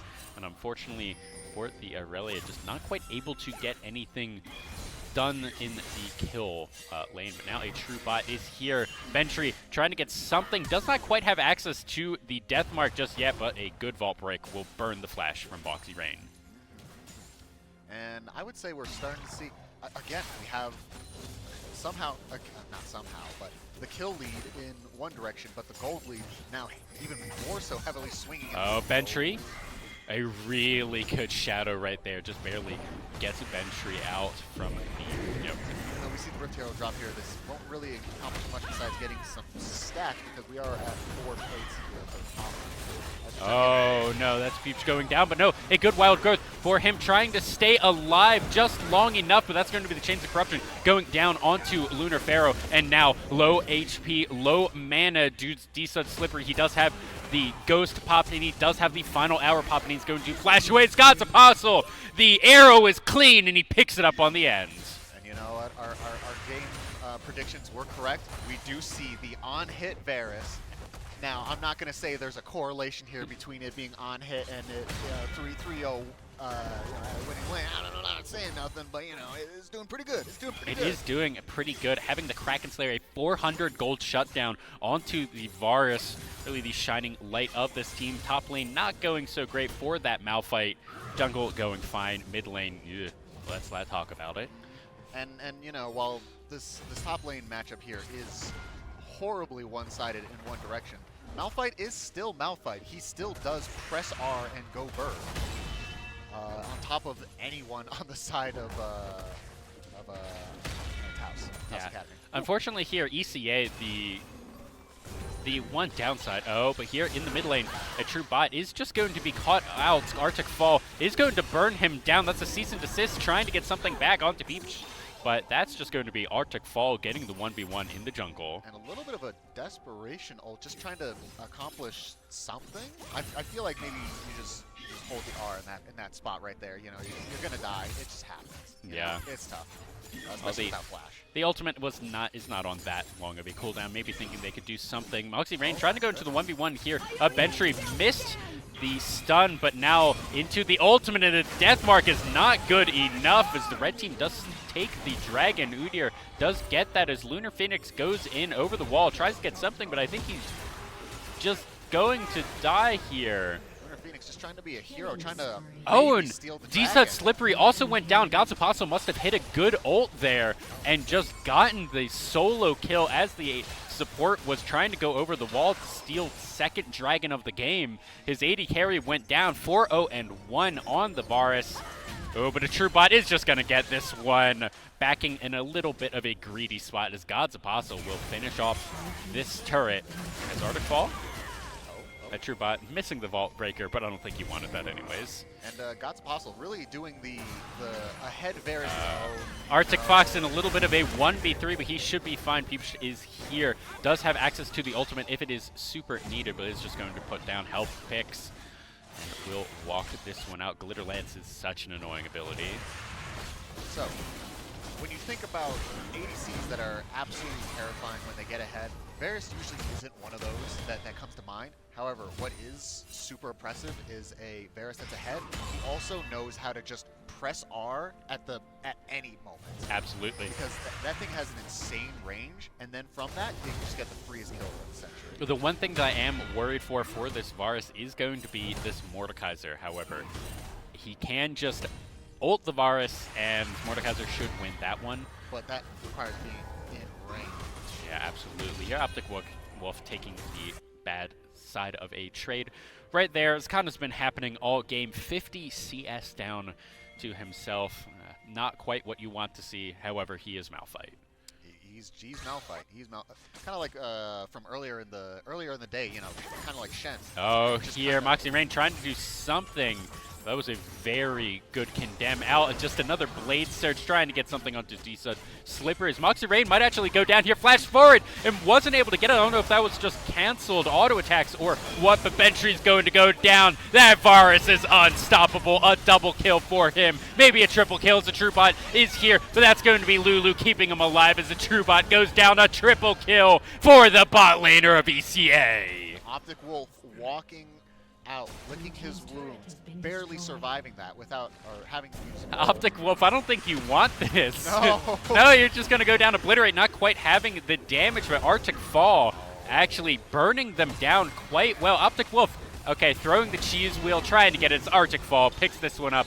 Peep was here, walked around the turret just for moral support. Oh man, I will give it to Optic Wolf though, having the chutzpah to stick around just to throw a cheese wheel here and there to bait out the Mordekaiser to maybe walk back just a little bit, you know, and not just immediately run away. I think that might actually secure the kill. I'm not too certain. Yeah, I mean, it was definitely, that little bit of damage did definitely help, and now Pantheonix, I'm not going to say is down. I think they're still ahead in this 1v1 matchup. Unfortunately for them, it just is not ahead enough for how the rest of their team is doing.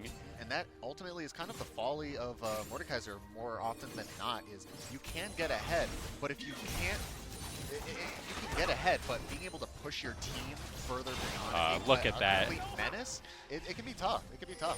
This Varus damage with the Lulu right next to him is so high. He does Blade already. 3 item Varus if you count. 2.5 item Varus right there. 7-0-1, a 700 gold shutdown for himself. 60 CS lead right here. He just throws a seismic shard and walks away. No, he doesn't. No, he doesn't. No, he does. He's fine.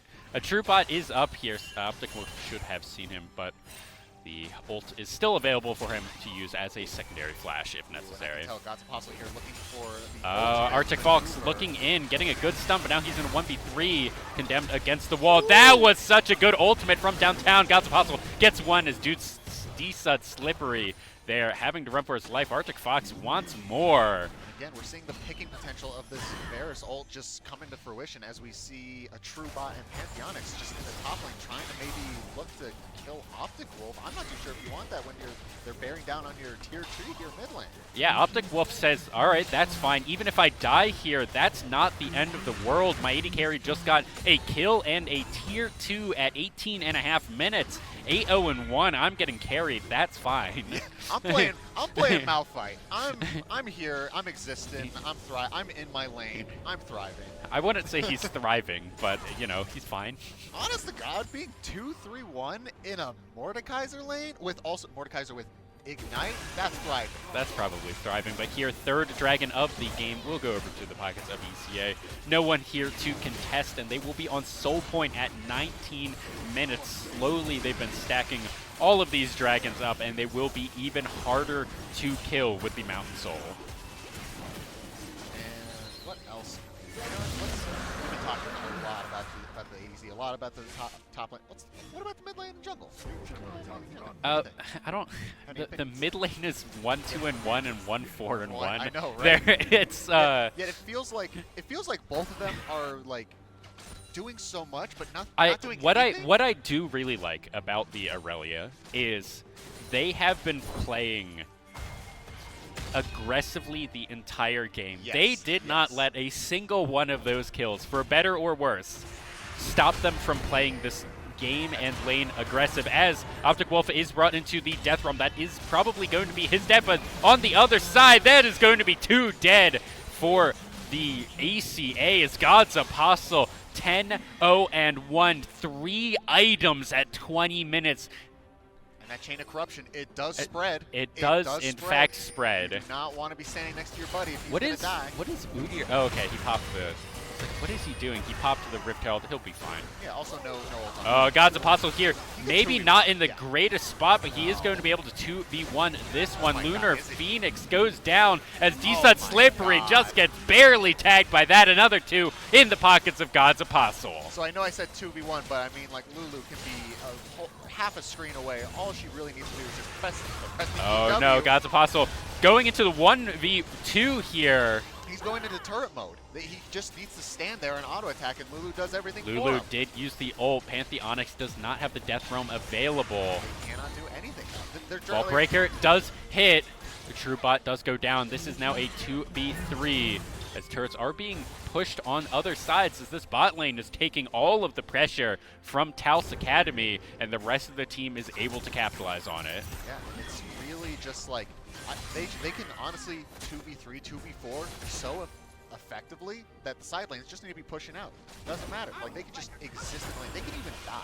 Like, we have God's Apostle here at 11-0-2. He could die, and they could definitely still just win stuff because side lanes pushing, you know, I mean, like, it takes so much to do anything to him, especially with a Lulu on his butt. Absolutely, but now Moxie Rain going into another 1v1, but Bentry does try to get out of this, and he is going to burn down. Good ignite from that, but now Moxie Rain is in the 2v1 looking for this. Lunar Phoenix is going to go down as Arctic Fall is here, but that's going to be a condemn under the towers. Arctic Fall is going to have to run for the hill. Ball Breaker does make this a little bit harder as Arctic Fall is fast, did pop the ghost. Let's see if he wants to turn this one. Decent Slippery maybe wanting to do something, but unfortunately here for ECA, their waves are not in the correct spot as just now the Varus is getting up to the turret. And even though the Vayne was her passive, which lets her run faster at enemies, along with into the Night with her ultimate, buffing that up even more.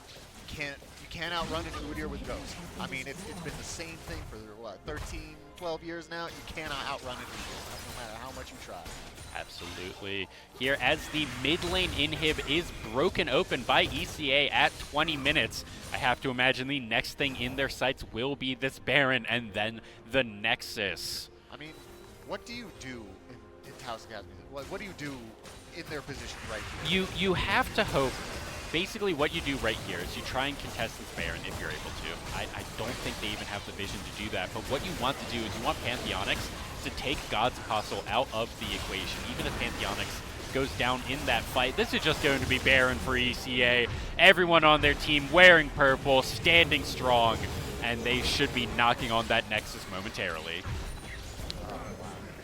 no, I do agree. I think even if you got Pantheonics, it's work. As long as your team can kill everyone else. The only reason, you know what's even? You could also just ult the Lulu.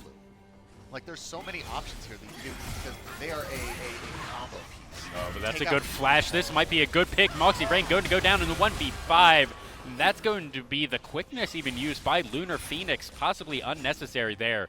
Usage of that, but now 40 seconds. The exact timer of Moxie Rain is pretty much the exact timer here for this 4th dragon of the game. If there is ever an opportunity here for Taos to force something, it would be now. I don't know. I don't know if they can even. Like, they got a pick, but it was just the Aurelia. I mean, I don't want to be that person or anything, but like it's just the Aurelia. It's neither the Varus or the Lulu. Absolutely. Yeah, I know, right? Could you not hear me before?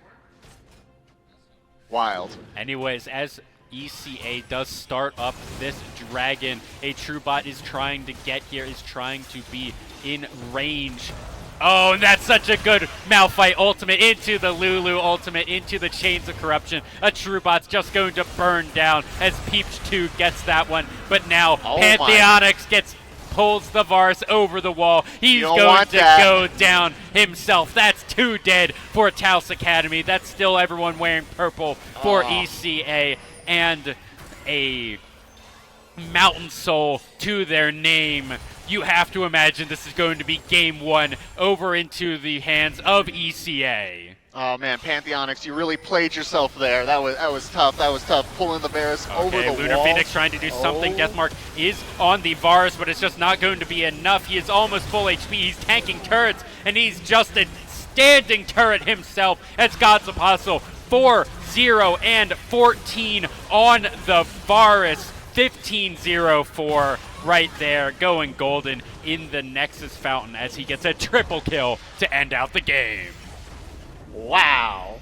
What a showing. How about that game? Wow. I mean, what do you want to talk about first? I mean, first dub for ECA. Or not, for ECA. For ECA. Yeah, Yes. not first dub, but, you know, taking game 1 and everything. Really impressive showing, especially on that bot lane. That bot lane looked so commanding. I mean, what's there to say that we haven't already? I don't know. That Varus was unstoppable, dominating. I mean, there's not, unsurprisingly, he did the most damage in the game. We're looking at the charts right here. He did 30,000. The next highest was 13,000. He took his entire team, put him on his back, and said, we are, not only are we going to finals, we're winning finals. Oh, 100%. That man turned, Snowball does not say anything. I mean, with an avalanche, took the smallest lead of like 1 or 2 kills and just ran away with it. Going. We even saw when his support left him for only like 30 seconds, or when the support left the Vayne for only 30 seconds, he got a kill on the Vayne. And so I'm excited to see where this series go. I'm excited to see if Taos Academy is able to bounce back from that loss in a game number 2 to bring us to game number 3, but we will be going to a quick commercial break before that. Don't go anywhere. Riverside Technologies, your local trusted IT expert. RTI offers a variety of customizable bags, cases, and shields. Make your transition to new equipment as seamless as possible with our integration solutions. Our deployment services will ensure a worry-free experience for your organization. Other RTI solutions include managed services, managed print, data center solutions, and more. Contact your local RTI representative today. What does it mean to care for a community? That question ignites something inside each of us. It motivates us to explore the intersection of science and healthcare. At the University of New Mexico, we're teaching the next generation of healthcare professionals. We are nurses and students, doctors and educators, pharmacists and researchers. We're focusing on people-centric care that goes beyond the walls of a classroom. Apply to UNM and ignite your call to care. Riverside Technologies, your local trusted IT expert. RTI's managed print solutions. Manage your business, not your printers. RTI offers a variety of services that can be customized to meet your specific needs. Our four-step approach will ensure your print environment is secure. Learn how RTI could reduce your print costs by an average of 30%. Contact your local RTI representative today. Since 1936, when a group of Albuquerque public school teachers led by Maureen Grammer decided there was a way they could bank and take care of each other, Nusenda Credit Union has existed to make a positive difference for people, for our members, communities, and employees. As a locally owned and operated financial cooperative, we care about you and take the time to understand what's important to you. That's how we can offer a great experience and put money back in your pocket. Nusenda Credit Union, the power of we. Riverside Technologies, your local trusted IT expert. RTI's managed print solutions. Manage your business, not your printers. RTI offers a variety of services that can be customized to meet your specific needs. Our four-step approach will ensure your print environment is secure. Learn how RTI could reduce your print costs by an average of 30%. Contact your local RTI representative today. What if you could look forward 1 year, 4 years, 40 years? What does the future look like? How will you ignite it? This is where the future gets fueled, where ideas come to life and identities flourish. This is where we define opportunity as individuals and as a pack. Being a Lobo is about so much more than the classes you take. It's about the mark you make on your world, because the journey starts here, but it never ends. What will you ignite?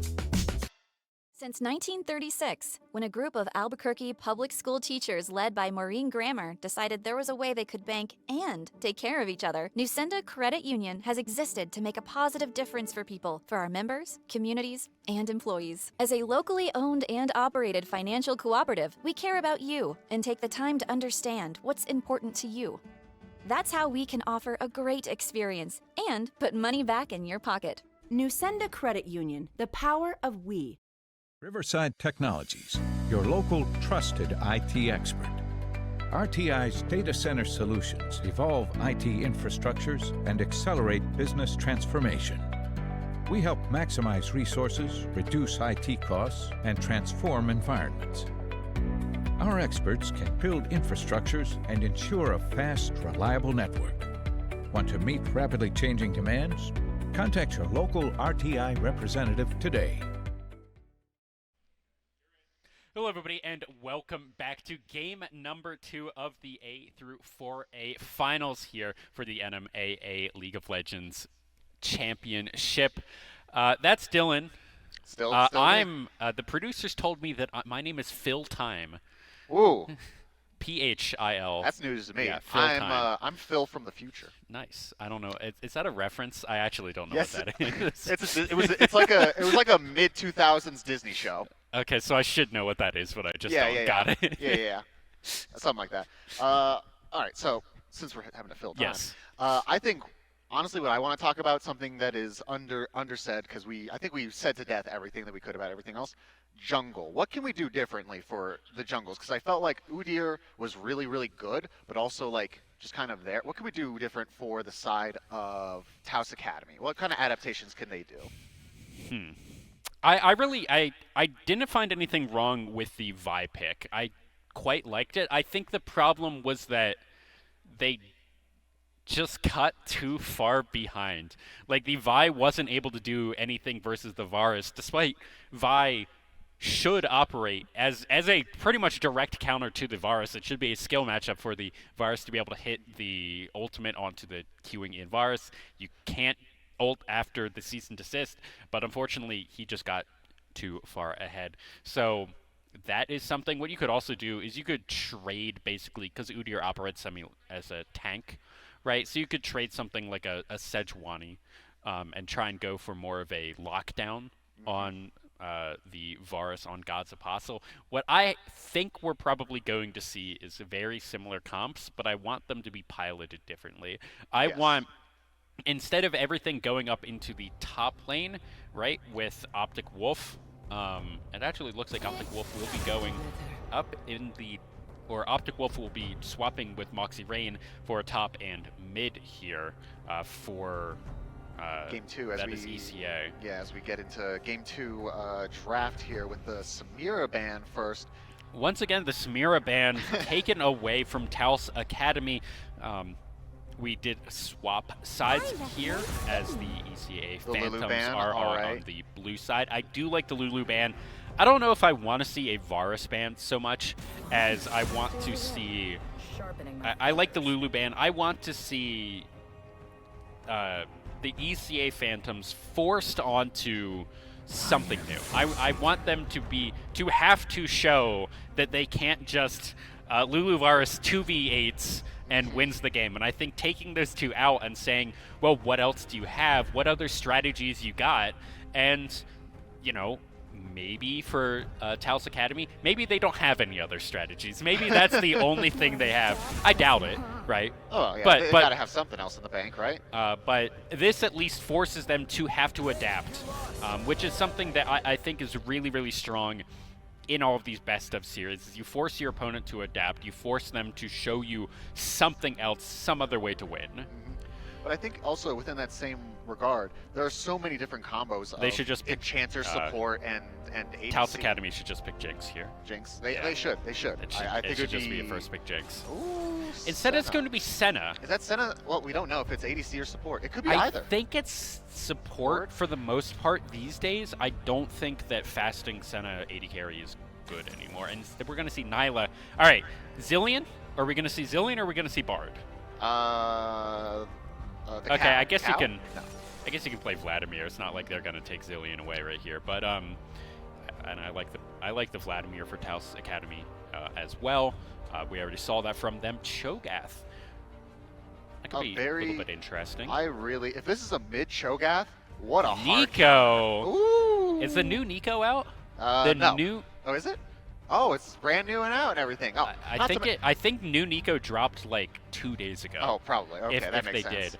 I love Nico as a pick, but even before this rework, I thought she was very underrated. And while she definitely has a lot of weaknesses in like general damage and a Lilia, she makes up for that in just like Jarvan, a lot of clownery. Oh, Jarman. Ooh. All right. I'm loving the comp so far here on blue team of just encircle them and then just kill them with ultimates. Press R. Honestly. I do like Taos Academy here saying, well, we won games earlier with Rammus. Let's just run it back. Honestly. It worked. I don't know if you were watching those games, but Rammus was in every lane, winning every single lane for his team. And they said, well, it worked earlier. Let's do it again. Jinx ban, I like that. They're saying the Senna is support. I completely agree. Oh, yeah. And I honestly want to see another like AP ban thrown towards the top lane, because the more AD auto attackers that you have against this Rammus, the better. Absolutely. Just the better. Even throw out the Malphite again. Sure, why not? You could ban Gwen here. That would actually be pretty good. Gwen, I think the Malphite ban would be tremendously good, especially with this press R comp that they're looking for. Okay. Yeah, there you go. It just makes sense. It just makes sense, especially against the Rammus. It's typical. I don't know what this last ban here for ECA is going to be. I guess you could do more top lane. Another ADC. You could do I know we have an AD but another ADC. Yeah. Who's even left? Support. Well, why would you ban top. another ADC? You're the one picking it. Exactly. It's in your own pool. I guess Rakan. Okay. Yeah. That's not the one that I want to see here as a support against the Senna with the Nyla. You have Nautilus is the obvious one against Senna. You want to see Taric. You could also do Alistar, really good into Senna, really good with Nyla. You can also do... Okay, you can pick your top laner here, too. Well, I love the cow pick because you have all of these characters that want to, like, just stand on top of you with the Jarvan and the Nico. Just press W. Don't even have to press Q. Just press W. Bop them away. And then they waste their ult. Absolutely. Here, this is going to be the AD carry. We do see an Anivia here for Optic Wolf in the mid lane for Taos Academy. We'll see what they want to round out their academy. Yeah, round out their academy with. I'm guessing Sivir. I guess you could go Misfortune. True. Oh no, is it Senna Cho'Gath?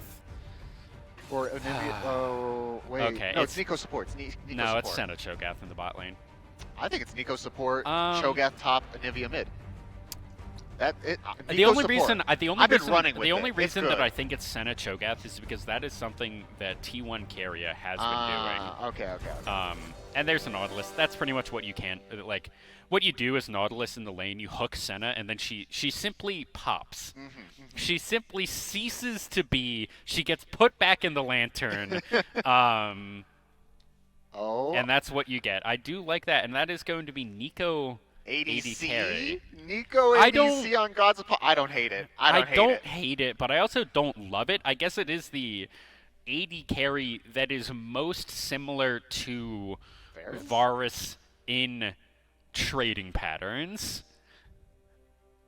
I'm not wrong on that one. Kind of? It's definitely weird, and I do not love it, but I mean, with how he was playing, I am willing to give deference to God's Apostle. I'm willing to say, listen, you went 18-0 on that Varus. You can do whatever you want. You can do whatever you want. Honestly. Not only that, but, okay, I'm going to theory craft with you here, all right? You have an on-hit ADC who can really just go, wah, wah, wah, wah, wah, you know, and everything. But then they try to jump on top of you. You either throw out the snare, it stops them. You throw out a clone. They don't know which one to go for. Or the nuclear option, just press R. Yeah, it's not going to do any damage, but they're going to be crowd controlled. Yeah. I mean, it's honestly not the worst. I mean, I will say on the side of Taos Academy and everything, I like the idea. I think they're just lacking a little bit on the damage side. Like it's a little spare. Like it's not we saw awful, this. awful. I think the Vladimir is going to be able to do enough. Nyla does like a. I still don't. I've played with Nyla like as a support. I played against them, and I still have no idea what she does. Like I've read, I've played her, and it's one of those champions that it's like, I just don't get where the damage comes from. It's very similar to Irelia. Like every time I play Irelia, I do 0, but like someone plays Irelia into me, and I'm like, they just put up 40,000 damage, and I don't know what to do about it. So I would most closely, and this is, I mean, she was compared to her all the time when she came out, but like Samira, or even kind of like a Draven of like, if it's neutral or they're ahead, it's a lot. If they're behind, not the most. All right. And the thing about the Vlad, I love the Vlad pick. Once if they can get to 30 minutes, 25 minutes, because Vlad is he needs at least 2 items at least in order to do any effective damage, or else I don't know. You're pressing a Q on one person and then E in an AOE every like 6 seconds compared to like an Anivia who just presses R and E. I feel like Anivia is like the way old school counter to Vladimir. Yeah. I also feel like this is like season 2 mid lane. I haven't seen this matchup in a decade. Oh, probably. Yeah. All right, so 1 minute left until we get into the game. Who has the game? Is it ECA? Do they have the series? Like, in my heart, I want Taos to win so we can get a game 3. Sure. I want. But I'm looking at this comp. I really like ECA's comp way more personally. Okay. I do see the strengths though of Taos in terms of like if they find a lone person out and about, and as well as they have the ability to just press the buttons and just kill somebody. Ornn sees somebody out in the open, press R, kill. Nautilus, kill. Easy. And that's if they aren't behind, and then the rest of ECA come around and then just wipe them like we saw in the Las Cruces, La Cueva games and everything. So I think it's really like the early game is going to be. I mean, it's always important, but the early game is going to be super important for both of these teams. I think it's also going to be super important for Taos Academy to track this Jarvan, because if they're able to track this Jarvan, that's one step to not being ganked by the Jarvan and not dying to the Jarvan. I do really like, I like the ECA comp more than Taos Academy. I'm not going to say I really like it. I think it's a little wacky. Not a fan of the Nico Not ADC? a fan of the Nico AD carry. With TP, by the way. With TP. 3 TPs. And electrocute. That's super interesting. So is it No, it's AP. It's AP. It has Nico. to be AP Nico. Wow. Okay, now I like it a So lot less. I like it a lot less because that is so much AP on this team. The only AD threats. I mean, you have the Senna. I mean, you have Jarman Yeah. and Senna. I think it's enough. It's enough. Most likely. That being said, I think that like the ease of execution comp that kind of Taos Academy made, where you simply Ramus in, but here we may have a little bit of action. Rupture just to dissuade anything from going down, as we actually do have for the second series in a row, we have a support coming in. As Echo Smug was not in the last series, and he may be being caught out right now. Caster cursing before I even got out of it, as Arctic Fall was there to begin with, as Echo Smug may go down. Let's see if he gets it, and he does. Flashing forward, Ignite, ticking down onto Arctic Fox, trying to dissuade something. An Echo Smug caught with his pants down, backing in the enemy jungle in full vision. It's unfortunate. It's very unfortunate. But yeah, I don't know why he just didn't go with the rest of his team and, well, I just didn't think about back it, probably. with them. It happens. We've all been there. We've all been there.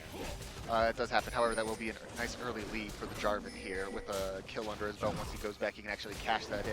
Very unfortunate he wasn't able to cash it in earlier, because now it's kind of like not a nothing lead, because Nautilus doesn't have sums now, but like, he hasn't spent the gold for it. Yeah, absolutely. It is not a realized lead. However, it is Arctic Fall also having to use his flash, so that can be a pretty big deal. Very true, very as true. Moxie Rain here up in the top lane, getting a little bit bullied as he did have to. Why is that? Oh, it's Nico. Right. Nico can turn into anything. That's why she's a chicken right now. Oh, I did. Yeah, right. The new I was Nico. like, where's the Nico? it's the chicken. Oh, yeah. Here, level 2's coming in. It's Desut Slippery going in, getting a lot of damage here as the hook goes wide. A lot of damage was traded back as the Nico Q just really ripped through Desut Slippery. Wow, and at first I was like, oh wow, this is looking really... I think if that hook landed, Peepage was just dead. Oh yeah, 100%. I was gonna say like, wow, I didn't expect like this Natalie to do so much, but then like the recourse damage that followed, I was like, ooh, I don't know, that's I mean, it turns out when you're just killing, or when you're running down the support, the AD carry is in fact able to just free fire on you, which is what happened. Moxie Rain here having a rough go of it up in the top lane. Low HP, low mana versus basically full HP, full mana. And trying to tick over to level 3. But that's the Cho'Gath. Oh, no. But here, Jarvan 4 getting hooked up. Desut Slippery trying to do something. Good flash out from the Flag and Drag. But that's going to be a snared up. Desut Slippery going down as Peepage trying to get something back, as Echo Smug will be able to turn one back, as TrueBot looking to get out, will be able to. God's Apostle may just go down right here as a double kill comes through for Echo Smug, atoning for his sins, picking up 2. Wow. Yeah, Echo Smug over 2-1 tanking Nautilus here. That was such an interesting engagement of they held on and survived so long for the Rammus just come in. Oh no, Feral Scream already down. Moxie Rain may just go down here. Flash forward and give him the clap of the brittle. And that's Moxie Rain going down. Optic Wolf here trying to get something versus Bentree. But unfortunately, this is a fairly nothing happens lane. Yeah, this is a nothing burger mid lane. I want to talk about this top lane matchup because of what just happened. So, me personally, I really like picking Cho'Gath into the Ornn. However, you have to play it in a really finicky kind of way, because you have to play like hot and cold, where, yeah, you win in the long run. You have to constantly be CSing, you have to constantly be getting those carnivore stacks, so you can constantly just, basically out-sustain the Ornn player, along with maxing E and getting the percentage health damage onto the Ornn. But the Ornn has way more burst damage. And we just saw the results of that. Echo Smug here looking for something a little late on that hook, but now snared up for absolutely eons, trying to get something, trying to get that Aftershock proc, but now Desut Slippery having to really just run away, lost all lane prio just with the Nico snare into the Senna snare. That was just a rough trade. Well, it was rough. I can't. Oh, but Ramus is here's Desut Slippery going to go in. They're trying to just kill Peepage, but God's Apostle is Yep, just going to runaways. Eco Smug on a killing spree, unfortunately taking that one.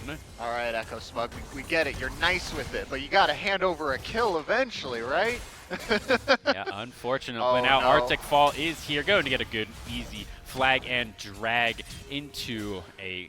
I guess that Q didn't actually land onto the Pantheonyx. That Rupture just never hit. But either way, that is going to be a lot of pressure relieved here for Moxie Rain. And while it is looking really dicey here for Ornn, it's so dicey trying to dive an Ornn player. It really is, but level with 6, it is much easier now. That wasn't even a dive, he just walked up and ate him. Oh, you hate to see it, you hate to see it. Oh, man, I didn't think he was in execute range. That's I hilarious. didn't think so either, but that is actually hilarious. Optic Wolf getting level 6 first is going to get a decent amount of damage there onto Ventry. Oh, man, that's tough. Moxie Rain over here saying, oh, you're going to flash clap me? I'm just going to walk up and chomp. A big chomp right there here as Decent Slippery is going to take a decent amount of damage right here. And let's see, Ramos Powerball looking for something, not quite able to do it. Actually, do note, though, that the Nyla with the W immunity to auto attacks kind of does mess with the Senna's normal combo of, you know, auto Q, auto. I have a question. Yes. What does a Nautilus usually build? Oh.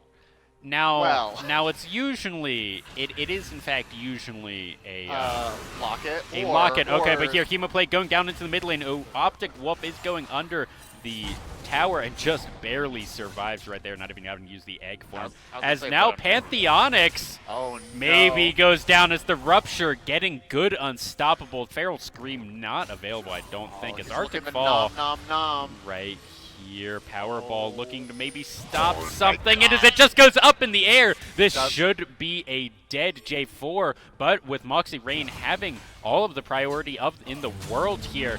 Oh, called the Forge God, no, so tragic as a true bot does go down, but Bentry is here. Pantheonyx looking for something, but he's just going to get eaten. You have to imagine, but no, there's not enough mana, but the Thunderdome from downtown. But speaking of downtown in the bot lane, Peepage is going to burn down as Decent Slippery trying to do that as Bentry up in the top lane goes down. God's Apostle running for the hills. A good hook, a good snare with the staggering blows, and that's a double kill for Decent Slippery. Oh, what's happening? Oh my goodness, this is a one fight after another, after another, after another. Oh my goodness, I mean, game 2, we saw this happen in game 1 where it's just like non-stop fighting. I mean, I love it. I love it. Absolutely, and ECA has about 1,000 gold lead here after the Rift Herald has been taken. They could just walk top, put it there, and get Cho'Gath off to the races, get that turret down at 8.5 minutes. I don't think they quite want that because then the game gets played a little weird. Yeah, but not to mention Cho'Gath with how much he's starting to dominate top lane like this, like just Q, E, yeah, slap him. Oh, we may be seeing a pause here with. And a game has been paused, so I don't know if we're going to right now. Hopefully that will be resolved soon. For those at home, and this is also me talking to production, when we unpause, there will be, proportional to the time pause, there will be a freeze at some point. It isn't usually immediate. It's usually like 10 seconds after the unpause, where the game just, like, the spectator client just freezes for literally no reason. But it is one of the known bugs with the League of Legends spectator client that they just haven't fixed, I guess. I don't know. It just be like that. One of the other ones is when you're doing Baron, right? Because if you don't have like vision of it, if you toggle vision off, you can see like the Baron being taken, even though you can't actually see that. Yeah. That is now a feature. That's not a bug, actually. It's a feature. It's a feature of the spectator client, because now if you are toggled, you can see and go to the Baron and then toggle the vision back, and you know that they are doing Baron. Okay. Yeah, it's a feature. Let's talk about what we can here. Yes, let's talk about the game. So we are at 1,000 gold lead. However, There's a 1-kill lead and a dragon on the side of Taos Academy, but the 1,000 gold lead is on the side of ECA. And as I was thinking it would eventually play out and everything, the Cho'Gath is starting to eclipse the... Oh, and we got an unpause. And we are unpaused. Back in it. Oh, and here's the freeze. Yep. And as soon as that finishes up, we will be back into the game.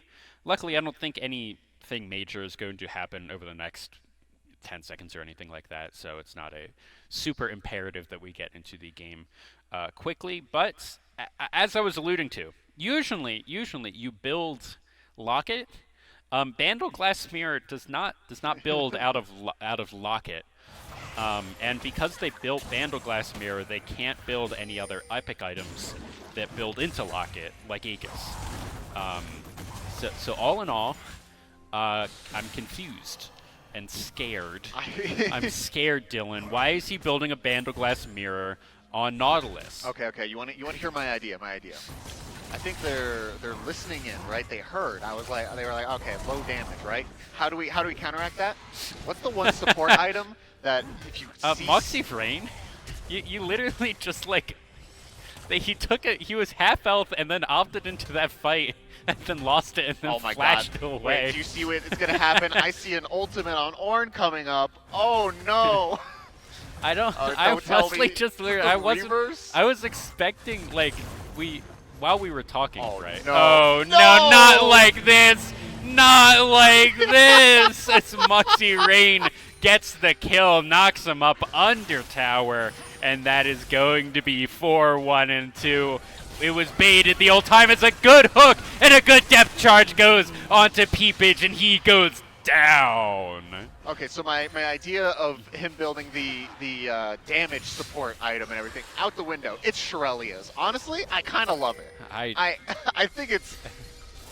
He has all this money. No, what is he Arctic gonna do Fall with it? is here. Pop Blossom does get a huge stun, a huge knock-up from the J4 into the Thunderdome, and that's a shutdown onto 2. God's Apostle is back in the game. Now, Shirelia's, it'd be a great if you pop it. I feel like that was a moment you gotta press it and run. Also, do note, on the 2 bot laners who just died, both of them still have flash. Yes. I think that's one of those moments where you just gotta be like, yep, we just do it. Yeah, you can both flash out of the Pop Blossom. Pantheonics, man, why did you opt into this one? Oh, this no. Is not the Okay. play. Call of the Forge God does get a knock-up here onto the Cho'Gath, but I think the Rupture is going to be pretty good. Feral Scream does so much as the Purple Spikes are going to just get a bit, as that is a searing charge out by Pantheonics. And now here we have an ult coming in, and that was a little wacky as TrueBot just opted into the 1v2, flashes over the wall. That's a flag and drag over the wall as Arctic Fall trying to get this, as he's maybe going to get out. No, Arctic Fall gets it with the Demacian standard, as Echo Smug is going to go down as well, as they were trying to get a TrueBot out. And that's a really good flag and drag, as the Crimson Pool is just going to go down, and everyone will finally walk away. Ooh, wow-wee. What? Oh my Arctic Fall really trying to go in right there. Man, I was really hoping Ramboose would get... Oh no, the chomp is up! No! Yeah, give him the chomp. Where have I seen this one before? Is this 8 minutes ago or 5 minutes ago? When did that happen? All right. All right, a TrueBot did get back up, is going to go and try and save this tower, but maybe he can't. Peepage trying to do something. Echo Smug now back up as well. Tower will survive. However, everyone will have to back off. And now, while they might be at a 5k gold deficit, I do think Taos, I think they have... Oh, is he going to do it? Oh, no. Oh, okay. It was fine. The Ornn was allowed to finish that TP. Moxie Rain maybe wanting to back off right here. I think he probably loses the fight. I think if he Eves, he has the stuff. Does he? I don't think he has the stuff. I'm a little scared. Oh, but never mind. There is the Thunderdome coming down, and this is just going to be Pantheonics probably going down once again, as Arctic Fall really wants this.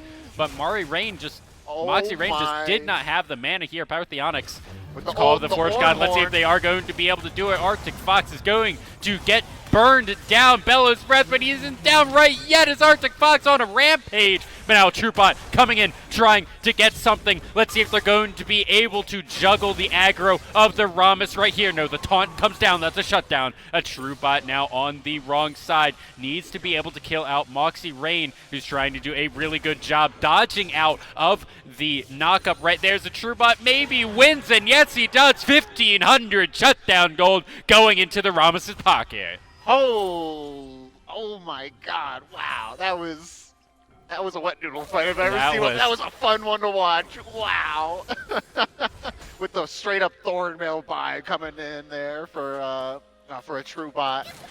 A good hook once again. Echo Smug doing so well with that. Peepage having to flash right there as Deepu's trying to go in right there and actually going under the tower. Unfortunately for them, he's going to be taken out as Peepage picks that one up. A good root, and the God's Apostle picks up one themselves. I don't know if you picked up on what I just saw, but I saw like a really split, like one person going for one and then the other one going for the other. Echo Smug right there wanted to kill Peepage, but I think the problem was once Peepage. Another one. Peepage should just die right here. You have to imagine. There they go. Shut down. Another one onto the Ramus. He's going in the correct damage. He's trying to get this. No, he isn't even. Debated me as the TrueBot's just going to go down right here at 300 gold into God Apostle's pocket. Wow, that was such a good fake out there from God's Apostle. Even faked me out. Yes, putting the not going in a line. Yes, I thought that he was the one that went into a line as Pantheonics. Pantheonics, you don't want it, man. They're 2 levels down right here. Moxie Rain, a full reign over this lane, if you will.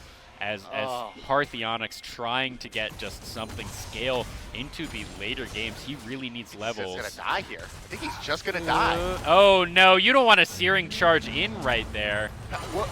Moxie Rain, fight this. Yeah, I think he did, but now he's just debated. No, Oh, but Peepage with the ult, the Dawning Shadows from downtown, keeps his top laner alive. Arctic Fall just auto-attacks Bentry to death. I don't quite know why Bentry was 2 HP right there, but Moxie Rain absolutely dominating in this top lane. I don't know what that was. The spectator was having a time. Yeah, it was struggle busting a little bit, but we're starting to see ECA just slowly accumulate more and more and more of a lead, even with their unorthodox TrueBot here in the middle of 2, not where he wants to be, using the ultimate to get out from that. Yeah, I respect Moxie Rain taking half of this tower themselves. Oh, Peepage. Oh, that was so close to being a dead Senna, but a TrueBot now in the middle of 3. Disa Slippery trying to get something, but TrueBot very, very low, and Echo Smug just really keeps going in, but they don't have the damage. Disa Slippery, he's going to go down. Echo Smug's going to go down as well, and that was a double kill for Nico, and nothing got traded back. Flash forward, and that's going to be a flash out of a TrueBot. Oh man, that could potentially be a 3rd-tier tower. I think if they pushed hard enough and they had enough like consolidated effort, I think this could easily be an in-hit tower. They have 3 members walking forward, trying to get this Rift Herald in. Shelly wants to crash a 3rd time. Moxie Rain winning the best of this somehow, and that's going to at least be another charge as Bentry, he's just going to go down. Optic Wolf picks that one up as the TrueBot trying to get the kill here onto Peepage, which Peepage is going to go into the Curse of the Black Mist, and he'll be fine. Pop that Shirelia's, pop it. Oh no. Just not enough. Dragon does go down here. That Searing Charge is a little bit unfortunate. Moxie Rain does have access to the ultimate. The Call of the Forjog is going to go down as Pantheonics is going to pick that one up. I don't think that was a shutdown somehow. I think it was. However, I will say Moxie Rain getting a little big for his britches there, I would say. I mean, that was a little... Listen, you're this far ahead. I understand it. You know, it happens. It happens. Also, a Krug coming out of... Yeah, a Krug respawning from base really makes you think, doesn't it? I didn't know. I didn't know you could play as Krug. Everyone wants to play as Krug. Honestly, small Krug, by the way. But here, D-Sud Slippery is going to pick up the first tower for his team of the game at 18 minutes here. Getting the bounty We for do it. need to note that objective bounties Oh, no. are on because this is an 8,000 gold lead here at 18 minutes. ECA on the precipice of taking this finals in a convincing 2-0 fashion.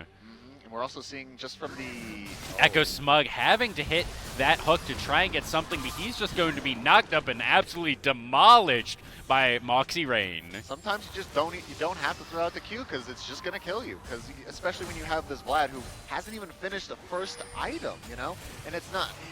That was blood. almost going to be very bad there for Bentry. And it's not even at the fault of Ventry and really all that much. It's just that this game has been accelerated to such a pace that he just can't keep up as a Vlad player, which happens a lot actually as for Vlad mids. You know, if the game occurs too fast, you just aren't able to keep up.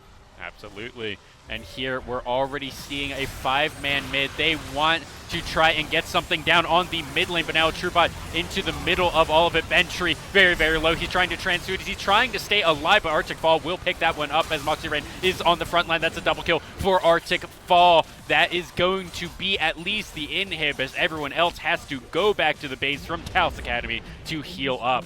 But it looks like ECA wants more. There's nothing else to take. They already got the inhib at 19.5 minutes. The only thing they could do is go sit and wait for Baron to spawn. Or they might be looking here for a... Oh, they might be looking for a They're Nexus looking tower. here for a Nexus Tower, but I think the other calls are, I think we can back up. I don't think we need to take this, but also they do have a 10,000 gold lead here. They want to push it. Call of the Forge God hits 3. If anything, it's the time to go in. This is now trying to get a good Pop Blossom. That's a kill onto Echo Smog. Let's see what they're going to be able to do. That's D-Sud Slippery going to go down. This is... Oh no, D-Sud Slippery actually survived that. A TrueBot is going to go down there as God's Apostle was the only casualty from ECA as they continue their march down mid lane. Oh man, I mean it's just one thing after another. Oh, and that's a good knockup. Bentry Bentry trying to do it, but not Moxie Rain. He's actually tanking up the turret. He's going to go down. That's going to be D-Sud Slippery going down as well. There are going to be minions. Let's see if they're able to do it in this 3v1. It's an ace, but now Nautilus is alive. What can he do? They're trying to do something. Echo Smug is going to be taken down. This is going to be a 2-game series. ECA are your state champions in League of Legends in the A through 4A. Wow, just wow. That was first impressive. What an impressive showing there. That from really ECA. was Like, an that impressive showing. I mean, questionable. At the most questionable draft there with what they had and everything. And at the start, it was looking a little bit rickety for them, but they were able to pull it out and everything. And Absolutely. And I think the most impressive thing for ECA is they showed us two things. Like game 1, they had God's Apostle on Varus. He 1v9'd, right? And then game 2, he didn't do poorly, but like he was definitely not the carry of that team. The carry of the team was the Cho'Gath in the top lane, as weird as that sounds. And they worked together really well as a team. And I don't want to take away from how Taos Academy Cybernetics, they put up a fight both games. They did really, really well. I think they should be proud of themselves for getting second place. Oh yeah, here. 100%. They also did some very impressive stuff in there. I mean, Absolutely. I mean, oh my, I just think about the the early game kills and everything like that, as well as having a fairly good chance that game with let's see, what was it? Oh yeah, the Rammus. That was so fun to watch. That Absolutely. was so fun to watch. Along as well as like the Echo Smug getting all these kills, going for getting the mana, or not the mana flow, but the Bandleglass Mirror. Bandleglass Mirror. Like, what's that gonna turn into? Like, whoa! It was real fun though, real fun time, and I think it was great games, just great games. Yeah. So congratulations once again to the Early College Academy Phantoms, continuing their streak. I believe they won last year in League of Legends. I know they were putting up numbers at least last year at this event, so happy to see them put up numbers once again at this event. Excited to see what their other teams can do. I don't even know if they have other teams here. or tomorrow or the next day. But here in a minute, we will be having an awards ceremony with Malin and the winning team. I don't see them here yet. They're right over there. However, yes. Yeah, so one thing that I do want to notice, hi Bernardo, is Optic Wolf there swapped from top to mid in that game. Did not die. Wow. Yes. Did ever go into egg? I don't think so. I don't know if there was ever an egg moment. All right, I am getting cues from the director that we are going to be heading over to our awards ceremony momentarily. But, I mean, just looking at some of these KDAs, 4, 5, and 15 on Peepage 2, 8, 4, and 6, highest damage in the game on that Cho'Gath. Part of that is because beating up on an Orin, you're going to get those numbers. Also, 11, 2, 12 with, like, a super high kill participation and everything like that. It's very impressive on the Jarvan side with Arctic Fall there. I mean, honestly, everyone on the team of ECH is really pulling their weights. Absolutely. That's all you can really ask. Yeah, I think if I were them, I'd be super proud of your achievement. State champions isn't a small task. For sure, for sure. And I believe that most of this team is actually fairly young. So I'm excited to see them again next year and at all of the other invitationals that I'm sure they will be invited to over the next year. We almost always have a couple a year just within the state of New Mexico with all the high schools, with all of the different universities. So I'm really excited to see ECA and also Taos Academy. I don't think we've seen them at many invitationals before, but that was a really strong showing, and I would love to see them Again, come back next year. Come back next year. See if they can try and get this title next year. I think that they showed really, really well, and I'm super excited for both of these teams in the future. Oh, for sure, for sure. And same, I mean. All right, and with that, we will be sending it to our hosts here to get the award ceremony for A through 4A in League of Legends underway. All right, and thank you so much for that introduction. I am so excited to introduce these team members. We're going to go ahead and give them their medals, and the first person we're going to be calling is River Fox.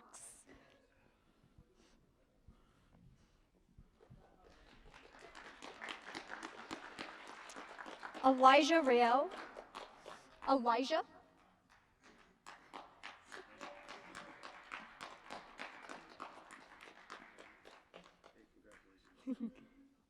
Benjamin Freshly.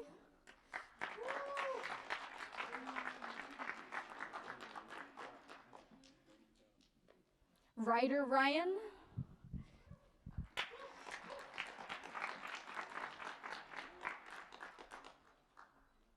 Hey, congratulations. Scarlet Battle.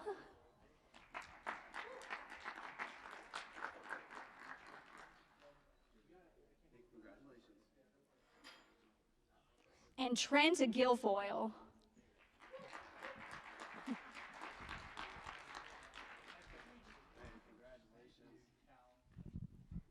We are now introducing the head coach, Calvin Willigan.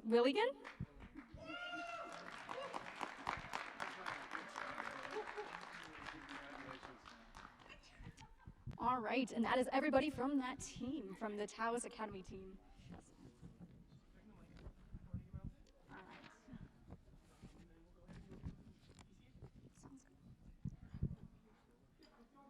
All right, then we're going to be doing ECA next. The first person we're going to be introducing is Eric Sewell, thank you.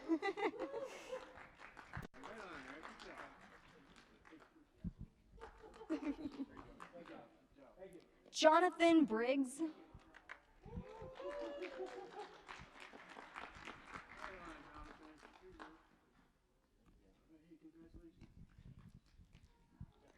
Next up is going to be Ben Montoya.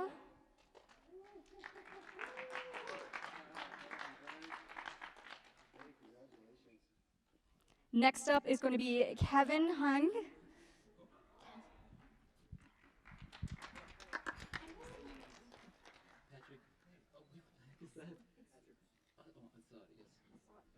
And last is going to be Patrick Assad.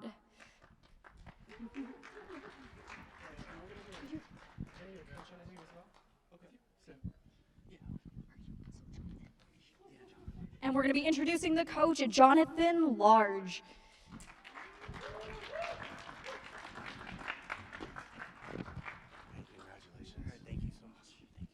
All right, and we're going to do a quick interview, of course. So, Jonathan, how do you feel about how your team did? How do you feel? I'm ecstatic right now. I'm really proud of my team. They showed out today, and they performed. They performed at their best. So. They did absolutely amazing. Do you have any key moments in the match that you felt like was a game changer, or a moment that you were like, "This is it"? Yes, I would say our Lux game against Albuquerque Academy with our mid laner that game landed a couple roots that helped us win the team fight. So That's amazing. And of course, how do you guys plan to celebrate? food. Well, thank you so much again for participating and being here. It was awesome to interview you, and it's a great time. So Thank you. All right. I'm just saying, keep it up.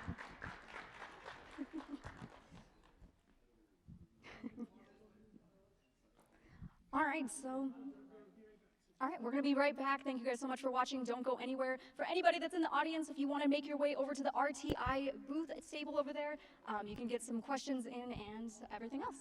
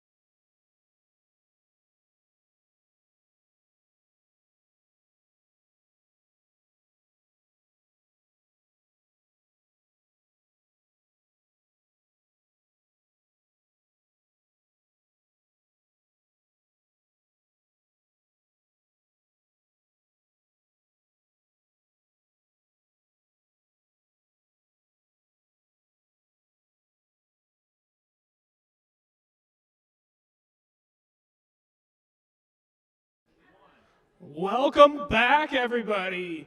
We just saw a great match for the finals for A through 4A, where ECA took it. Taos Academy put up a great fight. We've got another match coming up here for the 5A. Gadsden versus La Cueva. La Cueva has been a really big contender, and Gadsden's got some really great players as well, so it's going to be a hell of a match.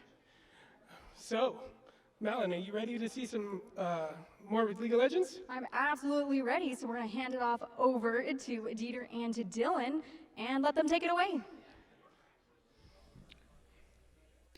All right, thank you guys for introducing us. I'm Dieter, that's Dylan, and we are going to get into the 5A finals for League of Legends for the NMAA State High School Tournament presented by RTI. You excited? I'm excited. I'm so excited. excited. This is the game. This is the game. This is the one that I've been looking forward to. This is the matchup I've been hoping we were going to get pretty much all day. It's La Cueva versus Gadsden. La Cueva 10-1 on the season. Gadsden that one. I'm super excited for what's hopefully going to be a barn burner here of two giants in the league scene in New Mexico, as Jinx is the first ban here from Gadsden High on the blue side. Now what that tells me is Gadsden is not comfortable playing the Jinx, so they're just going to ban it. They don't want to. They don't want to deal with it. Alternatively, they have a different first pick in mind. That could be the case as well. That could be the case. Yon being taken out here. I wish I knew more about both teams so I could guess what the picks are going to be. But ooh, Gwen, yeah, already this is some interesting bans. Gwen and Echo, something that I don't think either are particularly strong in the meta right now. So these must be pocket picks, as Seraphine banned out here from Gadsden. Wow. And Gangplank. Oh, Gangplank. Two top lane bans. Two top lane bans and very carry top oriented, as we do get to see here what Gadsden wanted to first pick instead of keeping that Jinx, which would probably be the first pick otherwise. Oh yeah. I would say maybe Zaya. Could be a Zaya. Just thinking about what we've been seeing. I think it's going to be something completely out of left field. Urgot? Sion. That's not what I would have expected at all. Sion. Okay, I don't hate it, but okay, I guess here what you do pick is you pick Darius into the Sion, and then you probably want to pick your jungler right here. But you can also pick, if you wanted to pick Zaya and force the Rakan counter pick. You could do something like that too, or blind pick an Ahri. Blind pick your mid laner. Yeah, blind pick your mid lane. You already picked your top lane. I do like the Ahri blind. It is a little bit. It's a safe blind pick. There's really not any hard counters. There are some hard counters. There are some hard counters, but they're hard counters, but they're not good in the meta right now. Yes. I don't see nobody picking up any mid lane right now. I think you actually could pick that one. You could. That one's fairly normal. We're going to see a Zeri here. I really hope that these Yuumi nerfs are enough to make sure that MusicBot does not pick it, because man, do I not want to see that. I also don't. I honestly. What I'm expecting here actually is the Lulu. Listen, I'm already a little tilted personally by seeing the Darius pick. No. No. Yes. Yuumi. Aw, baby. That's one fast Zeri. All right, and over here we're probably just going to see the Lulu pickup, because that's what gets picked in response to the Yuumi, unless they are prioritizing an AD carry. I'm ready for the jungle. It could be the jungle. All solo lanes, baby. Let's go. I would pick Lulu here because that is the counter. Or Thresh. Thresh is okay as well, because now there is only one target to throw your hook at. That's true. You get a 2-for-1 special. You get a 2-for-1 special. Instead, it will in fact be the jungler. Amumu can be flex pick into the support position, but I'm not expecting to see that. Okay. Well. Before we get further into the bans, I want to talk a little bit about why I don't like Darius. Not because I don't like. I mean, I don't like him as a champion. He's downright Darius. Fair. I would say against the Sion, it's like such a like if you were against a really abusable top laner, I'd be like, okay, Darius, great. But it's Sion. He presses W. All right, we're seeing Pantheon being banned. That's an interesting one. That must be a pocket pick, because that's probably not jungle. Pantheon support. Pantheon support. Yuumi's already been picked up. You cannot flex Oh, pick Yuumi Pantheon- to anywhere oh, else. Oh, Pantheon mid and jungle are definitely possible. More than possible. Oh yeah. I would say mid more likely than jungle. Silas, another one picked off right there. Have you read the Silas lore that they just released? No, I haven't either. All I know is that his chains are made of petricite, which is the same thing that Galio's made of. Oh, that's sick. That's sick. And Shall I turn in my badge and rifle? Caitlyn and Kaisa, that is a lot of bot laners taken out here by Gadsden. I think Silas was a love interest of Lux or something like that. I don't know. I don't know why I'm talking about this. He was banned out. The lore implications, obviously. And I love this tournament special of Vayne. Yeah, I guess Vayne. Coming out the woodwork. You brought up something very interesting while we were talking. I don't remember between what game. As Sivir is available in every single one of these matches, and I much prefer the Sivir over the Vayne. I would much prefer a Twitch over Vayne. However, against the Scion, I can see it. As well as, again, you have a team that does not care about its ADC. I'm not saying as the team itself. I mean the characters that they're picking. Darius, Ahri, Jarvan for it. None All of right. these care about their ADC, so you have to have a self-sufficient ADC. Yes. I feel like that's kind of a necessity. And you could do Sivir or you could do Vayne, I guess. I like the Jarvan pickup right here, and we are looking for a mid laner. I want to see a control mage. I want to see some kind of Orianna, Lissandra. Even Ryze. I know he's not the most You have to particularly be a Ryze main to pick that one up, and it's going to be the Lissandra. Oh, I love this build. Yes. Oh, Lissandra? Okay. The one thing I don't like about this team comp, as we have a couple of seconds, is the amount of times I've seen a Scion Jarvan on the same team, and the Scion ults to get to the Jarvan right as after the Jarvan puts his ult down, and he just slams into a wall. Is hilarious. And it looks like I don't like the Graves. I do like the Wukong, as we do get that Wukong. So that is an Amumu support. Yep. And I guess that's why they did ban the 2 ADCs over on blue side just in case it wasn't a Amumu support. I like the Amumu support as a pick against Zeri Yuumi. I think almost more than Thresh, because Amumu support has 2 hooks to attempt to kill or attempt to lock up the Zeri Yuumi. So I agree on that front. I think the Thresh maybe would have been the better, just because you have to have a line of, you have to be able to hit the bandage and not hit a minion. And are you ever going to be able to catch a Zeri Yuumi? We'll have to find out. Apparently, I'm sure it will happen, but that's just, if Zeri Yuumi can kite it out, it's going to be tough. All right. It'll be tough. All right, Dylan. Yes. Who has game 1 here? Game 1? Based on these 2 comps that we can see right now, who has game number 1? Besides my own biases of Darius as a champion and his place in every game and everything, I do like Blue Side's comp a little bit more because it's so oppressive looking in a very team fight oriented way, whereas Red is also just oppressive. I mean, you have Darius, Wukong, Ahri, Amumu, very good for picks. The only thing is the Vayne doesn't really, Vayne does meld with it all right, but it just seems a little bit not as all in as it could be, whereas... Oh, imagine if this had a Sivir. Ooh. The Sivir instead of the Vayne hit on the hunt, and just you have a Darius, Wukong, Ahri, Amumu sprinting at you full speed. But I'm also of the mindset of you're never gonna be hit the Yuumi. She's just never gone. If you hit Lissandra, oh no, it's Lissandra.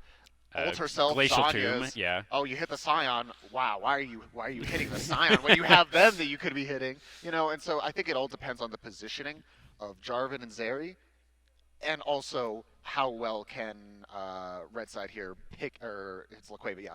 How well can Laqueva punish any of the mistakes over from Gadsden? What I do want to see, I think I actually really like the Laqueva comp. I think a little bit more than the comp here from Gadsden. Okay. I think Laqueva probably has game 1 at least. Okay. What I am worried about, right, is if Darius takes Ghost, which I think is what you do. Yes, you do. On him. You don't take Teleport. I am worried that he is going to be punished. Mm-hmm. And you can be punished. Scion J4 can kill the Darius. So there needs to be a lot of attention of the Wukong in the 2v2, in the 2v1, getting this Darius ahead, making sure he has the resources of vision, of jungle attention that he needs to really succeed in this lane. Whereas, Ari will be fine no matter what, especially post 6. You just see, oh no, there's a Jarvan. Ult. But with a Lissandra that can just press R and then set up for the EQ combo from Jarman, I think it. So with what you're saying, right? Say the Wukong focuses top side, maybe gets the Darius ahead and everything. That's also leaving a Vayne to Jarvan for, which is tough. I mean, yes, there is an Amumu there who can stun twice, in a row and everything, and that's not nothing. And then a Condemn, but it can be a little bit leaving Vayne to the Wolves a little bit. I think leaving a Vayne to the Wolves is probably a better scenario than leaving a Darius to the Wolves. I don't know. I just. Again, I don't know how these two players are going to play top lane, so it could be vastly different than how I think about it. But conceptually, Sion just kind of doesn't care about Darius. I suppose that's true. He naturally builds all these high armor items like Sunfire, Tabbies, not Tabbies anymore, sorry. Plated steel caps. Plated steel caps. And all these other high armor things. And I'm just like, yeah, maybe he'll get run down once or twice, but ultimately at the end of the day, it's a Sion. He's kind of like Singed. Yeah, you can kind of feed a little bit, and as long as you're playing well, it doesn't really matter. Actually, if you're the Ballas FF, you can feed a lot of it. Okay. yeah, just like I'm not expecting that here in this tournament, though. I don't think we're going to get into Sion as a strategy here as we load into game number 1 of the finals in 5A for League of Legends. Gadsden High versus La Cueva. Oh, and I'm anticipation is growing. Oh, absolutely. I think there's going to be some action early, but I think 15-20 minutes, this game is going to be an absolute just slog fest, and I'm here for it. Oh, 100%, especially because of the champions that they picked. These are such besides scrappy mid-game, just get in there. Besides Vayne and Yuumi, who are very I just kind of want to play whatever, very scrappy. Everyone wants to get in there and do something. And how it all shakes up, ultimately, I think this is a very balanced, left and right. And oh my, absolutely, I just know something.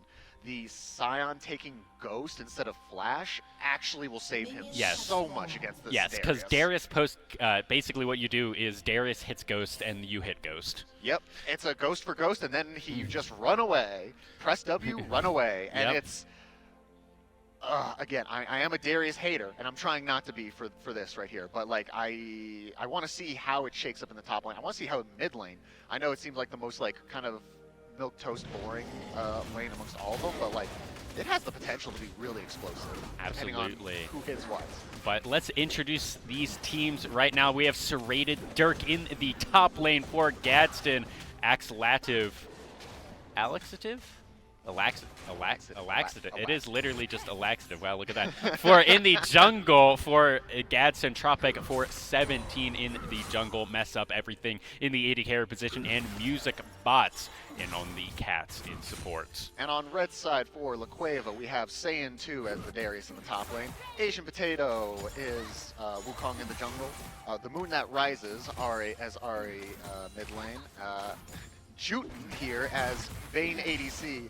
And Van goes Vroom. And already there goes Ghost. There's the Ghost in response, and Saiyan 2 is probably pretty happy with that as he already gets one pullback and hits the Ghost, tries to get it, forces the Ghost out. Fair. Now what does he do? I have no idea.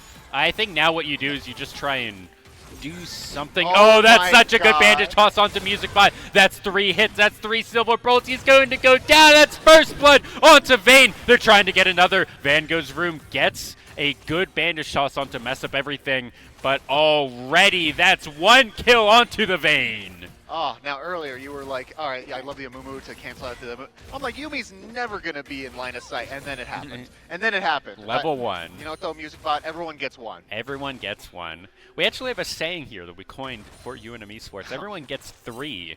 And it's because we used to give up every single dragon. So it was copium of being like, yeah, it's fine. They got the enemy team got 3 dragons. No, it's fine. Everyone gets 3. Exactly.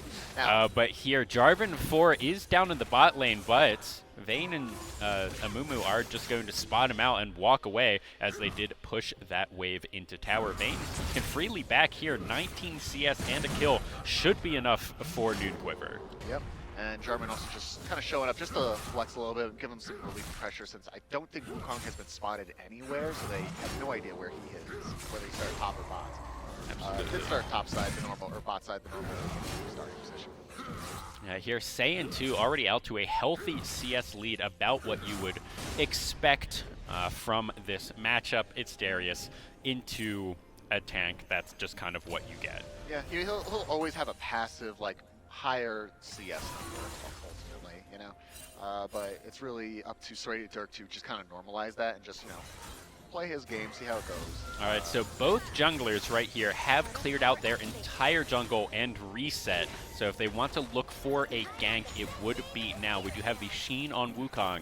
So if he wants to, he can actually be quite useful, as both are heading to their grumps on opposite sides of the map if they want to go top or bot respectively. We're also seeing the passive CS advantage there build up in the mid and bot lane. Not by much, obviously, but, you know, it's enough to be noticeable, I would say. I think the Vayne is most likely going to equalize that a little bit. With a kill, oh yeah. Well, no, I think Vayne is going to equalize that. I think there's like a wave pushing against her. So I think she's just going to equalize that. Not all the way, but within reason. I think that the lead that was currently built was basically because they took that early reset. They lost a couple of minions. Fair enough, fair enough. And we're just kind of hanging, kicking around. Nothing really too much to talk about. We do see a good amount of ward coverage there on the bot side, for both teams in different areas, I would say. Yes, both teams are trying to make sure that they have vision control of this dragon. They do not want to give the first one over to the other team. No real leads so far, at least in items. We see a little bit on Vayne, but compared to the good pullback, trying to get some decimating blows in the there. Head of the axe is losing the matchup. That's Scion. However, the hemorrhage is going to do quite a bit of damage. But not when you take a tower shot. Oh, but level 6. Okay, as Jarvan 4 is down in the bot lane once again, he is spotted out, and now there may be a 3v3 around the dragon that has been started by the Wukong. Potato, this is really dicey. Lysandra could definitely respond to this much faster and healthier than Ari bot lane is already down here. Let's see who's going to win the smite fight, as both members are here, but that's a really good condemn away that was actually buffered by the Flag and Drag, and that is going to be Asian Potato taking the first dragon of the game. Wow, I'm not gonna lie, I'm a little disappointed on the side of Gadsden there, just because they did have the numbers advantage. It was a 4v3, and I think if Laxative held out on going in just a little bit, they definitely could have just dogpiled on them, and yeah, maybe they would have lost the dragon, but 3 kills for it? Absolutely.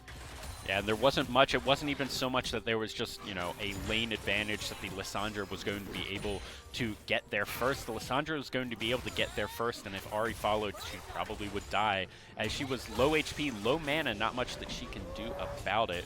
I like that ward. It looks like nothing, but if you don't put that ward there, you walk up and you die. Exactly. you don't know if Darius is just waiting in a bush, ready to press that ghost button yet again. However, Ghost is up for our boy Serrated Dirk there. Cooldown should be fairly equal from here on out, as we do see Asian Potato trying to do something in the top lane. He is taking quite a bit of damage. The Decimating Smash right to the face. And we do see a Laxative here kind of prowling with Tropic. Oh, but it's going to be a 2v3 in the top lane, and no, that was a Glacial Tomb onto the wrong target, I think. No, it was just the W. It was just the W? Okay.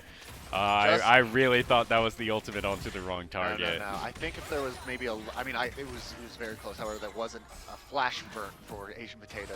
Absolutely. It is also level 5 to level 6 as Saiyan 2 possibly getting Dove, a 3 members. That is the Claw coming in, a flash coming out as Saiyan 2 gets out completely unscathed.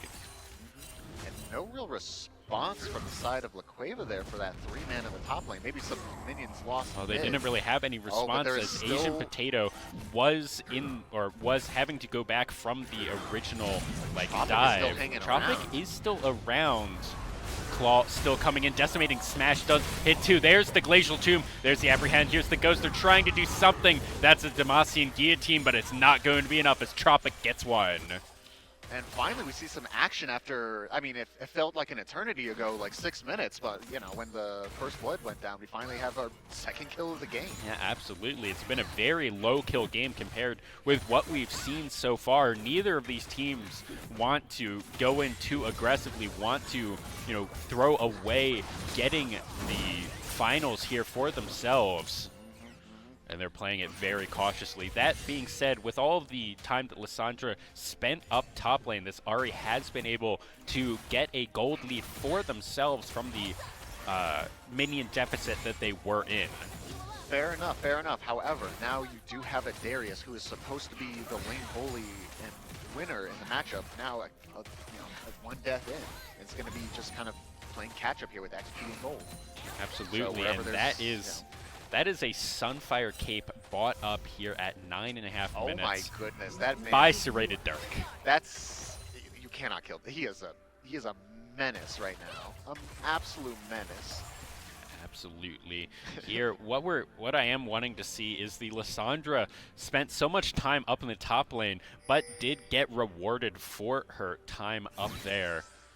And I just want to see that basically do it again. Maybe not in the top lane, go down bot, lock the Vayne up, lock the Amumu up. Just keep... Even look mid, honestly.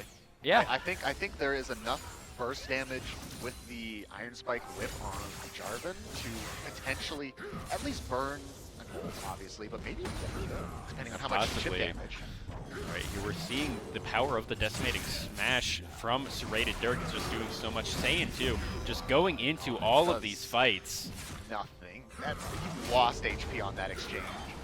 Trying to get something, and he's half HP. Serrated Dirk, yeah, perfectly happy here.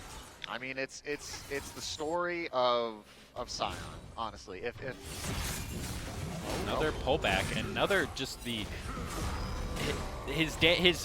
his abilities just aren't doing anything. Is that Soul Furnace? Is Serrated Dirk just going to get this? Noxian Guillotine dissuades a lot, but I think Serrated Dirk, he was the one who aggressively popped Ghost. He was the one who probably could have just kept following right there. He could have, however, he was now getting chipped down, but his ult Asian just Potato came up. is here. Ooh, but with deciding. the Jarvan, with the Yuumi sent on top of them, just holding them back from actually going in because they are spot up on that river ward. Just gonna go and get a Rift Herald himself. That will be first Rift Herald, but now the really interesting thing that we may see is Van Gogh's Vroom here will be able to get this dive. Yeah, they are hungering. They're looking to do something. Let's see if they're able to do it. They just want to maybe just get... I think they don't have the confidence to go for it. No, they don't have the confidence to go for it, even though they know everyone is top. However, I mean, that is a cleanse on the cleanse and flash on the Zeri. I think it's maybe they just aren't sure with the cleanse and the flash. Is Asian Potato taking almost all of his HP from Serrated Dirk. Serrated Dirk just an absolute monster here on the Scion, absorbing all of the pressure that his team is, you know, or that is being put into the top side, and he says, "Yes, okay." I mean, I'm Scion. I mean, it's Scion being able to do Scion things against AD top and AD jungle. Oh, but that's a flash forward into the Glacial Tomb, and the Jarvan is there as Laxtiv picks that one up. Call me a prophet. Jarvan coming in with the Iron Spike whip to secure that kill. Absolutely, I think it was more the flag and drag, but also putting the Herald down. I'm not even really sure if the Jarvan was needed entirely for that. I think that the Lissandra probably could have done that themselves. You just want the jungler there for a little bit more emotional, it's secure. Moral support. Well, think about Lissandra, very low damage without items. Even with items, very low damage. And what I really don't like is this trading pattern that Saiyan 2 is trying to do, is he keeps using the pull immediately instead of using it to try and stop up the Devastating Smash. As Saiyan 2 is just going to lose this match, he's getting a heal, but the Devastating Smash is doing so much. Serrated Dirk trying to get something. Cooldowns, where are you at? And he misses it. This is Ghost Pops as Saiyan 2 has to run for the hills away from the unkillable tank that is Scion. Oh, and look at this bait right here. Oh, Van Gogh's room goes in, but this is the final chapter that's going to be on top of everything. But now the Cyclone does go down, does get hit again as mess up everything, gets one. Maybe they trade one back onto a laxative, but now mess up everything, just free firing, and that's just going to be one dead as Tropic is here. Along with the Moon That Rises that's following in the river, but I don't think anything's going to come from that. No, the Moon That Rises here always been a little bit slower this game than Tropic. And this is going to be second Dragon of the game, going over to Gadsden, one each. Wow, and not only during that little scrap did we see the benefit of being the first one in with. All right, what's the soul? It's going to be Hextech. Okay. Ooh, I like that. I do like Hextech. But like, not only did we see initiating first and being the first one in, being beneficial there for Gadsden, but also just kind of the low damage that a Mumu Vayne brings early game comparatively. Yes. Say. I think Vayne definitely needs at least one item, I feel. And she's 800 gold off of it, so it should be completed fairly soon. Not only that, but going the defensive option when it comes to Mythics with Vayne and everything, going to be a little bit lower damage compared to. I feel like you normally go the Immortal Shield Bow on Vayne. It's a 50-50 between. I mean, you can honestly, there's no bad option with her. I can also see the argument of Kraken Slayer, especially against Scion. I don't love. You say there are no bad options, but I definitely would question Gale Force. It's like a second dash. You have one roll and then into a dash. I think it's fine if you're against like a lot of. If you can kite people out, I think it's fine. If I saw it, I'd be like, oh, okay, whatever, versus like if I saw it on a Varus, I'd be like, okay, I don't know about that. I don't know about that. Yeah, I definitely agree with that one. You could fool me into being like, oh, it's fine. But here, at 15 minutes into the game, we see about a 1,500 gold lead for Gadsden. 2 kills up here, dead even on Dragons. It really. Oh, sorry. A lot of that is, I think, part of that is the kills, but I think a lot of that is some of these minion leads that we're seeing. About 20 in the bot lane, another kill on the Zeri, essentially 20 in the jungle for the J4, and all of that does eventually add up. That being said, this is still an extremely close game. One fight can go pretty much either way at this point. 1,000, 1,500 gold is pretty much nothing. Oh yeah, like there is one mistake is enough for either side to, decide the game essentially. And, oh my Saiyan God. too, just having a terrible time up in this top lane. Oh man, and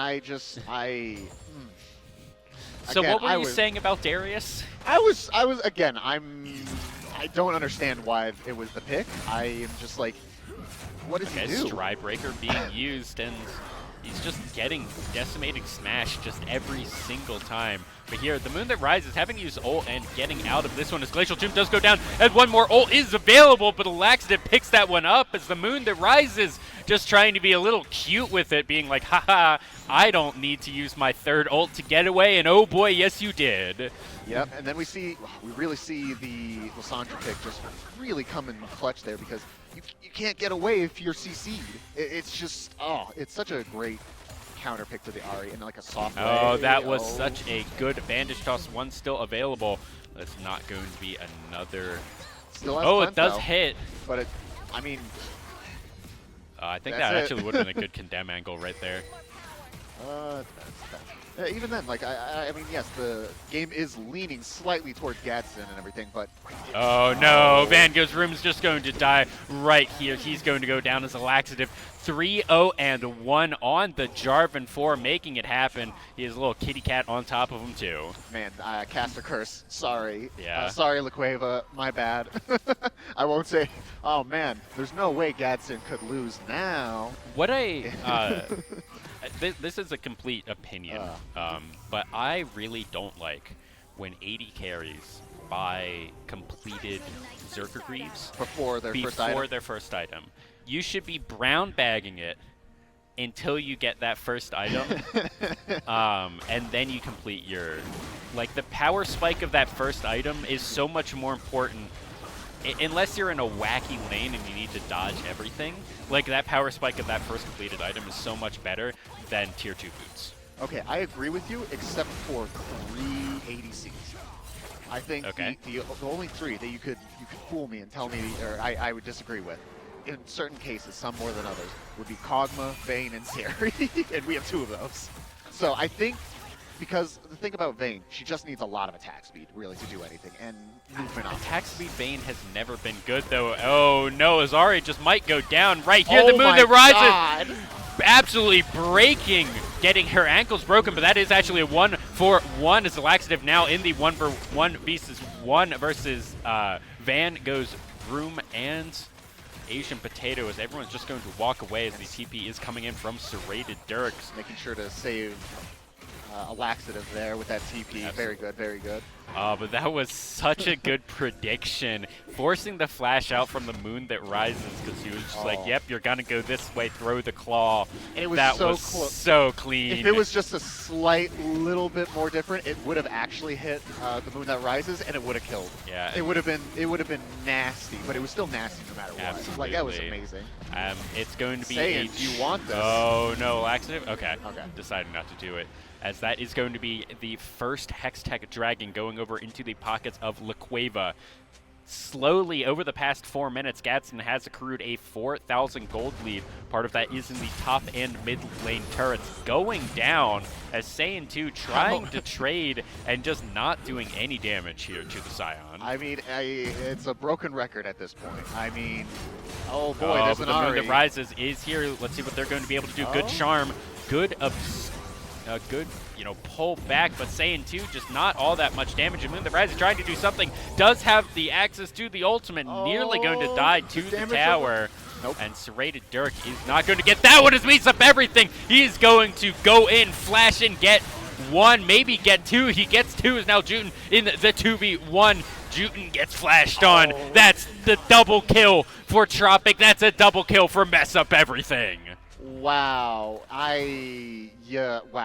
Wow. And objective bounties are on right now as the laxative just bringing down the Thunderdome, forcing the flash out from Asian Potato. As Asian Potato here 1-0-1, trying to do something for his team, but just the power. 4-0-1. The power of the J4 is just so strong. Wow, and it's also super impressive on Tropic here. It's been a hot second since I've seen Alessandra put the schmoves on people as much as Tropic has been doing. Absolutely. Here. The predictions, the hard predictions that they are getting. The juking in and out of aggro range between cooldowns, it's quite impressive. Again, it's been a while, but like I'm a fan. I'm a fan. Absolutely here, as there is now a 7,000 gold lead here for Gadsden at 21 minutes. How do they get back in this game, Dylan? Oh man, I think. I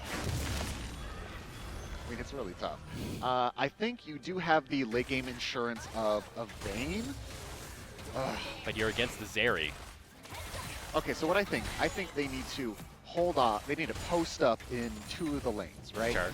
And then whatever that one other lane is, you have to just throw a Hail Mary on one of those solos. Oh, no, Van Gogh's room gets knocked up, but I think he should be fine. Using the Bandage Toss to try and get away, but that's going to be the ultimate out from J4 and the final chapter in order to secure Van Gogh's room. I mean... Oh, but what are they going to be able to do? That was quite a bit burned for just the support. Is there going to be a re-engage? Asian Potato is here. He's looking for something. Cyclone is available. Rift Herald will knock down this tier 2. I think this potentially, without the threat of a Mumu and with the Moon that Rises having to burn ult, I was going to say I think this could be an in-hit tower, but they are not positioning in such a way, so I think that there's just going to be some chipping. Yeah, not even a tower. Oh, the Moon that Rises actually gets that blue buff right there, stealing it with the Orb of Deception pullback, I think it was.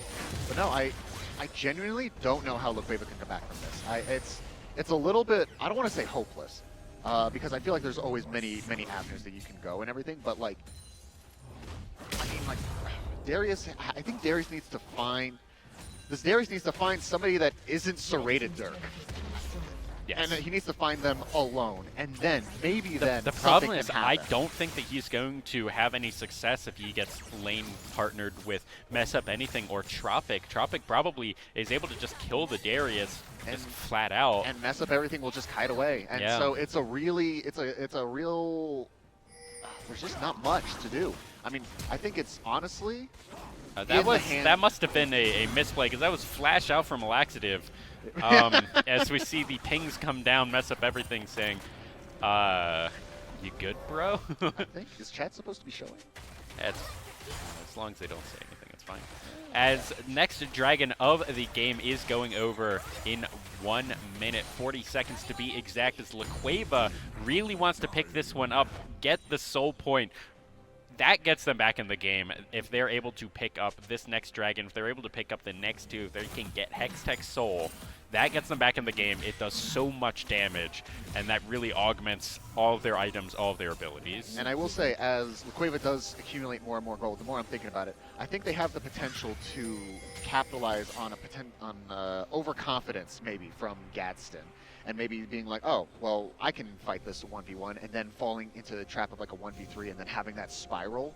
Yes. That's a potential avenue that they could go. Right now, this is where I want to see LaQueva fight. I think at this dragon is where something needs to happen. As Juten is on 2 items. He has the completed Gunblade. He has the... or not Gunblade, Gwinsu's Rage Blade. Yeah, Man, Rage Blade. Gunblade hasn't been in this game forever. This isn't TFT, for sure. Ooh, we But also here do have Charm Serrated does Dirk, go though, wide, kind but of far Save to away. Rake. Dirk deciding LaQueva needs to start up this dragon, needs to bring Serrated Dirk to go in, but no, they're going to go in. Cyclone going down. Asian Potato trying to get something for themselves, but this fight is a little bit split. Asian Potato so low themselves, and that's the Moon that rises going to go golden, and this is already just turning into a wild stomp as Mess Up Everything gets a triple kill. Tropic gets the last one, and Serrated Dirk is split pushing. They have the inhib exposed Saiyan by themselves, having to fight 1v5. He's just going to get Demasiad. He's going to have to insta-flash to get out, as this inhib is going to be Gadsden's. This might be game. This might be game. This is going to be it's at least questionable, but I think it could one be. inhib turret. Serrated Dirk going to go in. That's going to be Saiyan 2 going down. Tropic, he is tanking up a turret, but this is going to be 2 Nexus turrets going down. This is going to be the Nexus being exposed, going down. You have to imagine for Gadsden taking this to series point. 1-0 for Gadsden. I mean, wow. That was, wow. What is there to say? How do you feel? I think basically what happened is the fight that the desperation play that LaQueva basically had to make. If they won that fight around Dragon, the game keeps going. Maybe they get the Dragon. They needed to do everything, and I think they all kind of knew that in their head, so they really overforced it, got punished, lost the game. And it was a 45.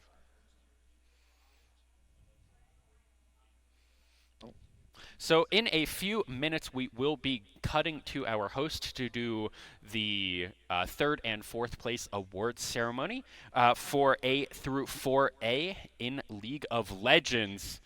But it looks like we still have a couple of minutes to talk, as I just saw Blake run across the room at my cue, basically. 100%. I mean, what is there? What can we say that hasn't already been said? Mm-hmm. You know, I think that's okay. So something that we can look at is, what would you change if you're LaQueva? What would you do? Is it draft? Did you like the draft? Is it execution? Would you prioritize something more? I think there was and I'm not gonna beat on dead horses here, but I think in a more general sense, I think there needs to be a cohesion of a team comp. Okay. Because you have Darius Wukong, which can be really, really early game. Ra, which is kind of like a kind of in the middle, can kind of do anything. And then you have Vayne Amumu, which feels really like Amumu wants to go in, get picks, do things, right? Yes. Vayne's not good at capitalizing on that. And there's Caitlyn's better at that. And I mean, there's so many. I mean, so many AD carries. Yeah, so many AD carries that can capitalize on a pick like a Mumu or an Ari charm or something like that way better than Vayne. I think the Vayne was more of like a reactionary to the Scion, but why not just have your top laner have somebody that can go against? I also want them to have a better response to Zeri Yumi than yes. Vayne Amumu, I think. Yes, I think they I would love a Caitlyn Lux here. Mm. Lucianami even. I think Lucianami was even free if they Lucianami wanted would be it. great. And so that's what I mean. I want LaQueva's. Oh, okay. Finish your point. I think LaQueva, they just need to redo their team comp a little bit, just mix it up, and then they'll find some victory there. Awesome.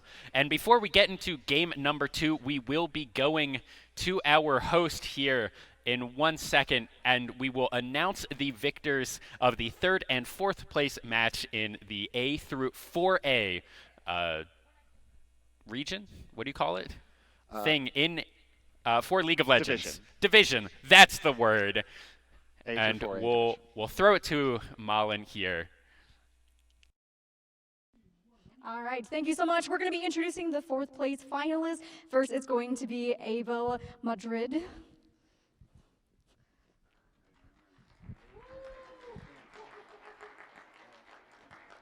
Next up is going to be Lorianne Evans.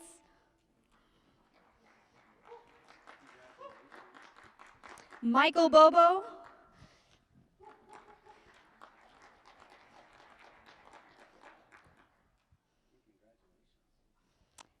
Nick Bobo.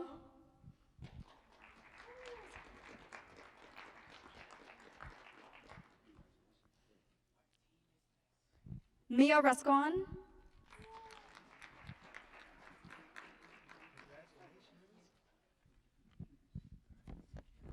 And of course, we got to introduce the coach, Javier Ledesma.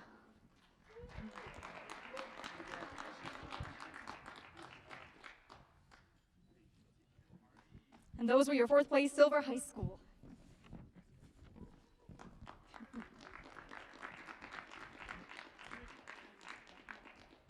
All right, so next up we're going to be doing the Albuquerque Academy, who won 3rd place. All right, first up we're going to have Stephen Clem.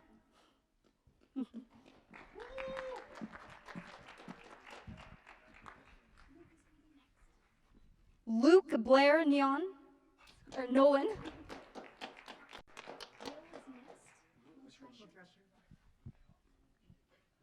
Will Drescher.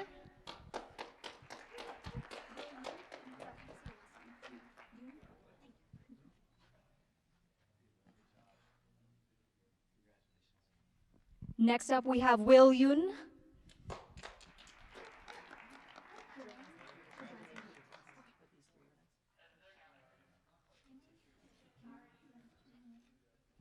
Next up, we have Kimberly Ledger.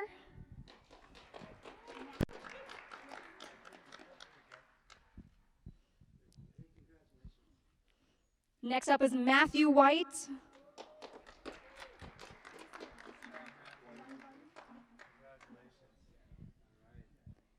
Jay Weingartner.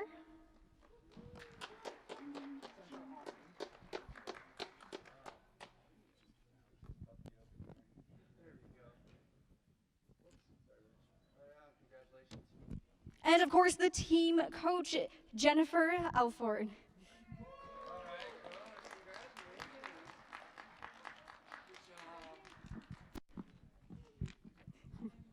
And of course, we want to give a huge applause to our 3rd and 4th place winners. And of course, we're going to give this back over here in just a second over to Dieter and to Dylan so we can get into the next League of Legends fight.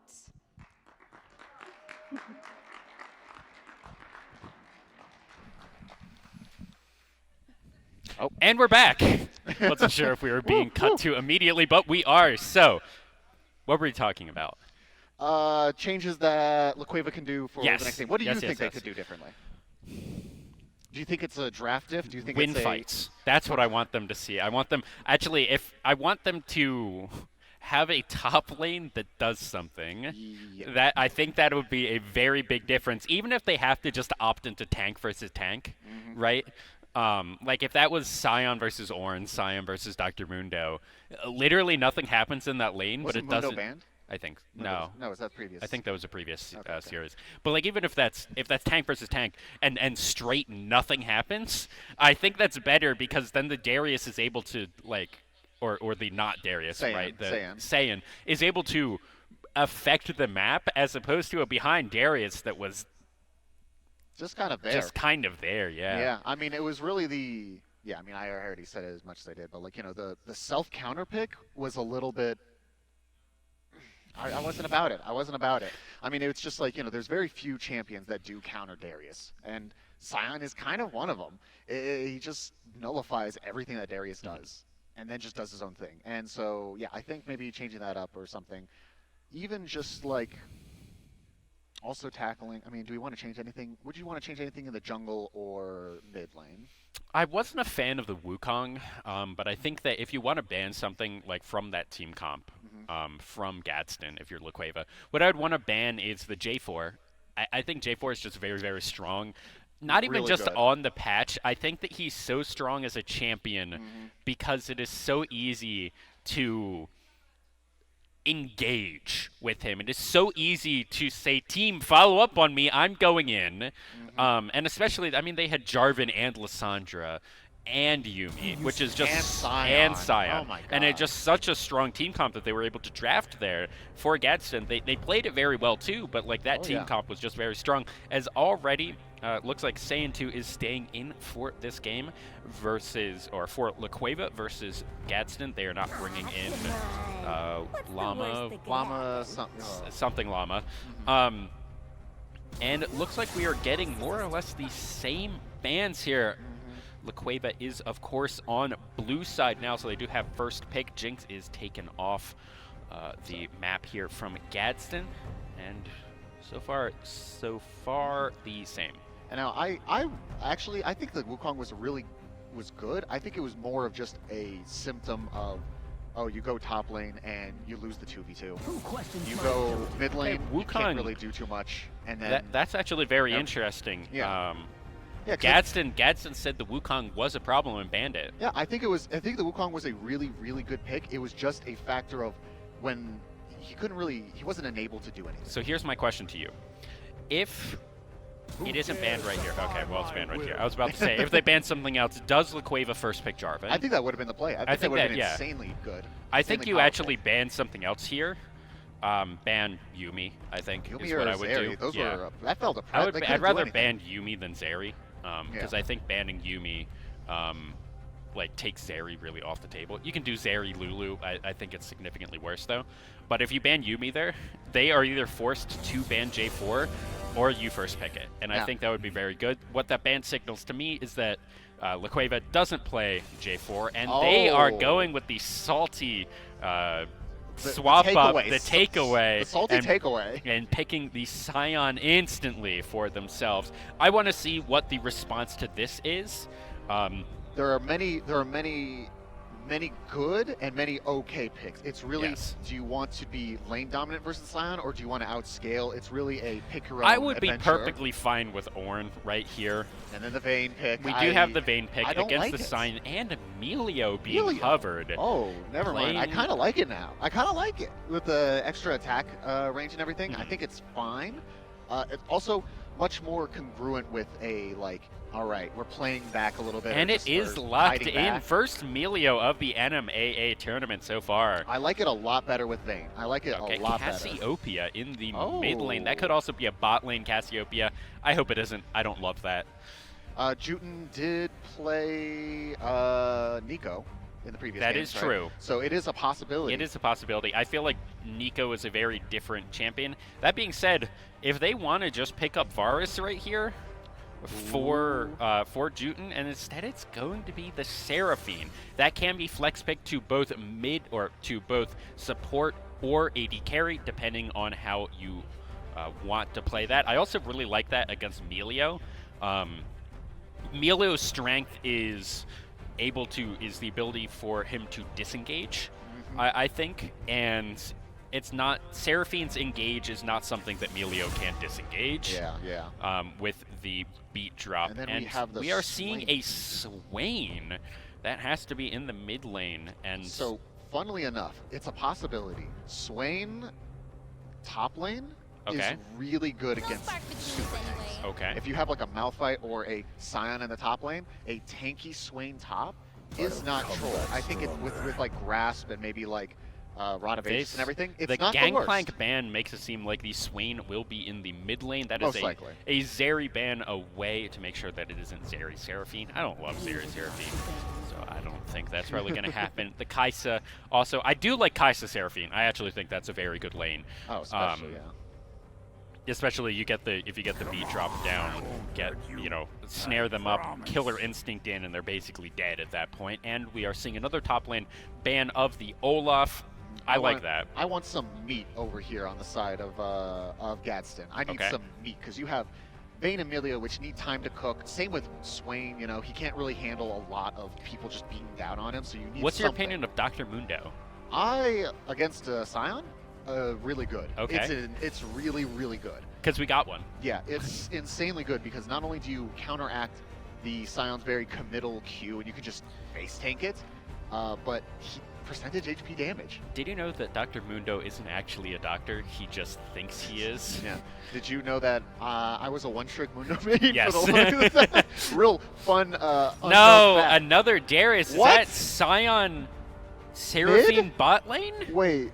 Cassio mid, I have to imagine. Sion Seraphine bot lane, maybe? God, and you know what I hate about this too?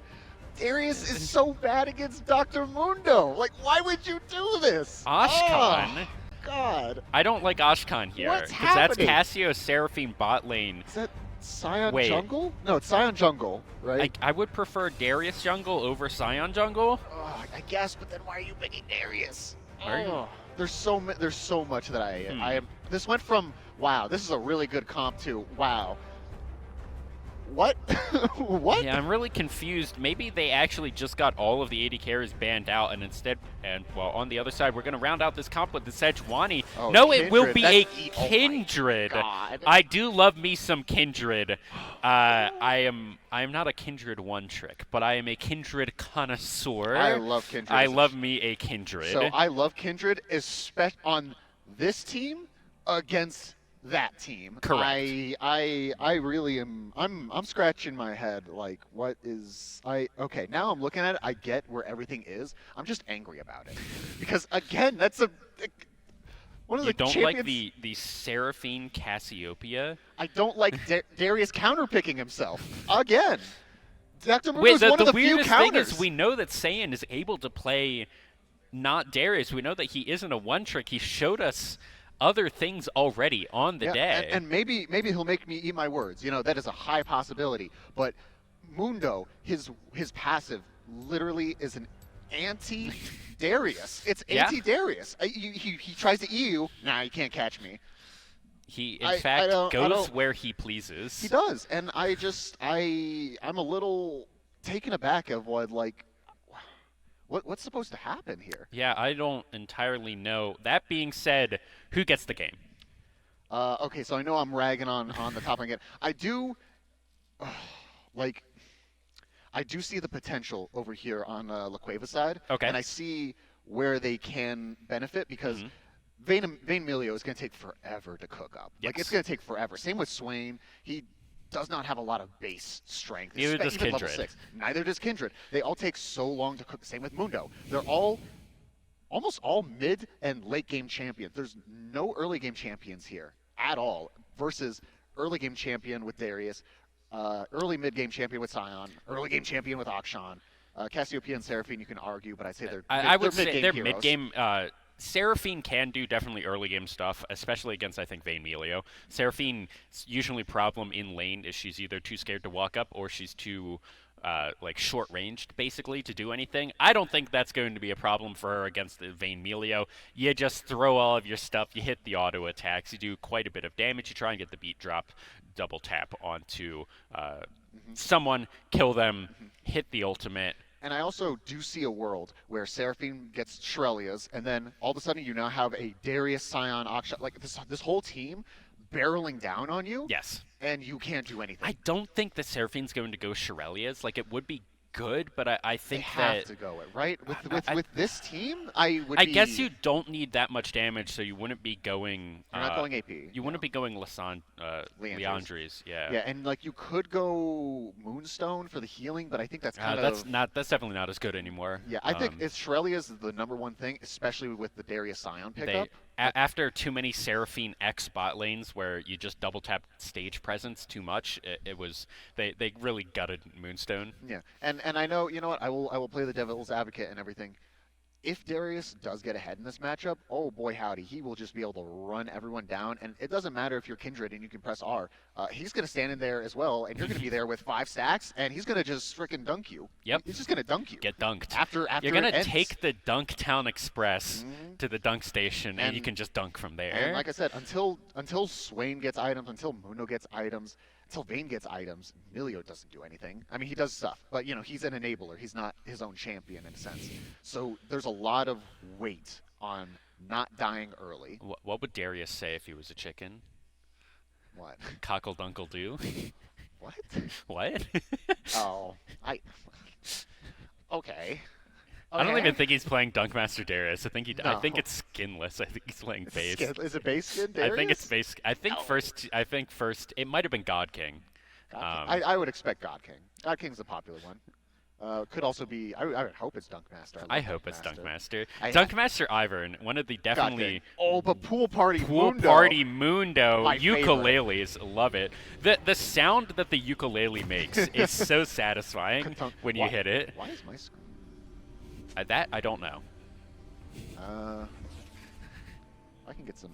But anyways, here we are into game number 2 of La Cueva versus Gadsden. Gadsden is 1-0 up in this series, looking to clinch it out and get to finals completely undefeated here. La Cueva 10-1 on the season. The only regular season game they dropped was to Gadsden, but such a good decimating smash to all 4 people as Asian Potato here needing to run for the hills, and that's going to be a good beat drop to make sure nothing bad happens.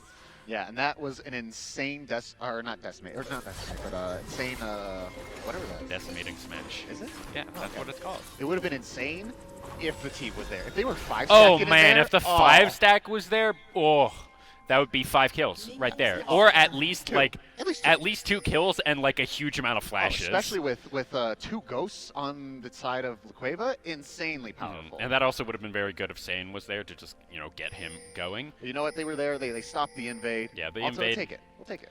The invade ended up as a wash, which is if that's what it is, that's what it is. I mean, Seraphine had to start E. I think that's what you start. No, I think that's what you get. Like, because Q is for the damage, the W is really good for tempo. I mean, I know you don't start W. I think you can. I think it depends on if you want to start high note or beat drop. Fair. I still. All of Seraphine's abilities are so annoyingly named because beat drop is her E. And her E is that. Yeah, exactly. Yeah, what? Why is it the Q? Like the Q feels like it should be called beat drop, but it's actually called high note. Huh. And then her W is stage presence, and then I think ult is encore. But it sounds like her passive should be called encore because it literally doubles it. Ooh, and we do see Tropic in that E. Now, I think there was an opportunity missed here from Van Gogh Broom to play Twitch support entirely because then Cassiopeia, all she has to do is just E. Does the poison It work does. like that? On all poison. It works on Singe poison, it works on Twitch poison. Okay, I know for a Teemo. while it didn't do that. No, it Oh, works. but here, level 2 for 2 people as MusicBot has to dodge out on that one, doing a lot of damage, mess up everything, just getting really burned down. A flash out from her and both summoner spells from MusicBot and mess up everything, having to use the cleanse. That was insanely good. However, we now do have a 0 mana Cassiopeia in lane. Yep, that is unfortunate. But honestly, worth it any Well, day it of is the week. worth it to get both of those summoner spells out from the Emilio. Emilio and Vayne. That's a really good Vision of Empires there. The Moon That Rises trying to get a lot of damage down with the Avenger Rang in this lane, trying to get the heroic swing. We saw already the trading pattern. You want the heroic swing into melee range, get the old extra auto attacks, then you throw the Avenger Rang out. Especially, I want to see the dash, not the dash, but like the swing into the Swain when the Swain uses the E. Because the thing about Swain E is, obviously he throws it out there and then he yanks you back and everything. You have to walk towards. It's odd, but once you get it, you just walk towards them. Yes. And then it's so easy to dodge, but knowing to do that is the hard part. Absolutely. I've played against enough Swain supports in my life to know how to dodge his stupid grasp. Like, you have to learn it, and it's tough. Because Asian Potato here actually dead even in jungle pressure overall with a laxative here on the Kindred, and everyone's moving. This is what I like to see against the Kindred. Everyone moves to get that mark. You do not let her get marks, because if you do, you lose. Not to mention, yeah, just delaying that damage in any sort of way. Especially also double scuttling. I know it's not as powerful as it used to be, but still, on principle, always a good practice. Absolutely. Actually, I think it was only one scuttle. I guess a laxative picked up the one in the top lane. No, Asian Potato did. It's red. Oh, wait, no, that's red. Yeah. Oh, yeah, a laxative. Oh, no.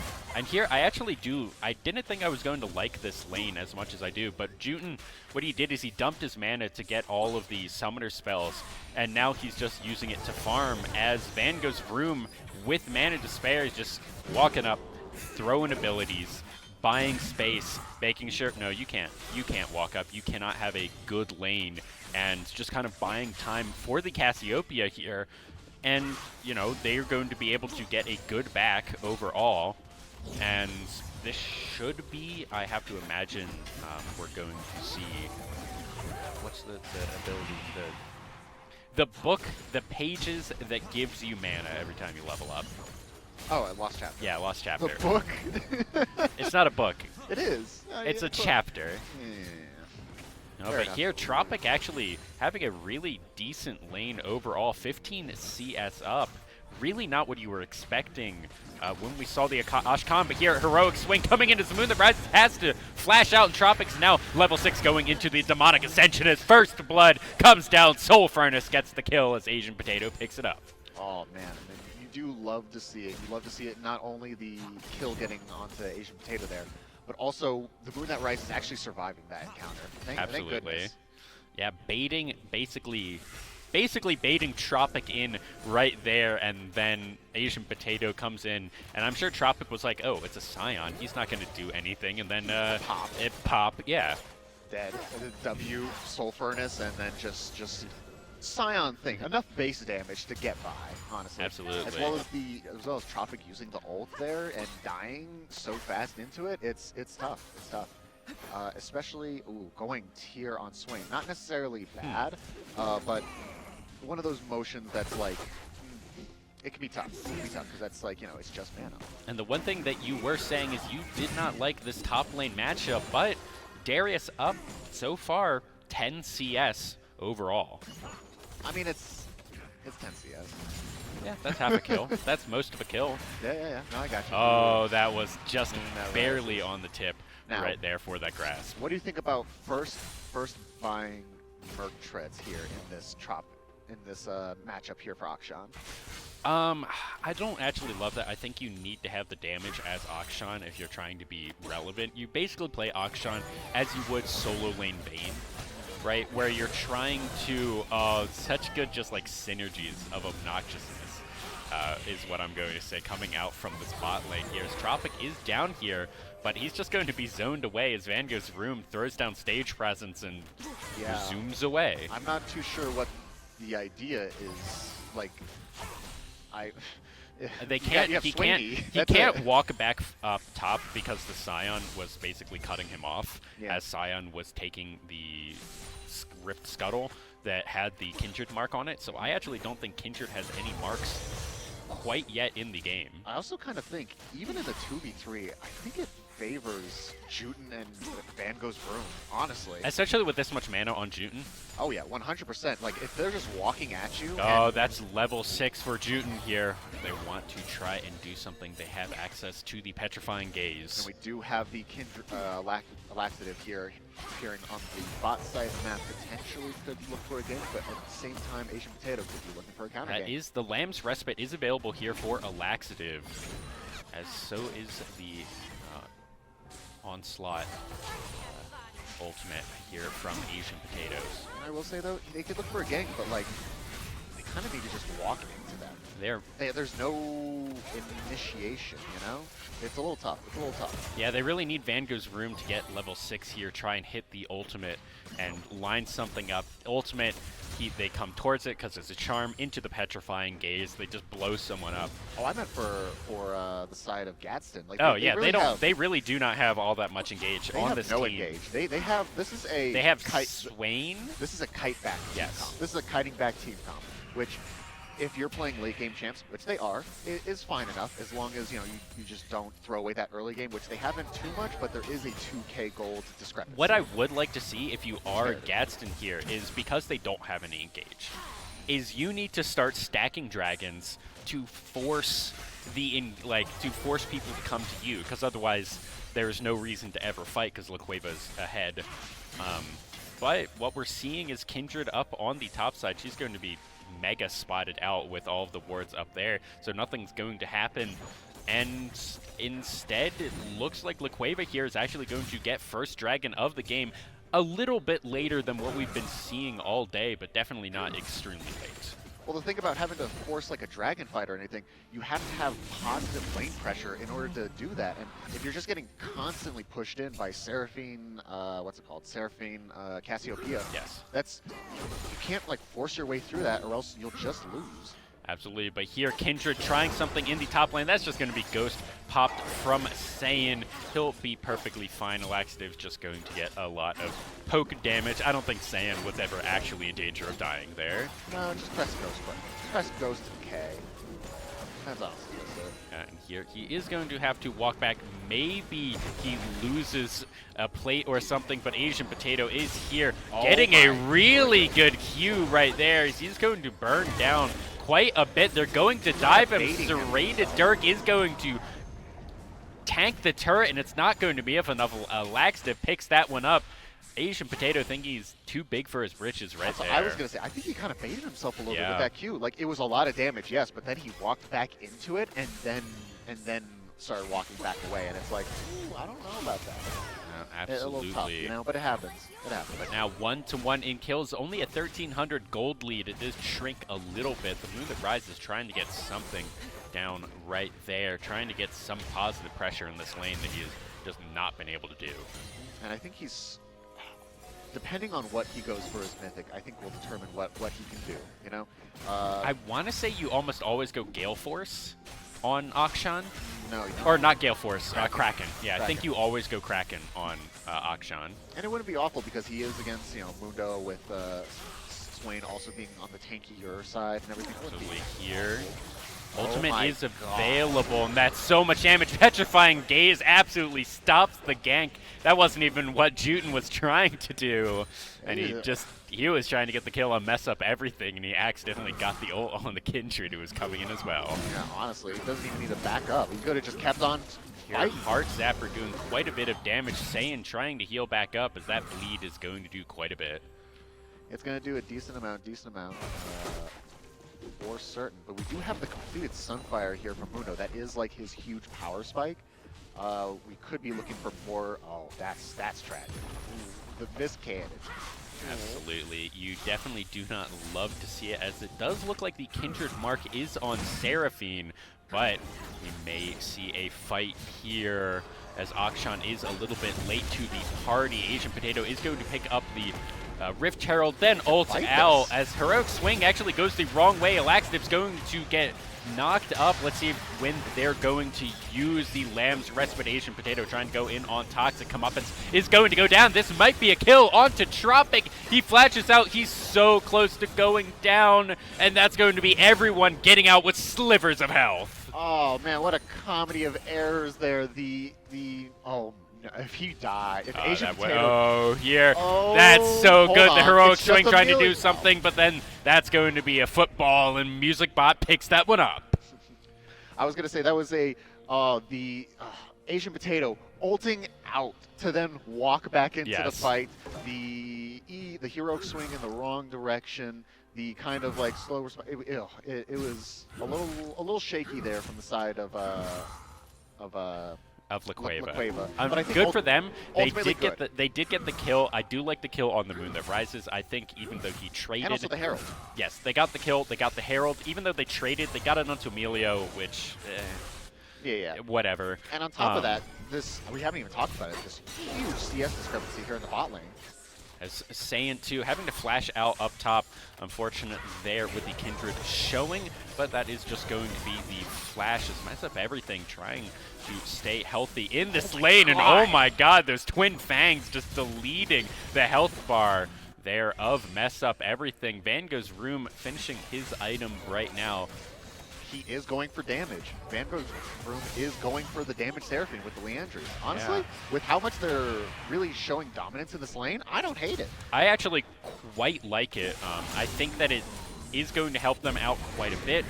Just have that little bit extra damage, that little bit of extra burn to get through the tanks that are going to be Tropic and Serrated Dirk. Oh my god, with the Smite Steal, no, and a Laxative just having to walk away. Oh no, a Laxative not getting a single mark this entire game, maybe getting one on the though. top Tropic lane. having to Tropic worry over having here. to worry about it. His comeuppance is going to go down. That's so sad the beat drop wasn't quite able to do it. It's Asian Potato hits him with the axe. And that's going to be the mid laner down for Gadsden, and should be the second dragon here for La Cueva. And now we're seeing, at first I was very skeptical of this comp here from La Cueva, but they're using their early game advantage to their advantage. I mean, they have all these, like, it's really just like with, La Cueva has so much more power in this early game that it's like, yeah, you may win late games here against it, but like, are you gonna get there? Which I also, what I really like about what they're doing, and I guess what I personally didn't think was going to be as good as it is this Scion jungle is absolutely running circles around the Kindred. And I think part of that is Kindred keeps trying to go top, and Saiyan just goes ghost. Saiyan flashes. And you know, that isn't the greatest for Saiyan. That means that he is going to be farther behind, not going to push his advantage as much, but he still has this 10-ish CS lead, which isn't all that much, but I think he's still going to be useful in, you know, this game overall, where, but here we have a fight in the mid lane as the Laxative taking so much damage, flashing forward, Petrifying Gaze going down only onto Tropic, and now Juten maybe in a bad spot as the Condemn into the wall. Juten trying to do something, maybe he wants to get into Lamb's Thrust, but he is not going to get there quite enough as the Moon that rises, he's going to go down as well. Double kill here for Tropic. Wow, and Caster Curse strikes again. Oh no, Tropic looking for more. I think they will just disengage. I think Serrated Dirk could win this. A 1v1? I think he could. With might be. Cont? Ghost is still available for Saiyan if he really wants it. Saiyan, what are you wanting to do? Needing to get something, but now the team has arrived for Gadsden, and Saiyan might not be able to get this one, and Shutdown going over to Serrated Dirk. Wow. Well, I eat my words, huh? Or I'll be like, oh wow.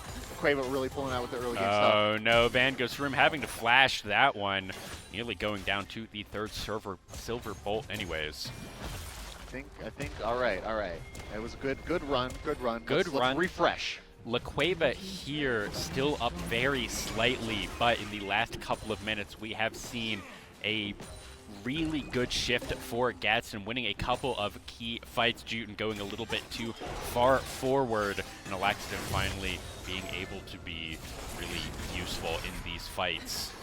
Yeah, and we're also just seeing Mess Up Everything, also just showing up, you know, to a lot of these engagements and everything, and actually just showing up and doing damage, something, yeah, which is really nice to see. And also the CS, I mean, thing about this situation, right, is like if you're even though La Cueva is ahead still, because that lead has shrunk so far, it's you know, no, here Van Gogh's trying to do something. That Tropic going very, very low. Juten wants to go more, but 3 members are now here in the mid lane. Van Gogh's Room does not have ultimate, trying to maybe look for something there. But in the bot lane, Saiyan here allowed to be on his own, as Serrated Dirk is on his own in the top lane. And I think in a straight-up 5v5, 100% La Cueva still wins it out. Especially with that damage from Juten. As long as he has some meatballs in front of him, especially that meatball being a Scion, I think he can take it all the way. And I think Serrated Dirk might be in trouble here. We'll have to find out, but the Moon That Rises is here. Serrated Dirk is going to pop the Ghost and be very, very quick himself, but that is so much damage out from the Moon That Rises. Moon That Rises, oh, that it might actually be really bad. The Heroic Swing did get canceled. The Moon That Rises needing to kite this one out. Serrated Dirk has so much damage. The Avengerang does not hit, and that was so close to hitting for the Infected Bonesaw. The Moon That Rises down to about 200 HP, and Mundo up to half once again. That ultimate, just so good on Mundo. That was also a Bramble diff right there. I mean, again, I feel like I'm watching same game again, where it's like, wow, or so many times that we've seen, oh my goodness, don't be window shopping, where we have like a super tank with Sunfire, Tabbies, and Bramble, and then they just can't be killed. You know, it feels real. It's a real feels bad kind of moment. Here, LaQueva caught on resets. A Saiyan 2 popping Ghost, trying to get something down right here, getting the pull back, forcing the flash, and he'll be perfectly happy with that. Very nice, very nice. Using the unexpectedness that a lot of people just don't. People don't respect the Darius. Often. Absolutely, but here almost dead even in gold with the next dragon spawning in 30 seconds, as this will be the second tower here for Gadsden up in the top lane. As Serrated Dirk so far ahead right now, maybe being able to be caught. Serrated Dirk is going to go down right here. The Moon That Rises picks that one up with a little bit of help from Cassiopeia, but the dragon spawning in 10 seconds, and LaQueva really wants that. Oh, that'll put them on soul point if they get this next dragon, which, you know, we've been talking like back and forth about, oh man, LaQueva's or Gadsden is starting to like pick up some leads and everything. LaQueva still has 2 dragons. Like they're still very far ahead. Smash having to be canceled as Asian Potato may be caught out a little bit here.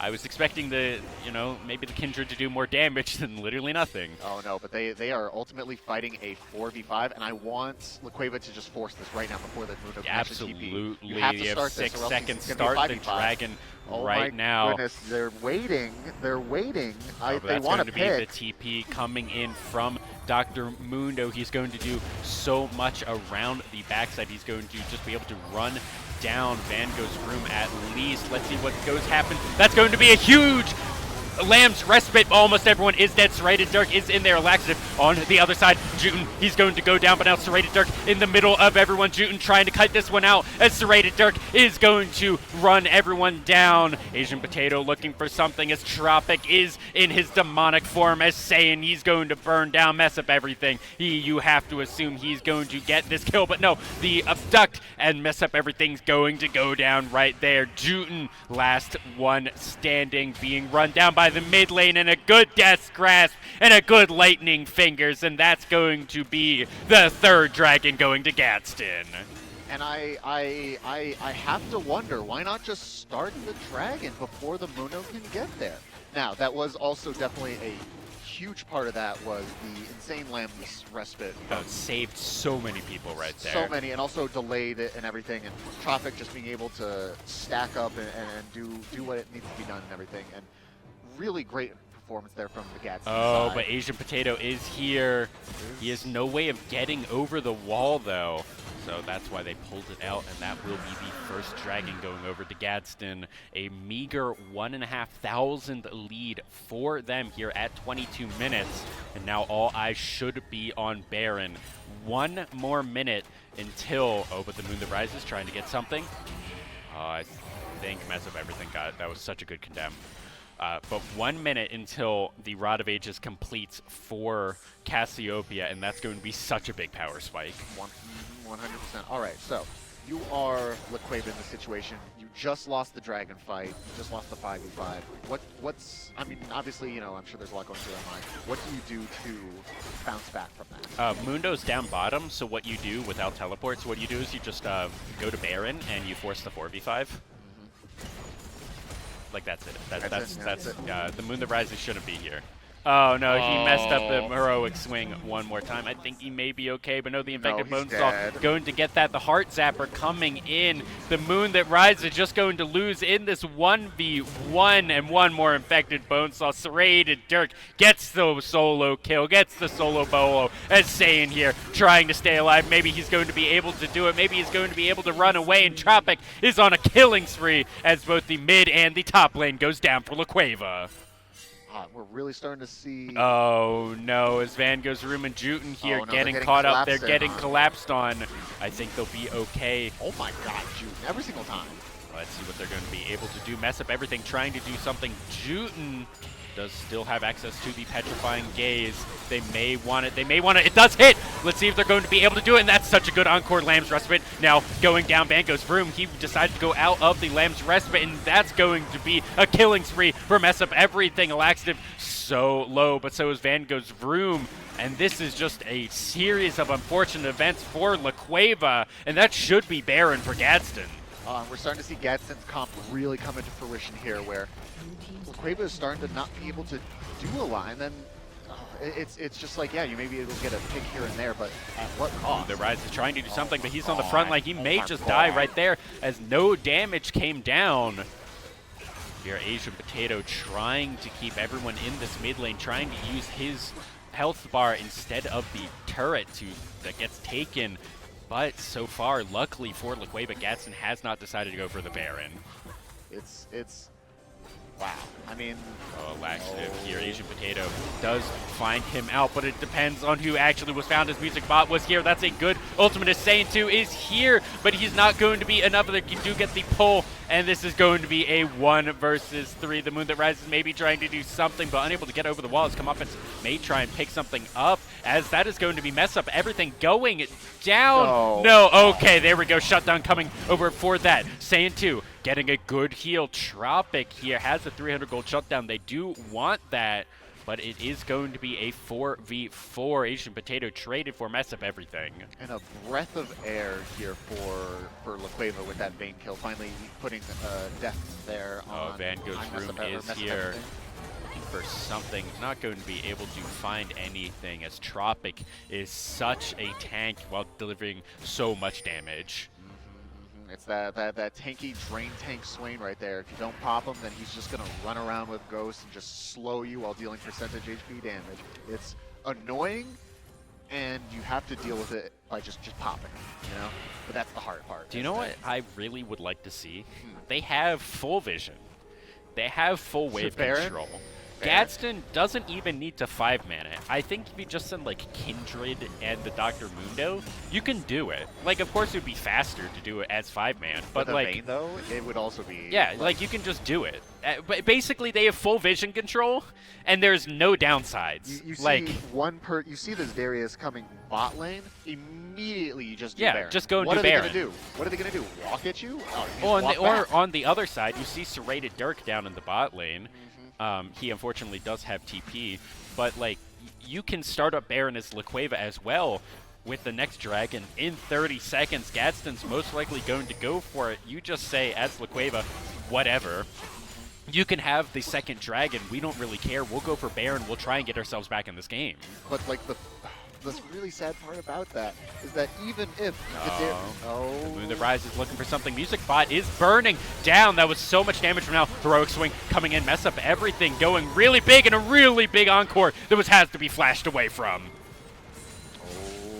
But now Asian Potato is here, but the collapse may come down. A Serrated Dirk needs to be on one side as Tropic is on the other. Serrated Dirk is burning down due to Juten. That's going to be a really big comeuppance as Juten gets a huge Petrifying Gaze as a laxative gets 1 kill for himself. But he's just going to go down here, does have access to the Lamb's Respite, but as you were saying, in Champions Select, he's just going to get the stacks. That's going to be the Noxian Guillotine, and Saiyan now trying to get one more. He may be able to do this.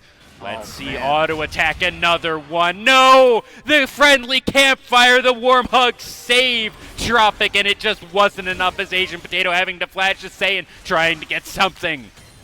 Wow, and during that whole skirmish there with the laxative, just trying to do anything against these two beefy boys. We had Tropic chasing down Juke, desperately trying to get the kill there, but not being able to secure that, ultimately sealed the fate of Laxative to die. Absolutely. I still think the tragicest part of that was Saiyan not getting that kill onto Tropic. It really was. That would have been such a big swing, 700 gold into the pockets of Saiyan. However, the good news is that this is a Saiyan? I think they... I don't know. I think he's fine. I was just wondering why he was in a bush. Fair. Oh, I don't like this position for you, Van Gogh's room. I think he'll be fine. But it is only...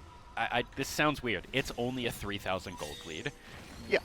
3,000 in League of Legends is one item here, as Van Gogh's room gets half his HP just for good measure. But that's only one item, and this gold lead is most likely not all on one person, so it's honestly not that big of a deal. It's still a very even game overall, with the exception of the Dragons. Laqueva has 3 in 4 minutes. The fourth one, possibly for them, is going to spawn, and then this game looks so different if they have the Ocean Soul. Oh my goodness, the two level difference here. Two-level differential here. Saiyan trying to do something. Oh, we'll have to see. He does have the Triumph stacked up. He is going to be able to walk away, you have to imagine, as he is now being collapsed on by Tropic. That's just going to be the beat drop coming out from Van Gogh's room. Really nothing much happening Tropic, here. what are you doing there? Oh, hold on. Wait, Okay, Van Gogh's room maybe missing the beat ult? drop, but that's going to be Van Gogh's room having to flash out from the Visions of Empire. But now 3-man bottom, 5-man bottom. That means Baron, that means Gadsden is just going to pick this one up completely unopposed. And there's just no, I was like, oh yeah, just go in on Tropic, just murder him. But the Laqueva over here just decided to give him the space and room and just being like, all right, yeah, you do your thing. All right, the moon that rises, getting caught, getting vision of right here. Serrated Dirt is a little bit alone, but he'll be perfectly fine if he has to pop the ult as he did. Maximum dosage and just walk away towards his team. And now what was only a 3,000 gold lead has ballooned to 5,000 with more likely on the way. Baron up, minions will be able to siege down these remaining 2 Alders, maybe getting inhibs turrets as well. As we are 30 minutes into the game, we have started to hit late game as a Laxative. 3 items here on the Kindred. Mess up everything, 2.5 items here on the Vayne. I will also say the level differential is insane here. We have that heroic swing just once again really messed up as Tropic trying to get something down. Comeuppance will do a decent amount of damage, but not all that much, as now Van Gogh's room in a really bad spot themselves. Does not have access to Flash, does not have the ultimate, and they're just going to go down and mess up everything. Just going to get that one. Does have the ult? I decided not to spend the 2.5-minute cooldown, I suppose. Fair enough, but I don't know. Man, I was going to say this level differential. Level 17 on Serrated Dirt, 17 on the Laxative. I mean... Yeah, versus 14 and 15. Saiyan 2, the level below his jungler, really not what you want to see as a Laxative fully online on the Kindred, as only 1 turret so far has fallen. As a Laxative looking for something more, but their range is just so strong now that they have all of the stacks that they want in the world. And I love the Kindred build. I mean, it's not a traditional Kindred build, but given what a Laxative needs to do for their team, as it's well armor as, shred. Yeah, not only that, but also just tankage. Like, you have the extra HP from Black Cleaver, but also the the MR with Wit's End and everything. It's a utility build, but that's all you need to do. You don't need more damage. Absolutely. Oh, especially when you're already doing so much. Oh my god, that was so much damage. Van Gogh's room is burning down. He may have to dive right here. That's going to be an encore that just goes wide, and Tropic is unstoppable, picks that one up as he's just going to get a double kill for his troubles. Mess up everything, diving the turret. Asian Potato trying to do something. Saiyan going to go down. Juten, the last one alive, as Saiyan here is dead. Asian Potato trying to do something. Juten is going to get hit by the infected Bonesaw. He's going to go down. He's trying to kite it out, trying to keep the finals dream alive, as Gadsden are going to take this game. They are going to take this series, and they are going to be your 5A finalists for League of Legends in New Mexico. Wow, and what a great showing here from Gadsden here. Really just a commanding victory here. And not to say that LaQueva or Slashes themselves in any regard, but that was a commanding win. Yeah, that game was close until it wasn't. Until it wasn't. Until it wasn't. It was wow. I mean, also very fun game to watch. Absolutely. It was back and forth, back and forth, back and forth. It felt like it was one side then the other. It's a great time. Yeah, that was such a good performance there from Gadsden in both Game 1 and Game 2. You could see what LaQueva was trying to do with their comp. They just slacked on the vision a little bit around Baron, sent too many people bottom, traded nothing for Baron, and then unfortunately for them lost that game. But Gadsden, even when it was close, it always felt like they were in control. They had the tempo advantages. They had the vision control. Even when they were actually down early game in that game, and they came back. They didn't let that get to them, and they just said, guys, we got this. We need to bring it to 30, 35 minutes. They did, and they won in a fairly convincing fashion. Oh, yeah. So absolutely congratulations to Gadsden, 11-0 on in the regular season, and sweeping here. Undisputed, undisputedly, kind of the kings of 5A right here. Congratulations to them. Yeah, wow. Just wow. And, I mean, we knew that they were the champions of the NMSU Invitational that happened a few months ago, and that means that they had to beat colleges. So not only are the 5A champions, they have wins against UNM, against NM State under their belt, and against NM Tech, I think even. Yeah. I didn't watch or was at that event. Were you? No. Okay. But I have to, I know we sent a team. At least I think we did. No, we didn't. We didn't? Oh, we didn't. Well, okay. Well, they haven't beat UNM, so maybe. At the time, we didn't have a team to say. Oh, yeah. But either way, a super impressive season from Gadsden. And same with LaQueva, no slouches on themselves. I mean, we saw a lot of really amazing plays there. Asian Potato, I think, being the standout, play, as well as Juten. Oh my God, Juten! That one, especially the Varus game, that was probably the hardest carry I've seen in New Mexico in years. 100-pound straight 1v9ing. Oh, sure, his team didn't. It wasn't like his team also was with the Lulu help. Yeah, the Lulu helped, and it wasn't like his team was running it down or anything. Was that LaQueva? I think so. No, I think that was LaQueva. I think that was because I remember it being Peepage as support. Was it? Yeah, that was not the Varus game. I thought when did Juten popped off in one of the games though? Oh yeah, it was was it in the first set of games? I think so. Yeah, it was. I know Juten did pop off. LaQueva and Las Cruces. Yes. Yeah. I thought that was the Varus. Was it? I don't remember. I don't know. It's kind of blending in. Yeah, it all mushes together. Either way, amazing showcase. Yeah, amazing showcase from LaQueva. Should be just as proud because, wow, some real star moments there as well, and some real just amazing games, honestly. Yeah, that was super impressive. I really thought we were going to a third game right there for a little bit. Oh, yeah, that would have been the dream, 100%. But after this, we are going to be going to a award ceremony for first place and second place for Gadsden and LaQueva. As soon as we get the teams down here, do we have any word on the third and fourth place matches?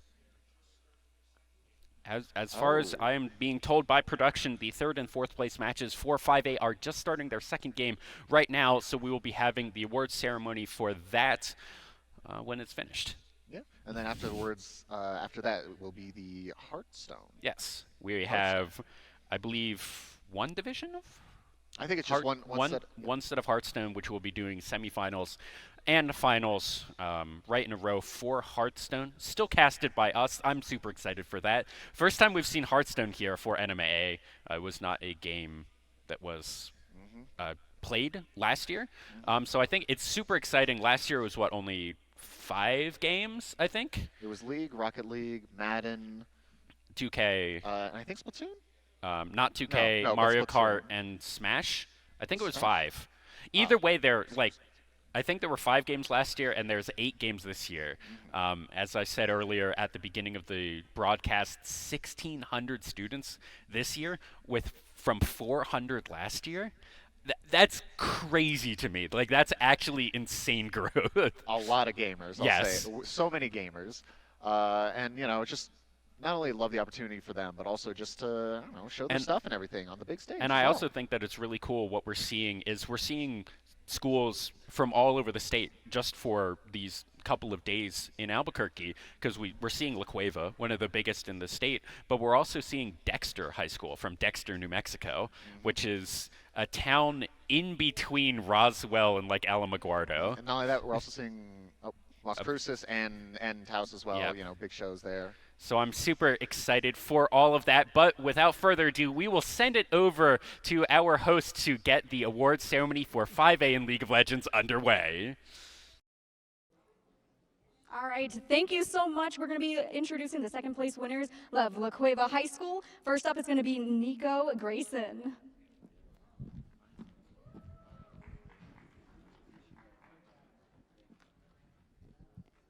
Leon Chen.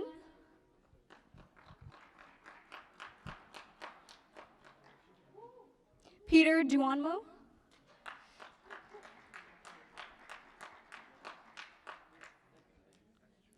Justin Tran.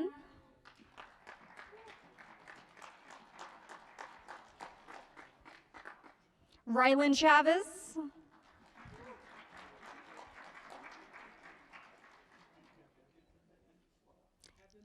Aiden Chappelle.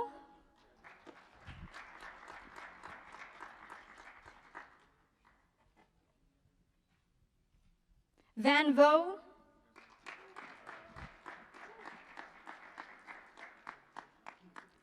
And of course, the coach, Nicholas Romero.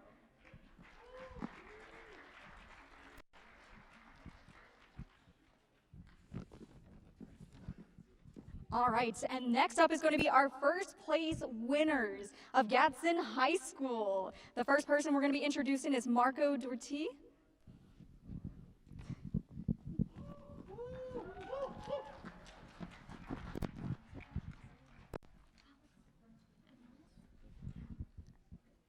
Alexandro Quinones.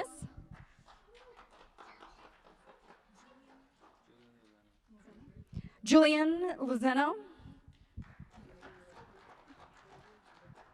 Next is going to be Daniel Santiniano. Next one's be Isaac. Whoever Isaac is.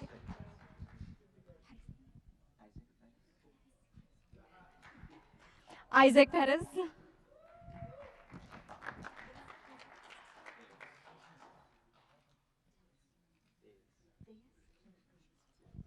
Vincent Diaz.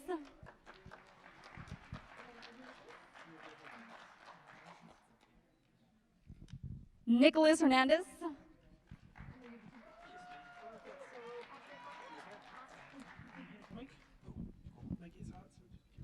And last but not least, we have the head coach, who is Patrick Baca.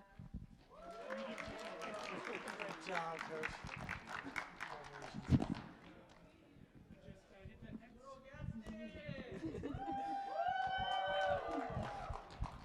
Of course, congratulations. It must feel amazing to have your team win first place. How do you feel? Amazing. After last year, coming up short against La Cueva, it feels good to bring it back this year. It was our redemption arc, and we completed it.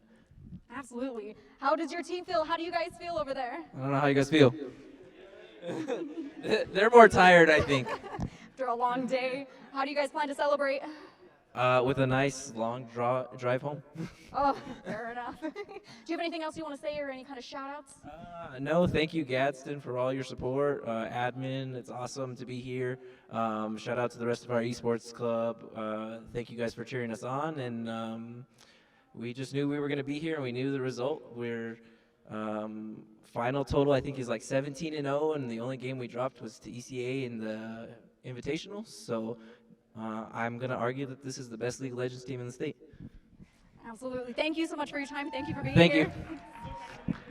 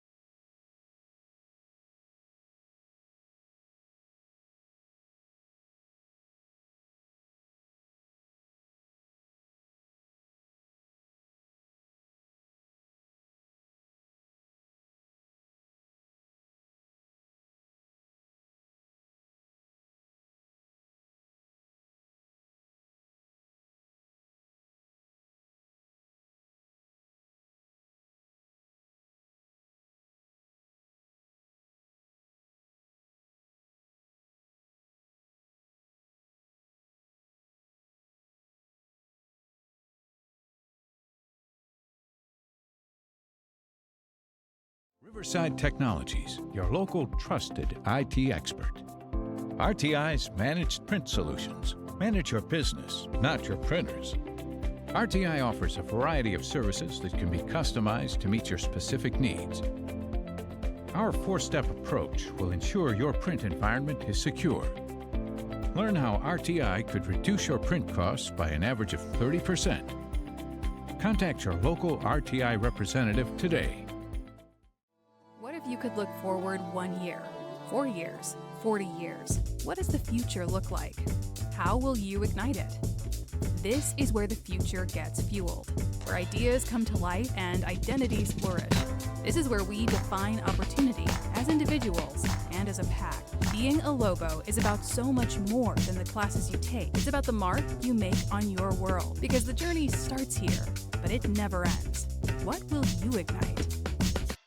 Since 1936, when a group of Albuquerque public school teachers led by Maureen Grammer decided there was a way they could bank and take care of each other, Nusenda Credit Union has existed to make a positive difference for people, for our members, communities, and employees. As a locally owned and operated financial cooperative, we care about you and take the time to understand what's important to you. That's how we can offer a great experience and put money back in your pocket. Nusenda Credit Union, the power of we. Riverside Technologies, your local trusted IT expert. RTI's data center solutions evolve IT infrastructures and accelerate business transformation. We help maximize resources, reduce IT costs, and transform environments. Our experts can build infrastructures and ensure a fast, reliable network. Want to meet rapidly changing demands? Contact your local RTI representative today.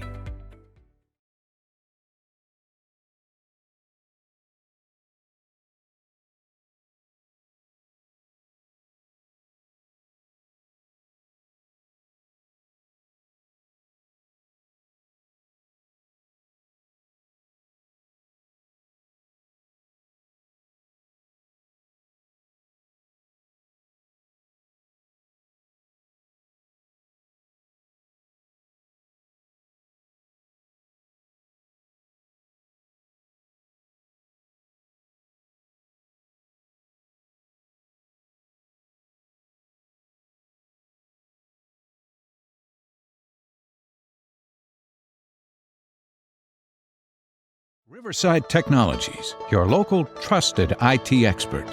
RTI offers a variety of customizable bags, cases, and shields. Make your transition to new equipment as seamless as possible with our integration solutions. Our deployment services will ensure a worry-free experience for your organization. Other RTI solutions include managed services, managed print, data center solutions, and more. Contact your local RTI representative today. What does it mean to care for a community? That question ignites something inside each of us. It motivates us to explore the intersection of science and healthcare. At the University of New Mexico, we're teaching the next generation of healthcare professionals. We are nurses and students, doctors and educators, pharmacists and researchers. We're focusing on people-centric care that goes beyond the walls of a classroom. Apply to UNM and ignite your call to care. Riverside Technologies, your local trusted IT expert. RTI's Managed Print Solutions. Manage your business, not your printers. RTI offers a variety of services that can be customized to meet your specific needs. Our four-step approach will ensure your print environment is secure.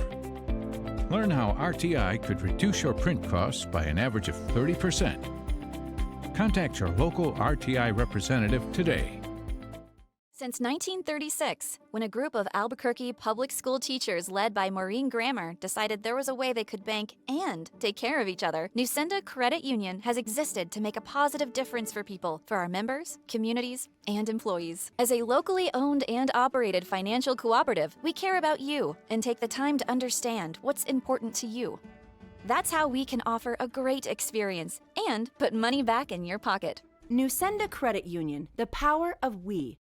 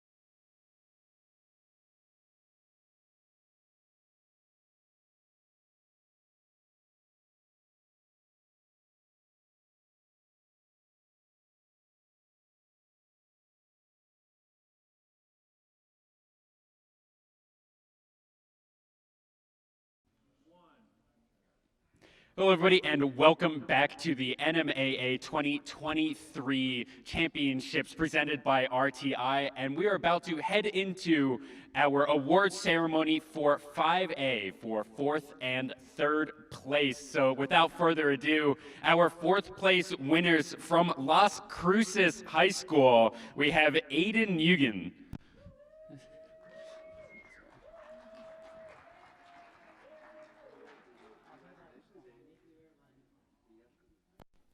Up next, we have Min On.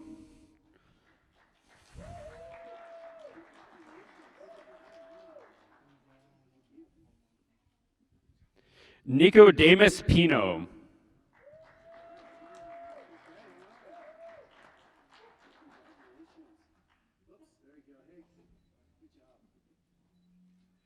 Next is Mike Carmona.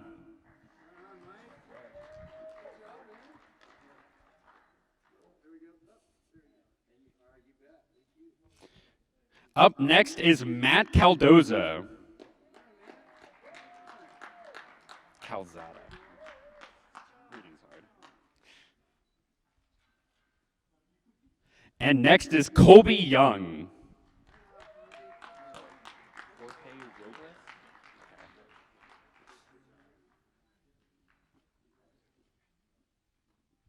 And finally, their coach, Jorge Robles.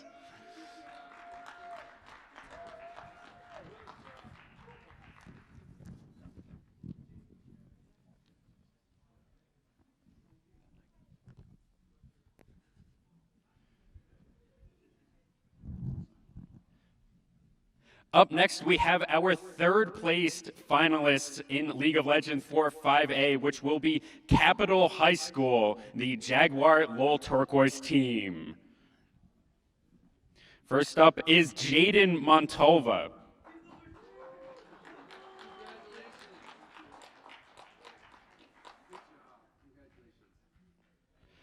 Andrew Obispo.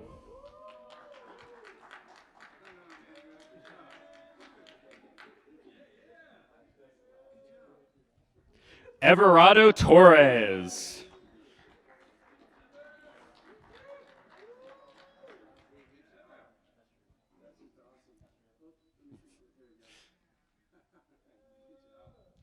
Franco Legaspi.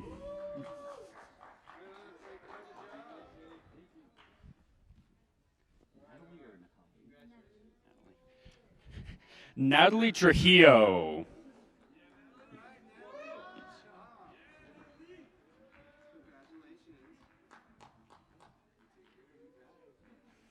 And Emmanuel Martinez.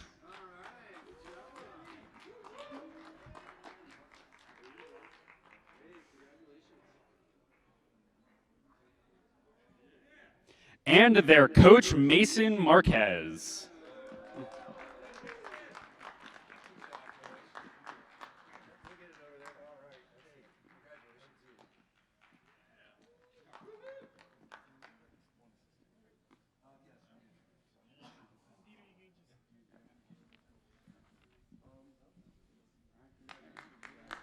Let's give it a round of applause to all of our winners. And we will be right back shortly with Hearthstone. Don't go anywhere.